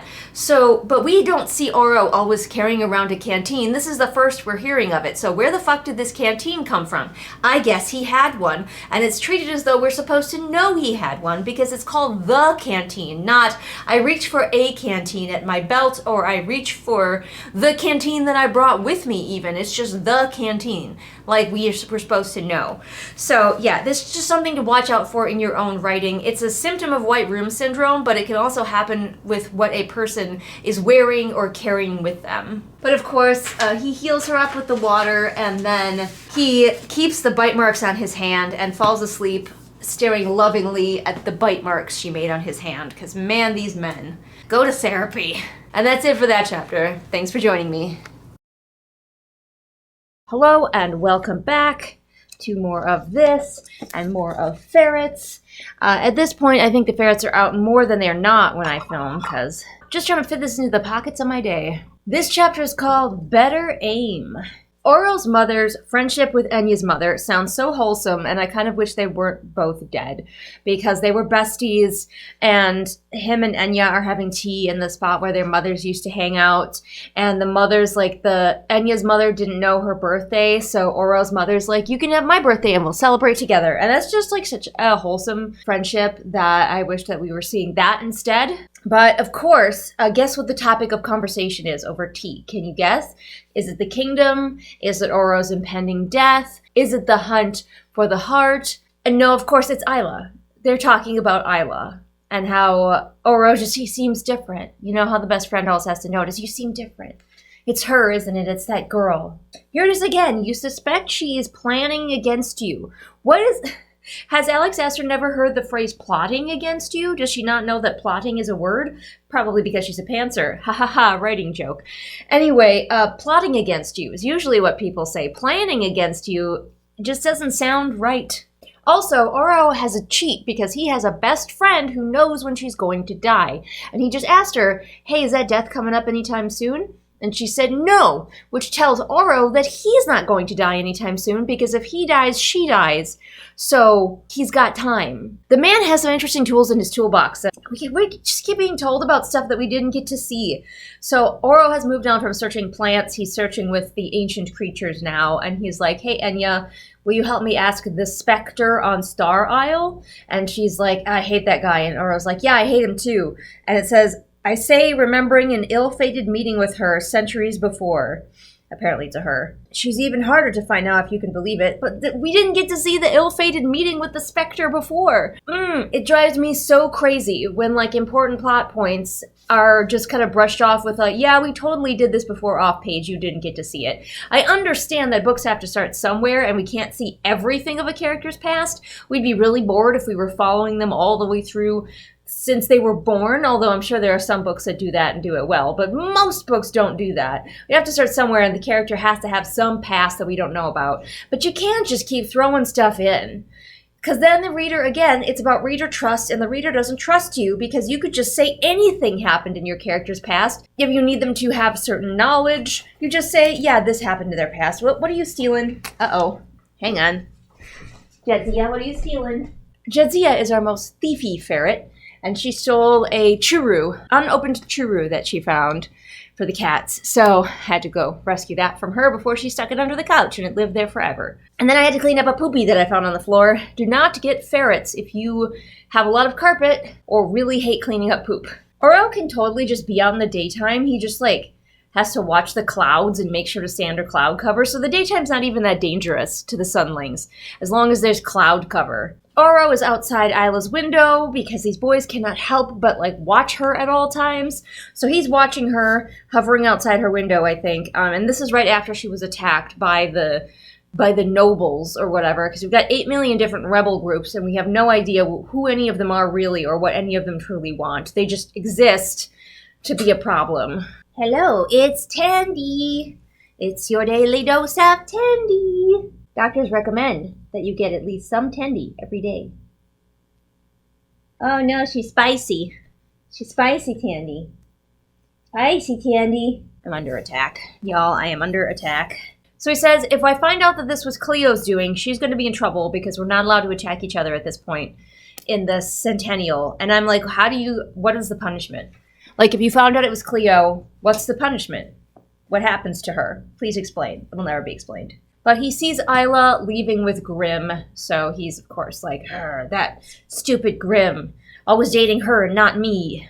But he waits until nightfall and he finds her at the Place of Mirrors, which I always want to call the Palace of Mirrors, but no, it's called the Place of Mirrors. The Place of Mirrors is a place of mystery. Wow, that is certainly one of the sentences of all time. How he knows to check the Wildling Isle, even though, as far as I know, Isla has never shown any interest in this place before, I'm not sure, but maybe they found it in one of their excursions that wasn't in this novella, and I just don't remember it from book 1. But we just watch him watch her try to open the door at the back of the Place of Mirrors, and then we jump cut to him going to see the Spectre. So, presumably, it's important that we saw him seeing her doing that. We'll find out later. Get used to disappointment. The Spectre appears from a column. A column where? He's in the center of ruins. That's all we get. And apparently there are columns in these ruins, which we were not told. But now we know that there are, because the Spectre is appearing from one. But what does appearing from one mean? Was she, like, morphing out of it? Did she step through it as though it was a door? Like, please, some descriptions, I beg you. So the Spectre, who looks like a hot lady, has a crush on Oro for reasons we don't explore. So yeah, I do remember this from the original book. The Spectre's like, I'll give you information, but you have to let me possess a human body for a while. Although from what we know about how Oro feels about Isla at this point in the story now, it's less realistic that he would convince her to do that. Yeah, so it basically just ends with the Spectre being like, I want to possess a body, I want to possess the hottest woman you've ever seen, and I will give you the information you want. So that's how that goes down, and that's the end of that chapter. Nice short chapter today, which is good because I have other things to do. I will see you for the next one. Alright, something's clearly going on with my mic because it's making that high-pitched noise again. I don't know why that happened, and it's impossible to tell that it happened until I go to edit these. So, once again, we've got my camera's audio. Thank goodness for my camera's audio. I know it's slightly lower quality, but I think we'll all survive. Hello, welcome to nighttime. I have my tea in my Princess Mononoke mug, and we went to the Asian store in the town near us today, so I got some Pocky, and also my new favorite chips, these corn soup flavored chips. These are, tell me why these are so frickin' good. Apparently other people have figured out that they're delicious because there's only ever one bag. Whenever I go, there's only ever one bag, and I'm like, I need all of these chips. They're delicious. It's like eating like buttered, salted sweet corn, but without it getting stuck in your teeth.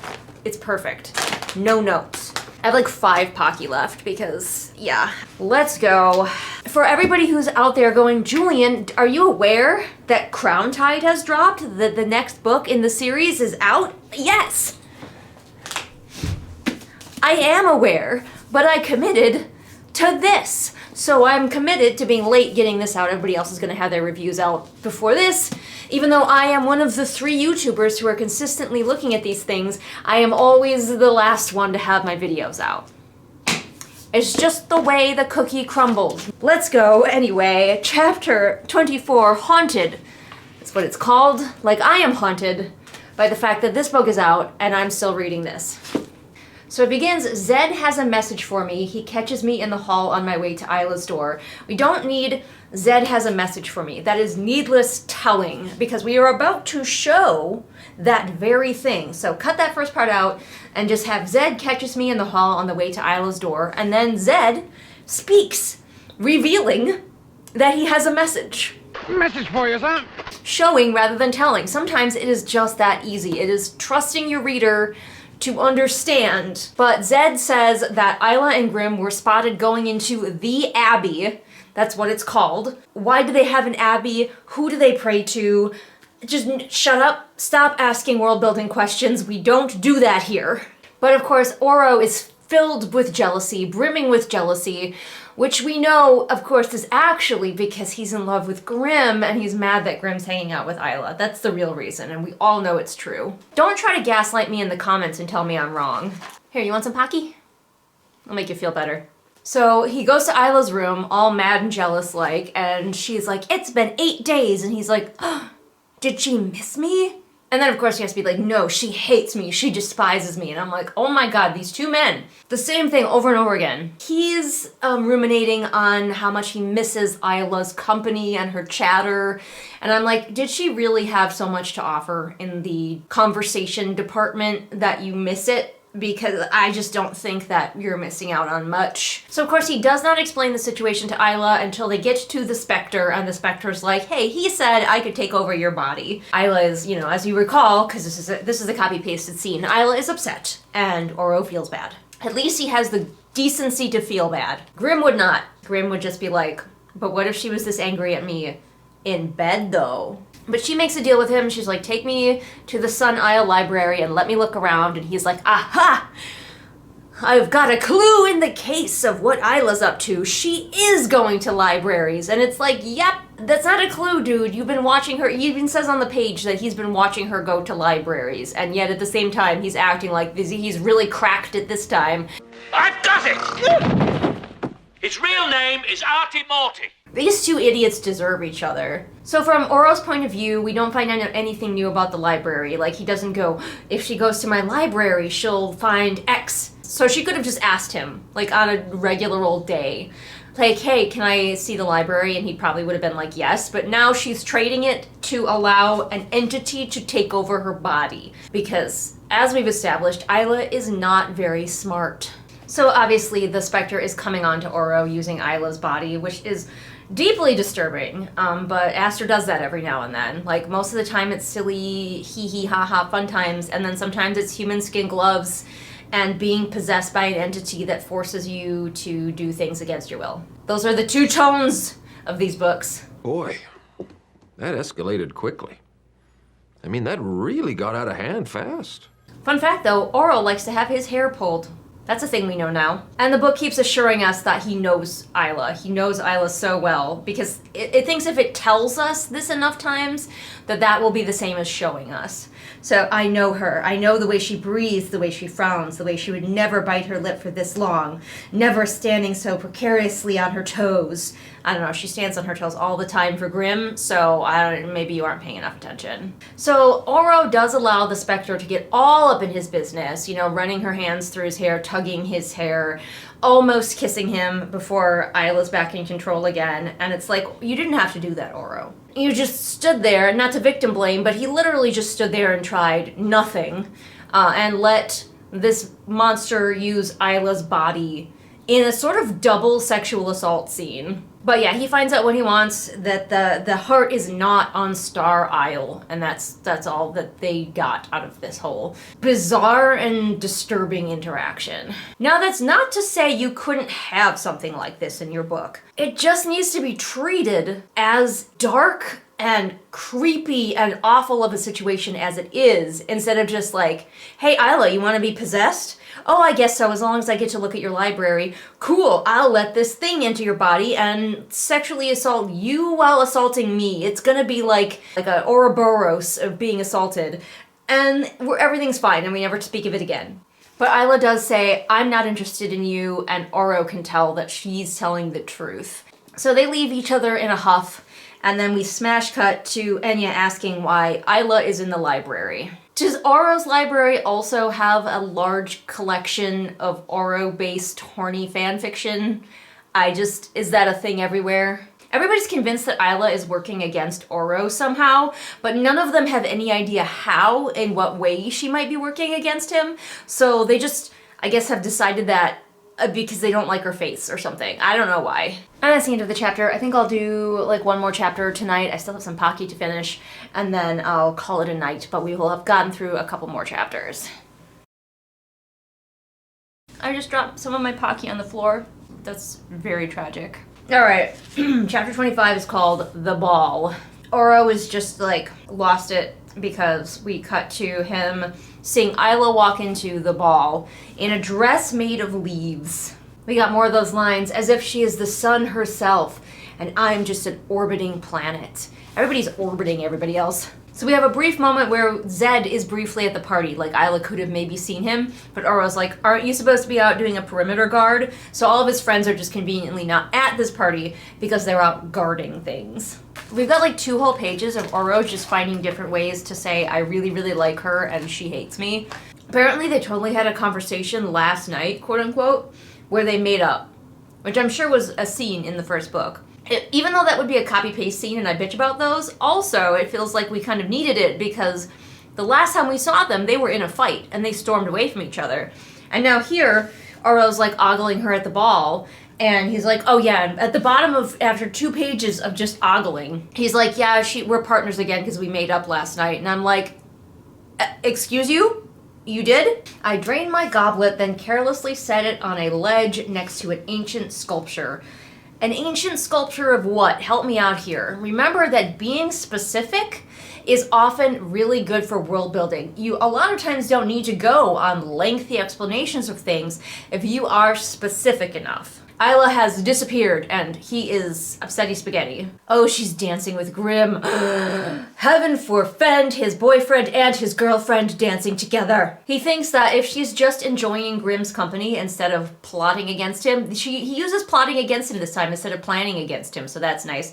If she's enjoying Grim's company instead of plotting against him, that's worse, because he just loves Isla so much. And also Grim. We know he also loves Grim so much. Oro's friends gather around him, but conveniently this is at a time when Isla is very focused on dancing with Grim, so she could not have noticed that Oro had friends. I'm really loving all the ways that Aster is having to come up with that Isla just somehow didn't notice these 3 people who are apparently very close with Oro, who are somehow just never in the same room. If I was Isla and Oro was like, yeah, I have these 3 really important friends who've been with me a long time, she'd be like, where are they? Are the friends in the room with us right now? And he'd be like, yes, they're all conveniently hiding behind pillars. Just then, Grim's dancey dance is interrupted by Celeste, and Isla and Celeste start talking, and Oro's like, what are they talking about? And he starts to creep closer when all of a sudden, you remember that big thing that happened where, like, Oro collapsed and the room started to fall in around them. Let's hope that it is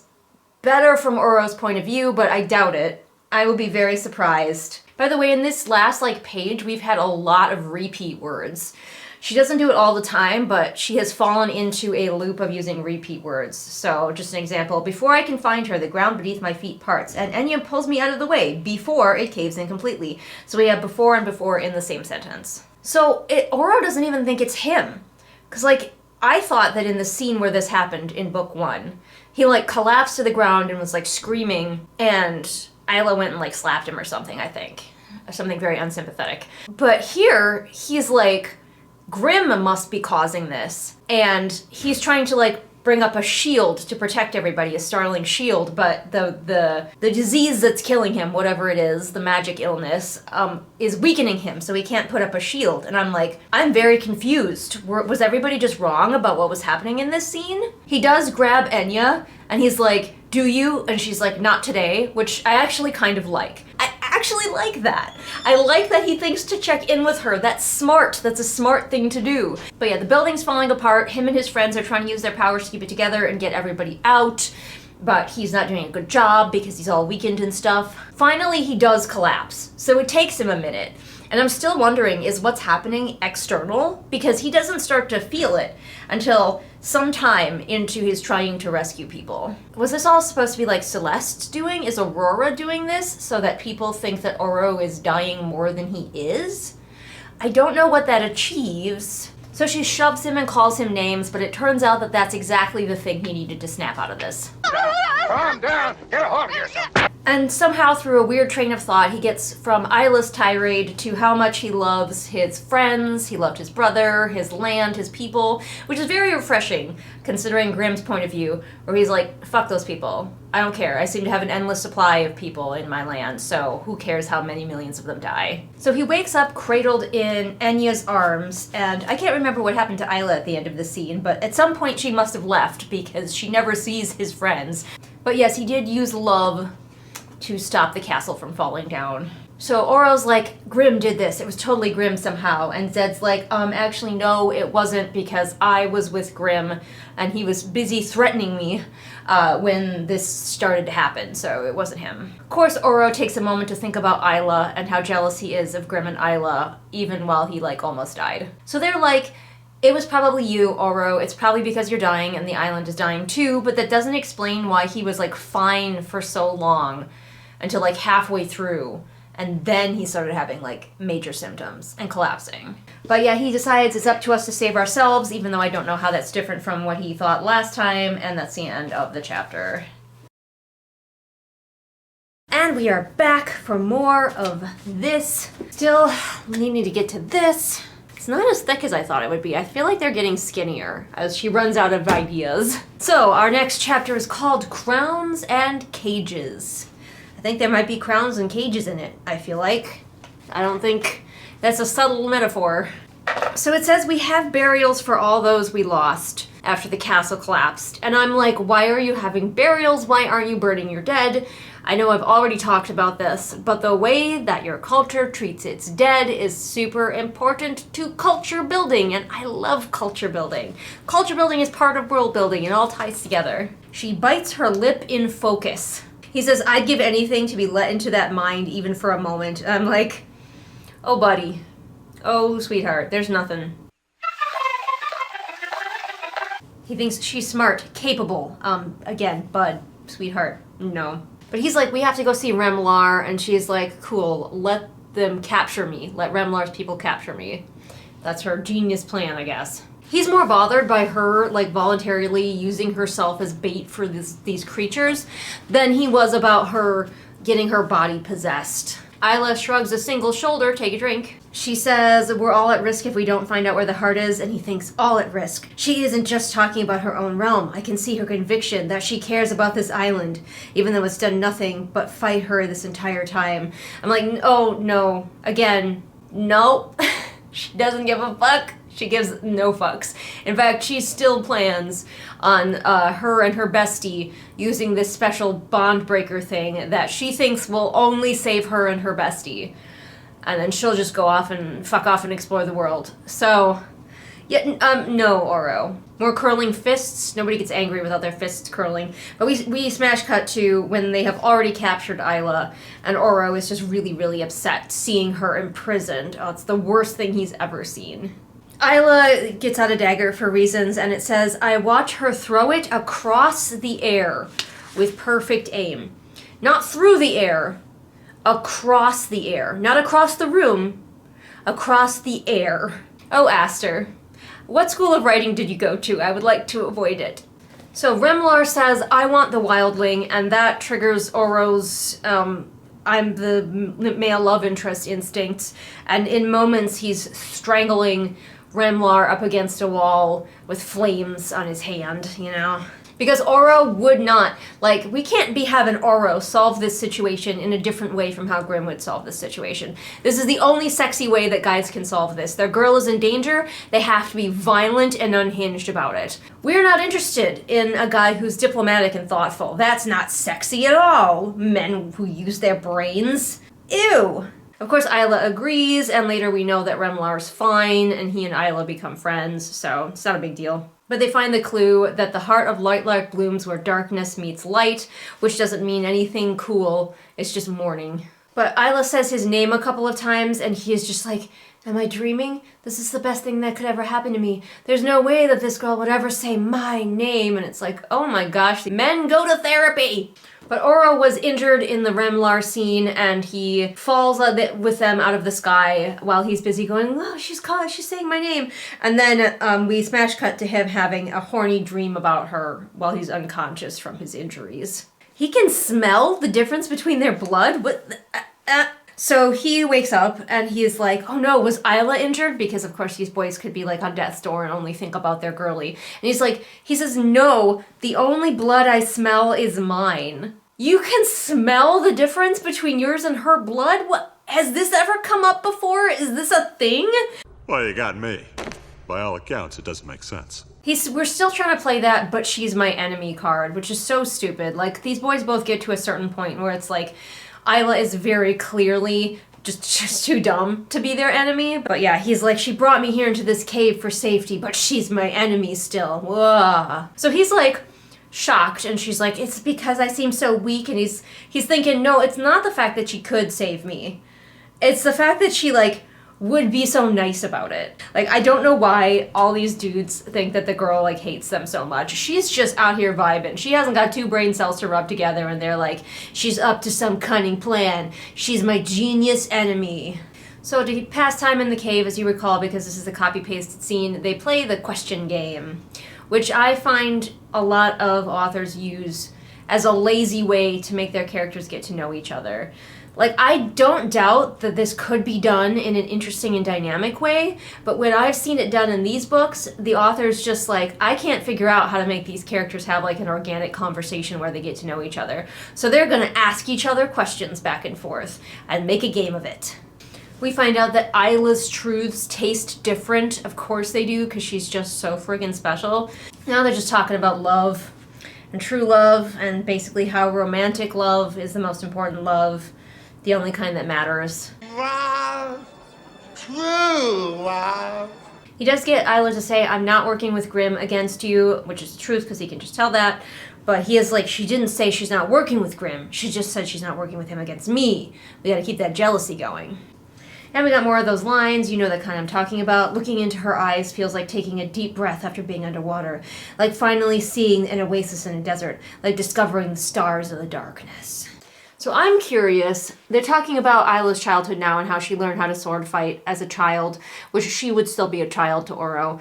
We've talked that topic into the ground, but she's talking about how she learned to fight from her fighting teachers, but we know that actually she also mostly learned to fight from Grimm. You know, you remember that like one sentence where I taught her or whatever it was and suddenly she was good at fighting? I'm really curious if she was like sucking it up and then she came back to her teachers one day and she was just good. She's just good at sword fighting now, and they asked no questions. They were just like, yeah, we are really good teachers. She finally got it. Oro keeps being like, no, I can never fall in love. Love is super dangerous for rulers, but in his head, it is just a constant stream of, I've never had anything like this. There's never been anyone so important in my life until now. She's the only thing I care about. She's the only thing I think about. And it's like, oh, okay, bud. I'm curious, is Alex Astor the younger sister? I need to research this. But I've noticed that there's a theme of the younger sibling being more special than the older sibling. So we have Grimm, who has an older sister who's pretty badass and is definitely going to be the ruler, until it turns out that Grimm has a power that she doesn't have. And so he's more special. And Oro, same thing, we're having a conversation about Egan, his older brother, but like, Egan couldn't gild. Like, Oro has a more special power.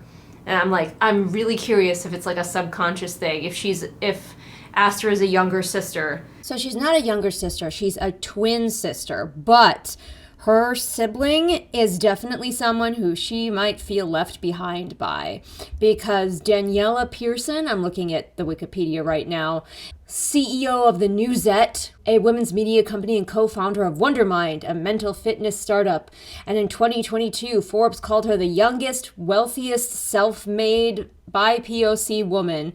Now, I do want to clarify that most of these people, yes, even her, even though she is a woman and she is BIPOC, her family was already wealthy. Their family was already wealthy. So self-made wealth, quote unquote, a lot of times means had a safety net. I just feel the need to remind everyone of that. And she had a ginormous safety net. Also, some of the things that are on here sounds like she might have been a little bit grifty. I would have to research it further to find out, but it's giving me grift red flags. Anyway, we're not here to talk about that, but definitely that this sister could leave Alex, who by comparison is not as quote-unquote successful, feeling like she's being overshadowed. So I could 100% see this subconscious, yeah, the second sibling, the overshadowed sibling, they're the one who actually has the cool powers. She asks him, what's your flair? And he won't tell her, or he's like amused by it. And he says, does she know how secretive that question is? I don't know if a question can be secretive. Maybe does she know how secret that answer is? I don't know, it just doesn't feel correct to me. Apparently, though, it's bad form to ask another person what their flair is. Who knows why? So he's like, tell me your deepest secret, the one that was in the cup in the tea leaves that you smashed on the ground, and I will let you win. You can brandish the heart of Lightlark.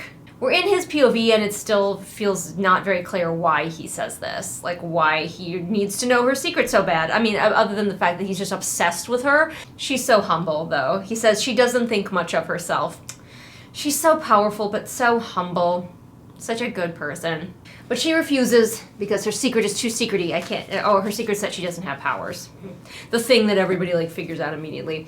All right, let me number this chapter here real quick. I'll see you for the next one. Hello, it's the same day, but it is later now. That's why the light is different. Anyway, I'm trying to get through as much of this as possible because my next week is going to be very busy. I'm working a lot at both of my jobs, so I'm not going to have a lot of time for reading this. We are on chapter 27, Ignite. By the way, I put a little marker in there to see how much longer we have until we have reached the ending. And then I'm just going to dive right into Crowntide, like, do not pass go, do not collect $200. So now we are following them as they go to Moon Isle to speak to the oracles, because they just gotta run around speaking to various people. That's how these quests usually go in these books. She is allowing him to, like, princess carry her through the sky, and he is, like, reveling and getting to cradle her beautiful, perfect body. These little details are so stupid and so manufactured just because Isla is so special. So they're in Moon Isle, which is snowy, and she's cold. So he gives her his cape, not his cloak. They don't have cloaks, they have capes. And he's like, I've never given my cape to anyone before. And I'm like, so? And have you had a lot of opportunity? You don't go that many cold places. It's not because you're an asshole who never gives his cape to anyone. You just probably just never had the real opportunity to. He was also jealous of the cape because it gets to touch her body. What other terrible book was it where somebody was jealous of, like, the clothing that the girl is wearing? It's so ridiculous. We're just getting basically a page of him, once again, just thinking about how amazing Isla is and how much he wants to be with her. It's really boring and repetitive. See, the thing about, even if you're writing a romantasy, you can have too much of a good thing. The thing about this, and about the repetitiveness of these scenes, of these guys always having the same thoughts about her, always thirsting after her constantly without having anything else, is we never have a break from it. And believe it or not, the break from something is what makes the something even more special. I've also talked about this with, like, building anticipation for something, building up towards something, an important moment. It may be our instinct, especially when we're newer and we're starting out, to make every moment like a big important moment. But then when you do get to that thing, the big thing that's supposed to happen in the story, it doesn't feel important anymore because you've made it so important all along. So, like, if you've got this couple that you want them to get together and the whole time they're basically together, they're basically a couple except for they haven't said it yet, when they actually, like, confess, when that big emotional moment happens, it's less impactful because they've been doing this the whole time. It's less impactful to have him thirsting at the same high level. Like, he could thirst a little bit, but at the same exact level of just extreme thirst for Isla the entire time means that if there's ever a moment where we get a confession or we get a realization where he's like, oh my gosh, I love her, it doesn't hit because we need a slow build-up. So especially if you're newer at writing, remember the slow build-up. I know you want to write that really cool, impactful scene, but you gotta wait for it. You gotta build towards it. You gotta have some disappointments before you get there. You cannot make every scene the scene where he, like, realizes his feelings for her, because then you just have 20 scenes of him realizing his feelings for her and nothing means anything. And the high-pitched noise came back. I'm sorry, everyone. This read-along appears to be cursed. I didn't get COVID yet, but I'm still cursed in some way. But then after 2 pages of that, he hears Isla crying, and he is like, who did this to you, of course. But she is all very weepy, and he's like, oh no, poor baby, are you okay? And she says that she wants to tell him her secret in exchange for her winning the centennial. I don't remember what caused this crying scene. I'm sure it was in the original book, but I don't remember why she's sad. Grimm probably said something mean, I don't know. But this is her confession where she's like, I'm powerless, which we all now know wasn't true because her mentors were putting shade-made metal on her and also grinding it up and putting it in her food. Which begs the question, like, if she's wearing shade-made on her body, and Shade Maid cancels out abilities. Wouldn't somebody like Oro, who has been cradling her in his arms, be like, hey, what's that? Like, when it touches him, wouldn't he notice? Wouldn't it feel like something? Wouldn't it be different, be weird? I don't know. I'm just thinking about some world building that we could possibly do here. But she says she was born powerless, and he's like, it's true. And I'm like, well, at least as far as she knows, because Oro's truth-telling is not like objective truth. It is subjective truth. As long as the person that he's talking to believes they are telling the truth, then it will read as truth to him. Which is possibly what happened with Grimm when Grimm said, I didn't cause the curses, but maybe Grimm felt slightly guilty in himself, and so that's why it read as a lie to Oro, because Grimm somehow believed that he had caused the curses, except we were in Grimm's point of view and we never saw him blaming himself for the curses. So still no. And also, I am having to come up with this. The book has never explicitly said this idea, but this is my theory as to why Grimm saying I didn't have anything to do with the curses was read as a lie to Oro. But of course, what Oro takes away from this is if she has no powers, then she's not bewitching me with her powers, which he barely thought that she was. But now he's like, oh my god, it's not her, it's me. I'm just regular in love with her. And we skipped over visiting the oracles, so we're doing a lot more skipping repetitive scenes in this. In Grimm's side, we did, like, all the scenes. We just copy-pasted them all. With Oro, we're skipping them. And, like, that is better. It's better not to keep watching all of the copy-pasted scenes, but at the same time, now it feels like there's giant gaps, so I don't really know if there's a right choice for a novella like this. The thing that I would do is have both of these boys' novellas be about them without Isla. So, like, let's not have it be partially or mostly about a time when Isla was around. They have over 500 years before Isla. I love how both of these novellas were like, so the curse happened, and then nothing of interest happened for 500 years before Isla came along. Nothing happened there. That was really 500 years. Incredibly boring, actually. We had to wait for a hot girl to show up. But he goes to his beach later to, you know, feel chill. The beach with the sea that is the same color as her eyes. And look who it is also there. What are the odds they both love the same beach?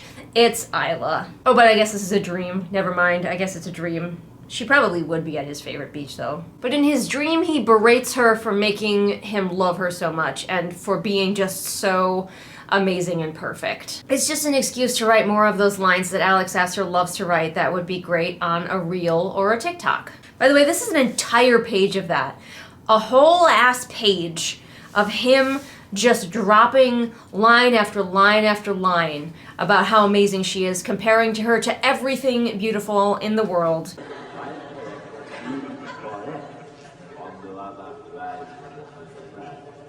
So he just has a dream that is literally a page, an entire page. This page right here, page 218, all of that, it's just those lines. I'm not just saying that or being like, oh, it's most of a page, so I'll call it. It is the entire page. First line to last line. And it bleeds even a little bit onto this page. I hate it. I hate it here. What are we doing? But I think this is the point where he decides to get a different partner than her.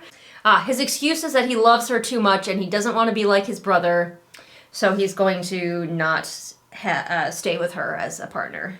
Ooh, but he's choosing Cleo, and maybe we'll get to see him hanging out with Cleo, and we'll see how different that experience is than the scene that I wrote for them, which I still say is infinitely better, if I may toot my own horn. You can go read it. It's on Wattpad. Cleo is suspicious. Cleo's like, why are you switching partners all of a sudden? Like, what's your game? He says he has to make her believe that they're on the same side. Okay, I'm with you there. But to win Cleo over, he says Isla doesn't have any powers. And Cleo is thrilled to hear this, and he's like, shit, that was a terrible idea, because now Cleo's just gonna kill Isla right here and now. Cleo moves to do so, but Grimm teleports Isla away, and all of this is very silly. It's dumber than I thought it was gonna be from his point of view. He's just like, I love her too much, so I have to stop being her partner. And to convince Cleo that I'm on Cleo's side 100%, I have to tell Isla's biggest secret to everybody. We cut away from that scene because we're done with that scene. Throw it away. Next, we're getting another dream. Another Isla is so amazing dream. Why? Who knows? But in the dream, her lips part. So, if you're playing that drinking game, it's a horny dream, by the way. I feel like it's only here because the author wanted this chapter to be a little bit longer. Instead of having us watching him work together with Cleo, although maybe that's coming up, we're watching this instead. Some of these descriptions are pretty gross. Oro, you got some weird desires there, my guy. Not as gross as you're thinking. It's just like weird gross, like not like weird kinky, like weird, like why would you think that? You know? Does that make sense? So yeah, he has a horny dream about Isla, and then she gets kind of aggressive in the dream, and then he wakes up. And that's the end of that chapter.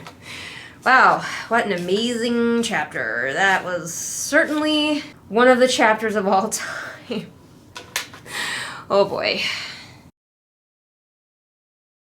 Alright, I don't know how many more of these I got in me. At least one more.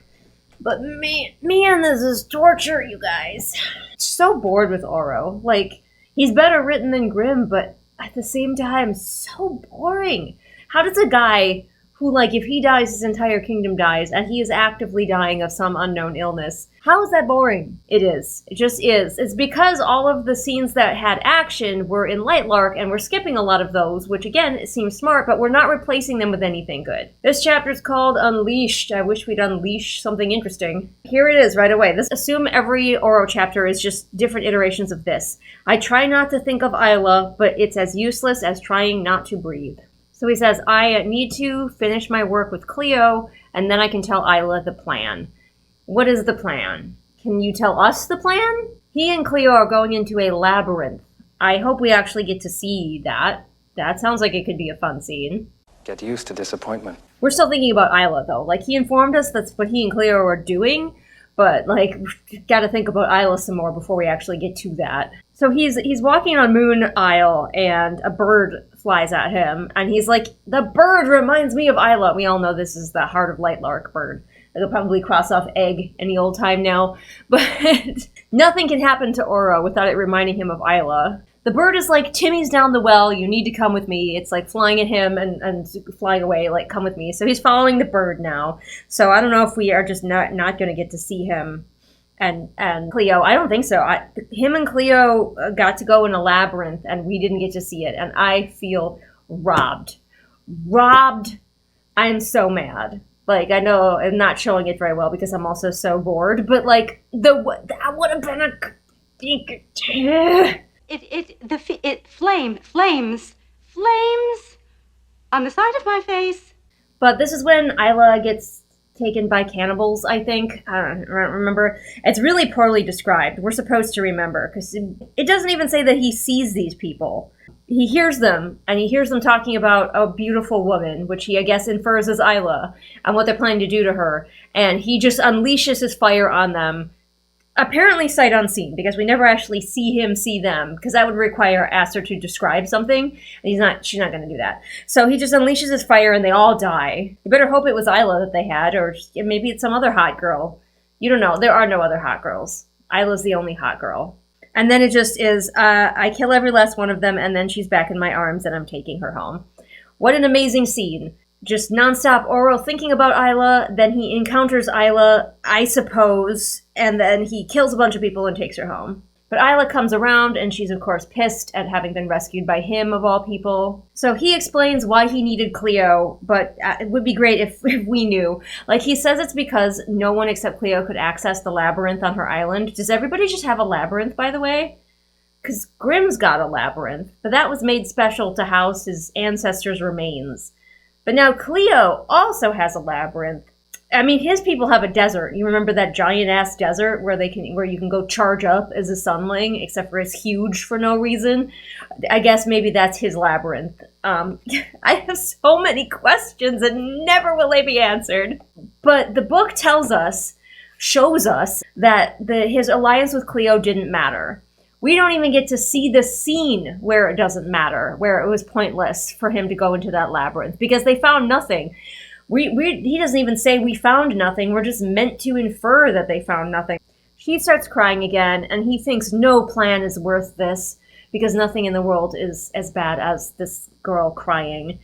Also, it infantilizes her again. Because she starts to cry, and he's like, oh, nothing I could do could be worth making her cry. And I'm like, she's not 5. So he tells her about his lying sensing ability, and he's like, yeah, I know, you lied to me so much. All you've done is lie to me. And I'm like, that is not actually demonstrably on the page true at all. She's lied to you a couple times, but more often, I bet you'll find, like if we went back through this, more often she is honest.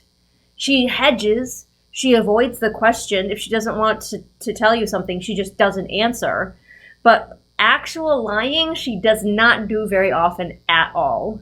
Yeah, and then the scene just ends. It's about like a 4-page chapter, and he saves her and kills a bunch of people, and the scene just ends with them, going back to their alliance. So exploring the maze with Cleo happened off page and was of no consequence. That's the end of the chapter, though. And then the next chapter is called The Most Important Garden. That was a really short chapter, so maybe I'll read one more, even though it's breaking my brain.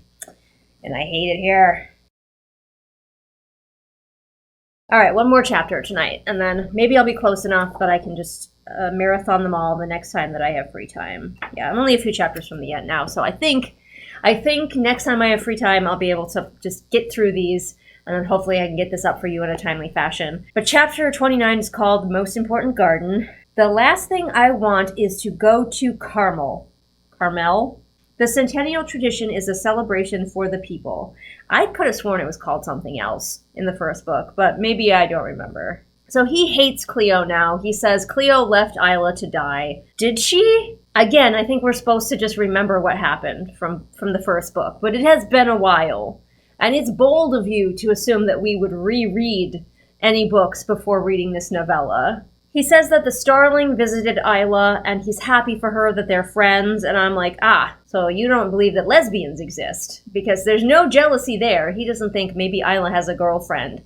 He naturally assumes that Isla's, base state is straightness, not even bisexual, he doesn't even consider that. He's like, good, she has a friend. 2 gals being pals. But he's pacing around just, sad because Isla's not there, like a puppy. And then he sees her in his mother's garden, and she's wearing a dress covered in pink and red petals, like the most glorious flower in the most important garden. Would be great if he, spent time in this garden. I didn't even know he kept his mother's garden up, but I guess he did. It's been 500 years. Everybody in these books acts like the curses just happened, and I remember I said when I was reading the first book for the first time that they should just do it that way. That should have just been, the curses have just happened, this is the first ever centennial, nobody knows what's going on or how to solve it. He catches up to her in the garden, and she says his name, and he just about jizzes in his pants. But she's way too peppy and way too perky and way too smiley, so he's like, oh, okay, something's going on. He keeps thinking, she's my enemy, and he thinks, I'm your enemy, remember? And it's like, were you guys ever enemies? I know that somebody in the Centennial has to die, but that doesn't necessarily make you enemies. You wouldn't say you're enemies with Azul, even though he volunteered to die. Why is she your enemy? Do you suppose that Alex knows that you can have something besides enemies to lovers?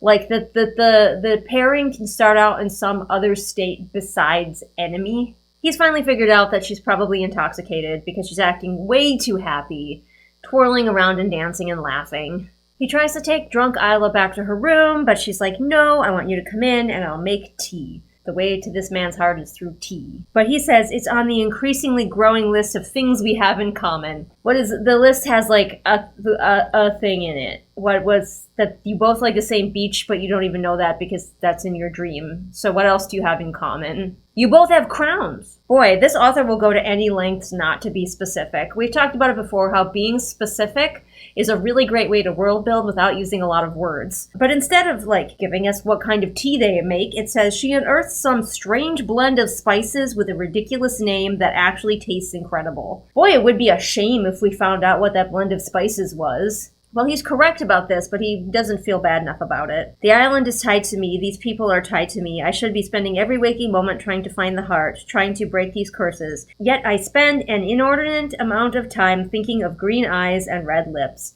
Correct.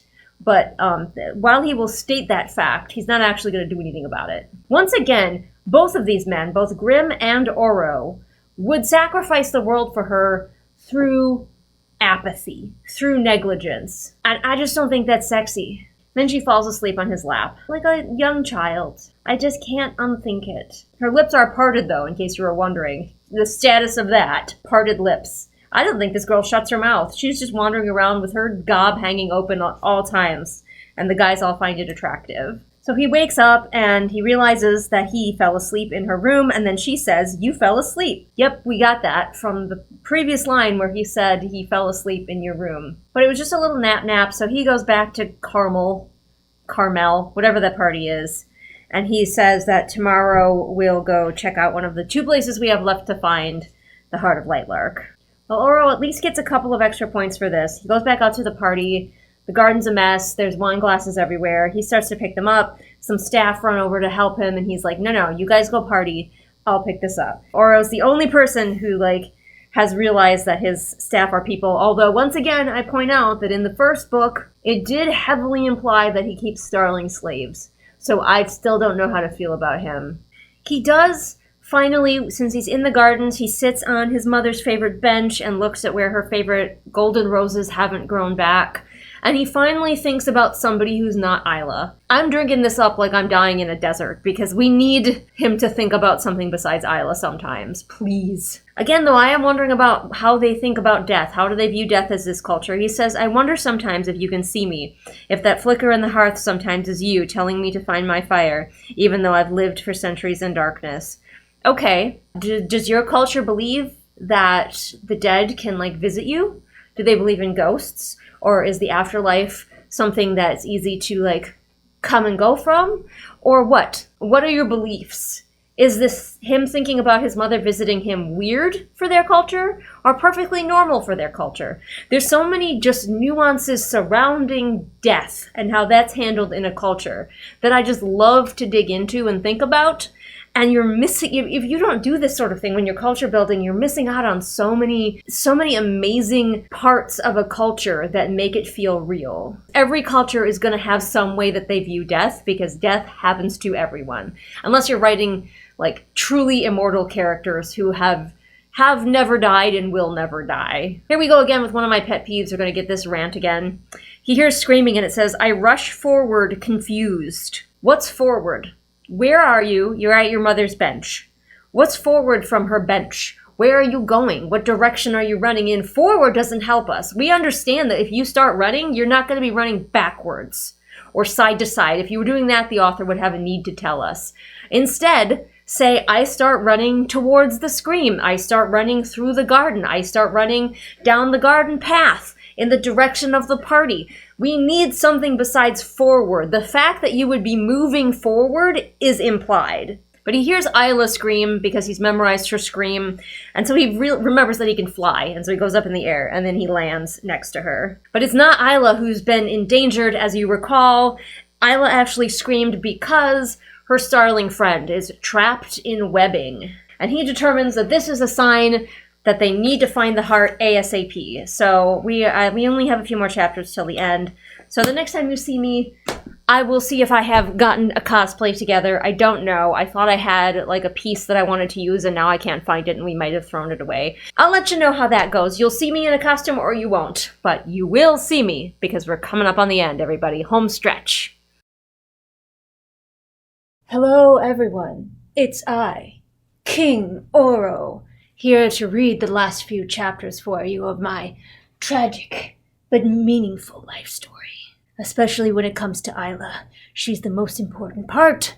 Yeah, so I wasn't sure if I was going to cosplay, but then I was like, well, I already have the Burger King crown, and I can pull off an Oro look pretty easily. I can cosplay blonde men really easily, just as a person. I did acquire this beautiful garb on the internet. It smells funky, and it looks like, I clearly escaped from the set of Star Trek the original series. I could pivot this into a Romulan cosplay, and I might. I'm gonna put my glasses back on. There we go. Also, this is supposed to be a costume for a man, and these gloves are tiny. They're about to fall off of my hands.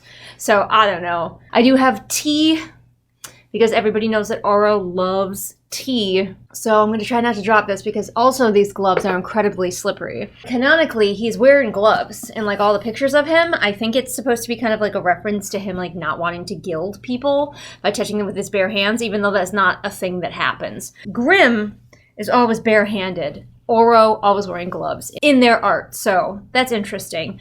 But enough jibber jabber jibber jabber.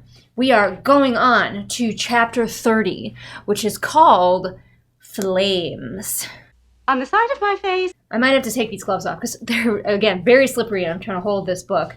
So they're on the Moon Isle and they're worried about Celeste or whatever. I can't remember which is her real name and which is her fake name. They're worried about Celeste because she's been cursed or whatever. And he's like, if the Moonlings can't find a cure for this dark enchantment. And I'm like, what about the frickin' wildlings? They're always curing shit. Can we talk to them and be like, hey, like, you got any plants that cure weird paralysis in your back pocket there, guys? He thinks that Cleo's the one that cursed Celeste. I just don't understand, like, why Alex Astor hates Cleo so much. Like, specifically Cleo. Cleo is either always up to no good, or you should always be suspicious that she's up to no good. So they're about to go into the tower. Is that where they run into the half-fish person? Like, there's just weird stuff from the first book that I've kind of forgotten about. Yep, they go into the tower and they go down, instead of up, they go down into an area completely submerged in water. How and why is completely unclear, as this tower is submerged in snow. So why is there like a natural spring underneath this tower? Like, what? Again, I'm looking for logic in a Lightlark book, which is the last place you want to look for logic. Literally look everywhere else first, then try the Lightlark book.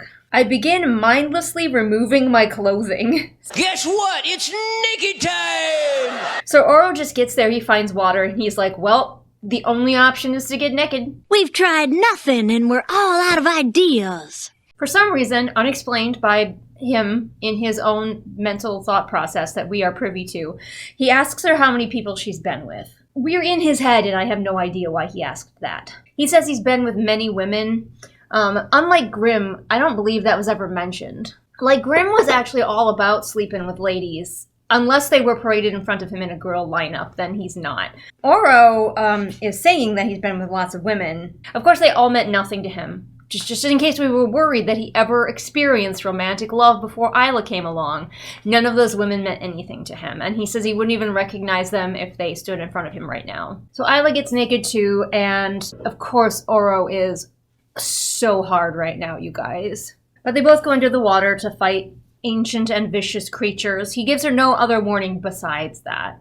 And then we go right back to him thirsting after that body. I'm surprised this chapter isn't called That Body. And then we just cut to the heart isn't here. So, like, we don't even get to watch, because he and Isla get separated for this mission. So we don't even get to find out what he did this whole time. He just got separated from her, and he says the heart isn't here.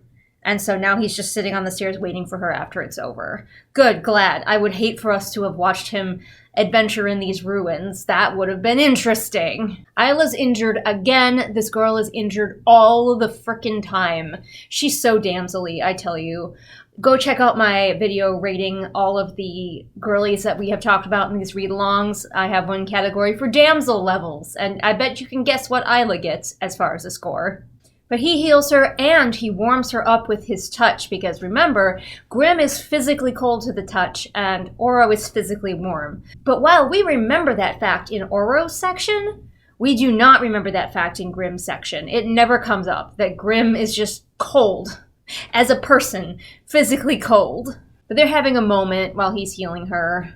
And in that moment, he's certain now that she is also sexually attracted to him. I know nothing makes me hornier than being repeatedly stabbed by a fish person. Isla's lips part, which is how we know that she's interested in somebody. So he says since they didn't find it here, there's only one last place to look for the heart of Lightlark. I don't remember where that is, but that's the end of the chapter. So I'll see you for the next one, if I can use these gloves to turn the audio off. I had to take the gloves off. They were way too slippery. I've got my tablet here recording my audio and I couldn't do anything, so I just took the gloves off. It's gonna be easier to hold the book. We had the effect for one chapter. Chapter 31 is called Ashes. Next chapter begins with It's Not There, meaning the last place that they went to look that he mentioned at the end of the previous chapter. Also, no Heart of Lightlark, and we didn't get to watch them look. And, like, I can't help but feel like Astor maybe heard through the grapevine at least, the information that she relies too heavily on MacGuffin hunts as plot points. But the characters are still going on the hunts. It's not like she's writing different plot ideas. The characters have to still be going on the hunts because we're reusing scenes. She's just skipping them, skipping the actual hunt. And as a result, everything feels so ridiculously stunted. Like, what is happening ever? We're skipping any parts that might be interesting. And yes, some of these would be repeat chapters, but some of them, like the chapter we just had, where Oro and Isla got separated during the quest, we definitely could have watched Oro's section. What did he run into? What did he do? What did he encounter, and how did he handle it? But we just skipped that. Apparently he found nothing, experienced nothing, and did nothing. And now we just skip them finishing up their hunt in the Vinderland lands.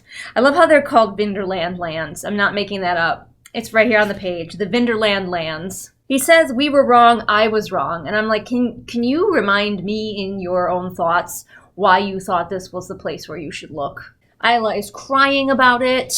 She's either bleeding or crying. Those are her modes. He picks her up like a little child having a tantrum. I'm not kidding. She's crying and pounding on the ice in rage, disappointment, whatever. And he picks her up and carries her away like a little baby. And again, we need to not be reminded how much older these men are than her. So we find out that there's still 20 days left at the Centennial.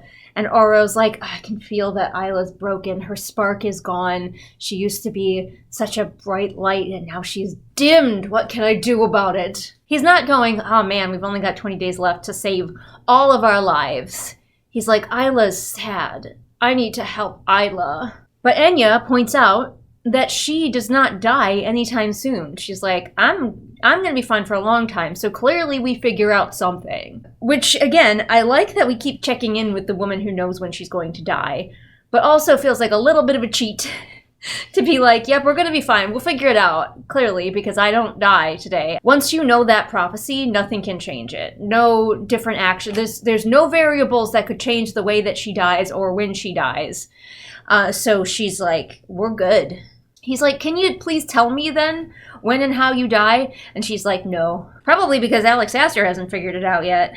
So Oro's like, Calder, let's go back to Vinderland territory, which is apparently where the two of them became friends back when Cleo made them go survive the snowstorm for some reason. Apparently during that time, he killed several Vinderland people in self-defense, and that would have been amazing to watch happen. Which we 100% could have done, in his point of view, in this novella. But even though he and Calder search, and Calder knows this place better than anybody, possibly even better than Cleo, they still don't find the heart. And I'm like, why did you bother bringing Isla with you for this part then? If Calder would have been a better partner, just let Isla take the day off. But Calder's like, the Vinderland people are not just like one homogenous group. They have different, like, clans, clans have different ideals, so they're like, okay, well, let's go talk to a clan that we haven't fucked with so much. So they go to a cave with icicles. At least we're doing something that doesn't involve Isla. I know for a fact that it's not going to last long because it's like one page until we get to the next chapter, but, you know. So they see somebody, and it says, a man wearing a saber-toothed leopard as a hide and wielding a sword. You can say wearing a saber-toothed leopard hide, but the way this is phrased, it makes it sound like he still has a full, possibly living, saber-toothed leopard hanging from his back as a hide, not a saber-toothed leopard hide. I just choose to believe that he just has a cat hanging from his shoulders, like, ready to attack any moment. That would be amazing. But this guy's very territorial, so he's like, you're not supposed to come onto our land. We're going to kill you for that. So apparently these ones aren't any more friendly than the other ones. I don't know what the point was of Calder being like, all of the Vinderlanders don't have the same viewpoint. Okay, let's go talk to somebody who might be on our side, only for them to just find out that this person feels the exact same way as all of the others. So of course, they're negotiating. He's like, what do you guys want? What do you want if you help me find the heart of Lightlark, which I think that you stole. He thinks they stole it. He's like, what do you want? I'll give you anything. And of course, these people are not dumb. They know what the most valuable thing in the universe is. Isla. Nothing exists. Lightlark doesn't exist. The world that Lightlark is in doesn't exist. The universe doesn't exist. The galaxy, the stars, nothing exists without Isla. They can sense that she is the point around which everything turns. And they are correct. Isla is the special to the nth degree. And I have full faith that in Crowntide, we will learn a new and exciting way that Isla is more special than we ever imagined. And I hear that there's supposed to be another book after this. Like, I thought that this was the finale, but no, I think we're getting another book after this, where we will almost certainly learn again how even more special Isla is. It will turn out that Isla is just God. Just God. You know, they have gods that they worship or whatever. They have a monastery, or what do they call it? An abbey. They have an abbey. They clearly worship something. But maybe that's why we never see them worshiping or any of their traditions around the way that they worship, because they don't know who their God is. They've lost sight of it. They don't know anymore. But it'll turn out that that God is Isla. But of course, this guy's being all like, they're cannibals. So he's like, yeah, I can't wait to consume Isla. He's very vicious about it for some reason. I don't understand, aside from the fact that he knows that she's their god, essentially, why he's so determined that it be her. Of course, Oro is like, immediately reaches for violence and anger because somebody threatened Isla, the most important person in the universe. Oro burns this man to death on the spot, just grabs his throat and burns him to death. Oro reduces him to basically a charred human shape on the floor, and Calder is like, maybe you shouldn't have done that.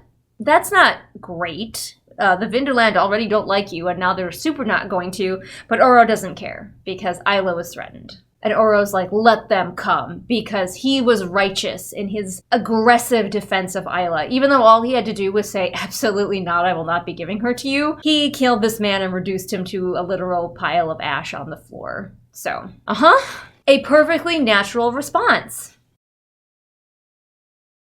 Chapter 32 is called Hope. Good news, Isla's spark is back. Her zeal, it's back. She comes charging into Oro's room in the evening, surprising him with her enthusiasm. So he asks her what her plan is, and she seems flabbergasted, because I think she was hoping he would come up with a plan. But now it says, none of my plans have worked. If anything, they've worsened the situation. Perhaps she can think of a better one. She does. Are we going to elaborate? No, we are not. Alex. She does is a placeholder. She does. There was something like that in the Grimm section too, where it was just like, here's the thing we need to do. We do it. And then we cut to something else. Now, obviously, we're going to watch them enact the plan, but like just the way that she writes that, where she's like, that's it. That's the end of the scene. She does. We don't get to watch them talk about it. We don't get to watch them think it out. We don't get to find out maybe some snippets of the plan before we see it go forward. No, she does. Of course, we do have to gas her up, though, because Oro's like, it's brilliant. She's brilliant. Like the sun. Like gold. Apparently, Isla figured out where the heart is. I assume when we see it from her point of view in the first book, we get a little bit more, but I can't remember. So they walk. He thinks about how much he's going to miss her when they inevitably break the curses. And then the little bird comes down. You remember our favorite MacGuffin bird. And we might finally be able to cross Egg off of our Mingo card, because we're about to find the heart of Lightlark. Oro has another one of his episodes, and we actually get his symptoms described this time. Are we doing anything with the fact that the first time that this happened, you know, the earth started shaking, the walls are quaking, my mind was aching? When that last happened, he didn't have symptoms for a long while, so much so that he was suspicious that somebody else started the tremor. But this time the tremor starts, and he's got symptoms immediately. So was that a clue before? Or was that Alex just being like, oh yeah, I realized that I didn't have him having symptoms right away, so I just let them be suspicious about it, but that's it? Who knows? But he's having an episode. He's having a bad time. So she's like, okay, you're having an episode. What can I do? And of course he's like, sing for me. Sing! Not use some of your wildling elixir on me or something. But of course her singing is so beautiful that it cures him. Isla never sings in any of the other books, but she cures him just in time for them both to look out of the cave that they're hiding in and see the egg. We can cross off egg. You know we've been waiting for it. And now we have done so. He grabs her to spin her around like a Disney princess. You know how all the boys do. But as we all know, this is one of the multiple times that this girl frickin' dies. But she goes to get the heart, and then she's got it, and then she gets shot by Vinderland people. He is able to just burn them. Like, he sees the Vinderland people, and he's like, nope, you die now, and just turns them to ash, so, like, they are no longer a threat. They just shot Isla, and now they are no longer a threat. But, of course, he's still trapped in the cave. Like, he can't go out into the new sunlight and rescue her, as she's dying again. Can he use his cape and, like, shield himself? He's used clouds before. Clouds are enough. Okay, so just throw your cape over your head like Spike from Buffy when he's running out in the sun, and go get her. But Grimm shows up because he senses that Isla is dying/dead. Because at this point in the story, she's actually died the first time on his watch. And now she's dying again. And he can probably sense that because at this point his life is already bound to hers. She just has had her memory wiped. Did he not know that Grimm could teleport? This whole time, did he not know that? Because Grimm shows up. He doesn't ask questions. Grimm picks up Isla and teleports away. And Oro's like, I know he's not just invisible. He's done an impossible thing. He's just gone. I can't sense Isla here anymore. So that means Grimm is just gone. And I'm like, did we not know that he could teleport? Did Oro just think that every time Grimm disappeared somewhere and showed up somewhere else, that he was just turning invisible and running very fast? I feel like everybody knows that Grimm can teleport. But no? This is a secret? Okay. Yeah, Oro's having a whole, like, existential crisis because he's like, wait, Grimm's flare is teleportation? I bet you if he went to his friends and was like, did you guys know Grimm could teleport? They'd all be like, yeah, you didn't? He says, I beg the gods to spare her. And I'm like, who are the gods? Please explain. But he, after having an existential crisis about the fact that Grimm can teleport, now he's having a crisis about knowing that he's in love with Isla. Isla did not take the heart of Lightlark with her. When she teleported out, she must have dropped it, because it's just sitting there on the ground, taunting him. Can you maybe, like, use a water whip to push it closer to you or something? Like, I feel like you maybe have options. Or, like, you have starling abilities.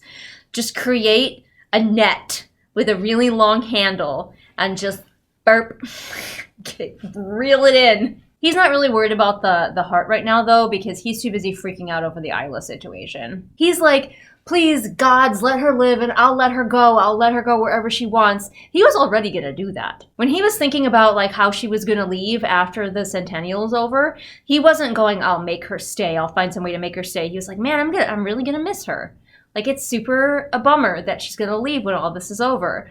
But now he's acting like he was going to force her to stay, and now he's being like, I'll let her go. Oh my god, he actually says it out loud. This is a thing you don't say out loud in all seriousness. This is the thing you say when you are, like, talking about a cute cat or something. He says, please, she is too good for this world. That line written with 100% seriousness, bonkers, I tell you.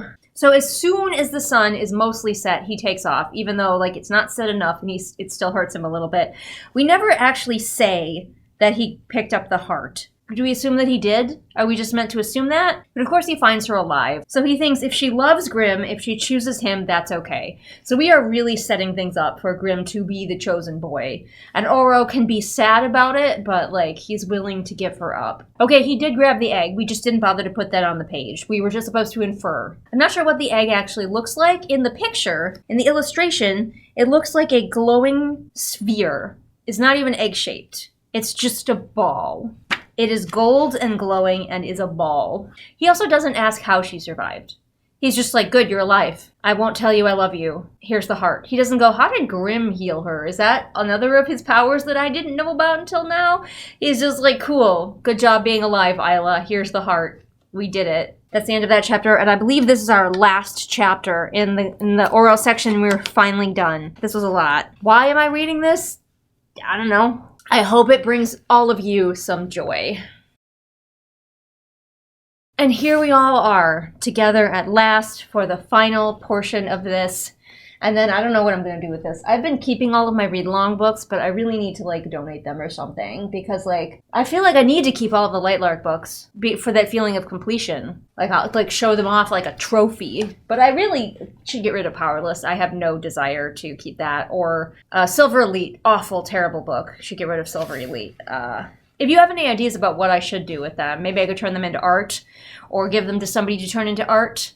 That'd be amazing. This chapter is called Love. I wonder what it's about. So he calls Cleo and Azul into his throne room. He's like, we need to vote. I guess we're the only sane people left here. We need to vote on which realm. Apparently, well, no, Celeste is still unconscious. We kind of forgot about curing her, actually. He's like, we need to vote which realm we want to be destroyed. And Azul, whose people voted that they would be the realm that is destroyed, Azul says, Nightshade. Wow, Azul. Cleo thinks it should be Starling, which honestly seems like a smarter vote. But then again, the Starlings do have very good powers that are very useful. So, I don't know, maybe Cleo's playing 4D chess though, because she's like, the Starlings used to be a superpower. Like, they were the ones who were almost taking over. And rightfully so, because they can create matter from nothing. So maybe we don't want that to happen again. Like, and it'll take their culture a while to recover, but we live a really, really long time. So, I don't know, maybe Cleo's playing the long game, but she says Starling. Oro thinks that this confirms that Cleo attacked Celeste. And I'm like, I don't know how that, like, meshes. If she thinks that Starling should be the one that dies, why would it matter if she put Celeste into stasis? But Oro votes for Nightshade as well. We have no moment where he thinks about his friendship with Grimm, no moment where he laments that it could have gone differently. He's just like, yeah, Nightshade, for sure. So what was the point of seeing that Grimm and Oro used to be friends? A long time ago, we used to be friends. If there's not even going to be a moment where he mourns that.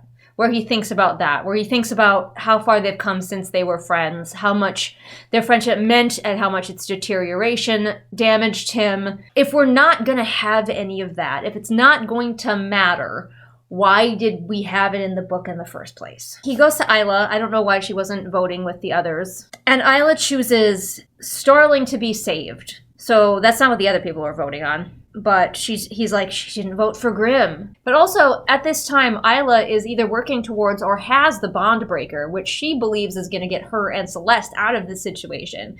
So, like, I don't know what game she's playing at. Maybe we saw her thought process in the first book. I don't remember what it was. She's mad that Oro voted for Grimm.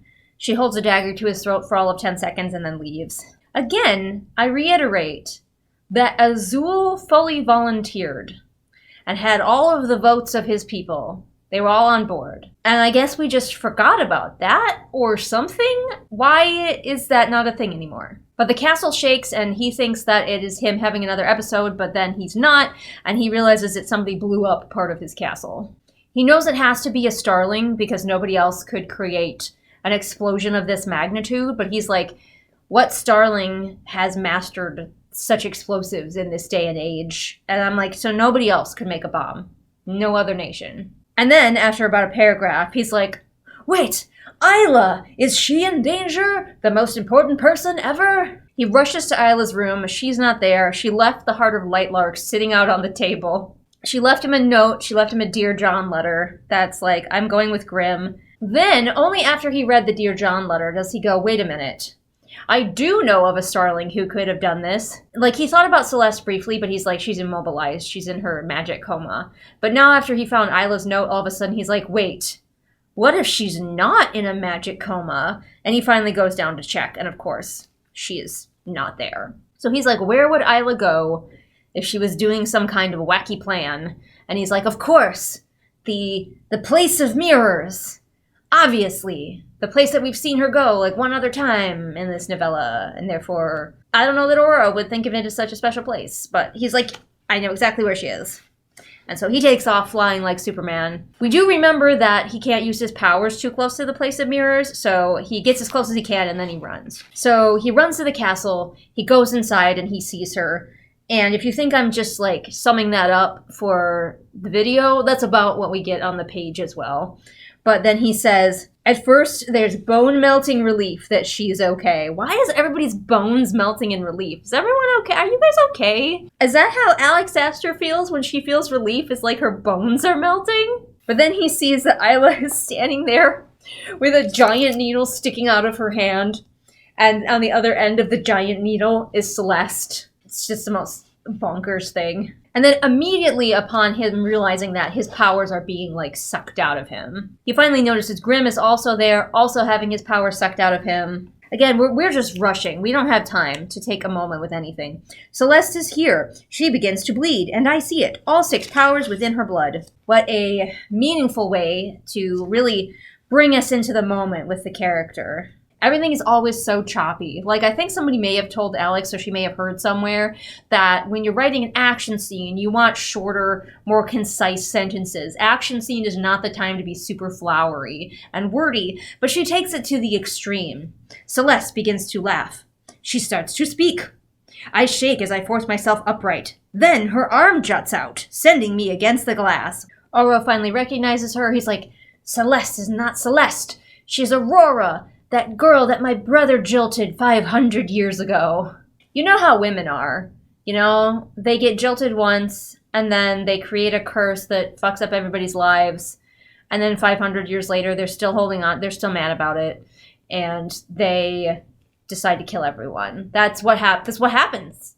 Never break up with your girlfriend, because that's what's going to happen, honestly. But he's like, I see now. Aurora wanted Isla to be in love with both me and Grimm so that she could steal all of our powers at once. Super easy, barely an inconvenience. But he's like, Grimm was obviously tricked by Aurora, and so I forgive him for being tricked. So again, we are just speed running all of these action beats. And I understand that we saw them in a previous book.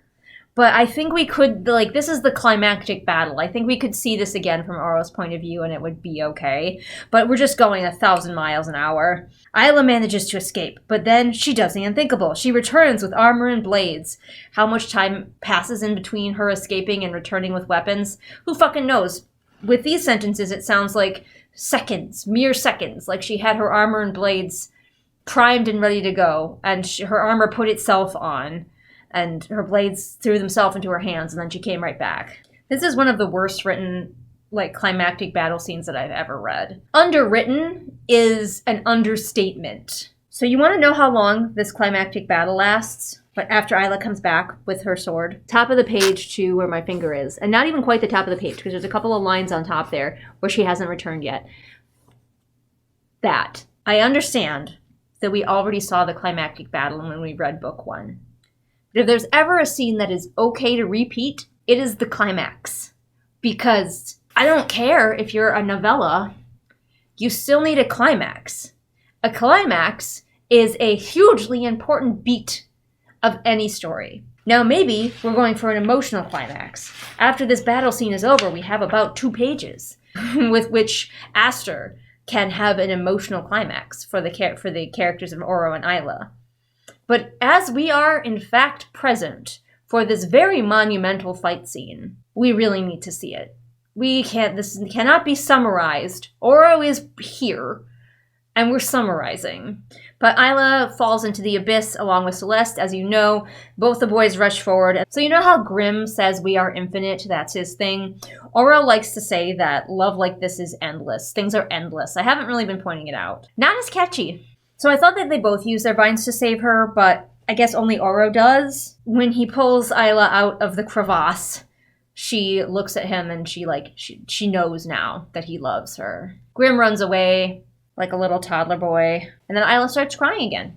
And that's the end of the scene. And now we have a page and a half for any emotional climax that we were going to have.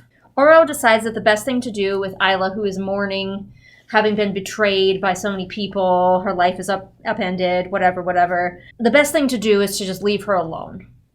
He does bring her gifts and leaves them on her doorstep, but he leaves her alone. And I'm like, I don't know if that's the best call. Like, maybe she wants companionship? But it's been weeks. We hand wave away that Oro has definitely been dealing with all the chaos of the curses being lifted. Shut up, don't think about it too hard.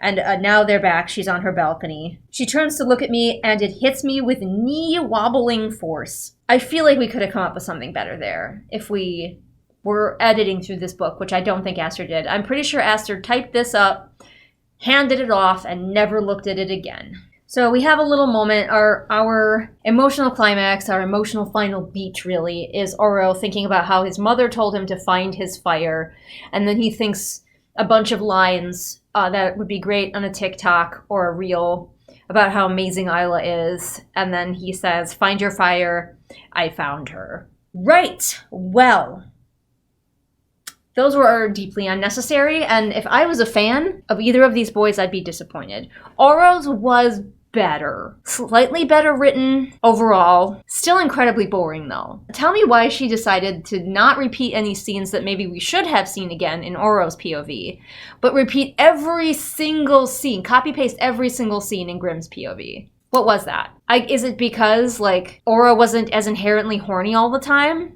And so she would have been bored rewriting those scenes or copy-pasting those scenes because she couldn't insert all the places that Oro was horny. She might have to do actual work to, like, put in stuff about what he's thinking or feeling in those moments besides horniness. I don't know. Place your theories in the comments below. Let's see if we can get anything more on our bingo card before we finish up. Other rulers not fleshed out. Yep, 100%, 100%. I don't know if we have Isla still somehow gets new powers. She was definitely very special, possibly even more than we even imagined. We can't go Starstick not described because we found out that it's silver. And then we have Oro's section more boring or shorter than Grimm's. It wasn't shorter, but I think that they were equally boring, just in different ways. So maybe we don't get that square. I would say we do have Pretty Princess dress up because we do have to know, like, especially in Grimm's section, all the sexy dresses that she's barely wearing. And then Grimm favored as love interest by the author. I'm saying yes, that is still extremely clear. So let's see, we've got that bingo. We don't have a bingo there. We have a bingo. Oh, everyone talks about Isla. There's another one that we need to get. Yes, we need to get that one. So we got a bingo across the bottom, bingo second from the bottom, and then we don't have any more bingos. We do have a bingo from the right to the left, corner to corner, left to the right, corner to corner. So yeah, we got a lot of bingos, but we did not fill up the card. The only two we were missing is, three we were missing is Starstick not described, Isla somehow gets new powers, and Oro's section boring or shorter than Grimm's. They were equal. So if you want to see the bingo card, here she is. Majestic. What did you guys think? Leave your comments below on what you thought about this. I don't think I'm going to make a video about how I would fix it because, like, the way that I would fix it, and let's be so for real, is that these would not exist. The way that I would fix it is delete this entirely. As pretty as it is, just like, let's get rid of it, huh? What are we doing? Honestly, I'm a little bit sad. Like, I was watching a YouTuber talk about stuff that they don't want to carry forward into 2026. And they were saying how sprayed edges on everything they're sick of. Because they were like, sprayed edges used to be special. It used to mean something if you had sprayed edges.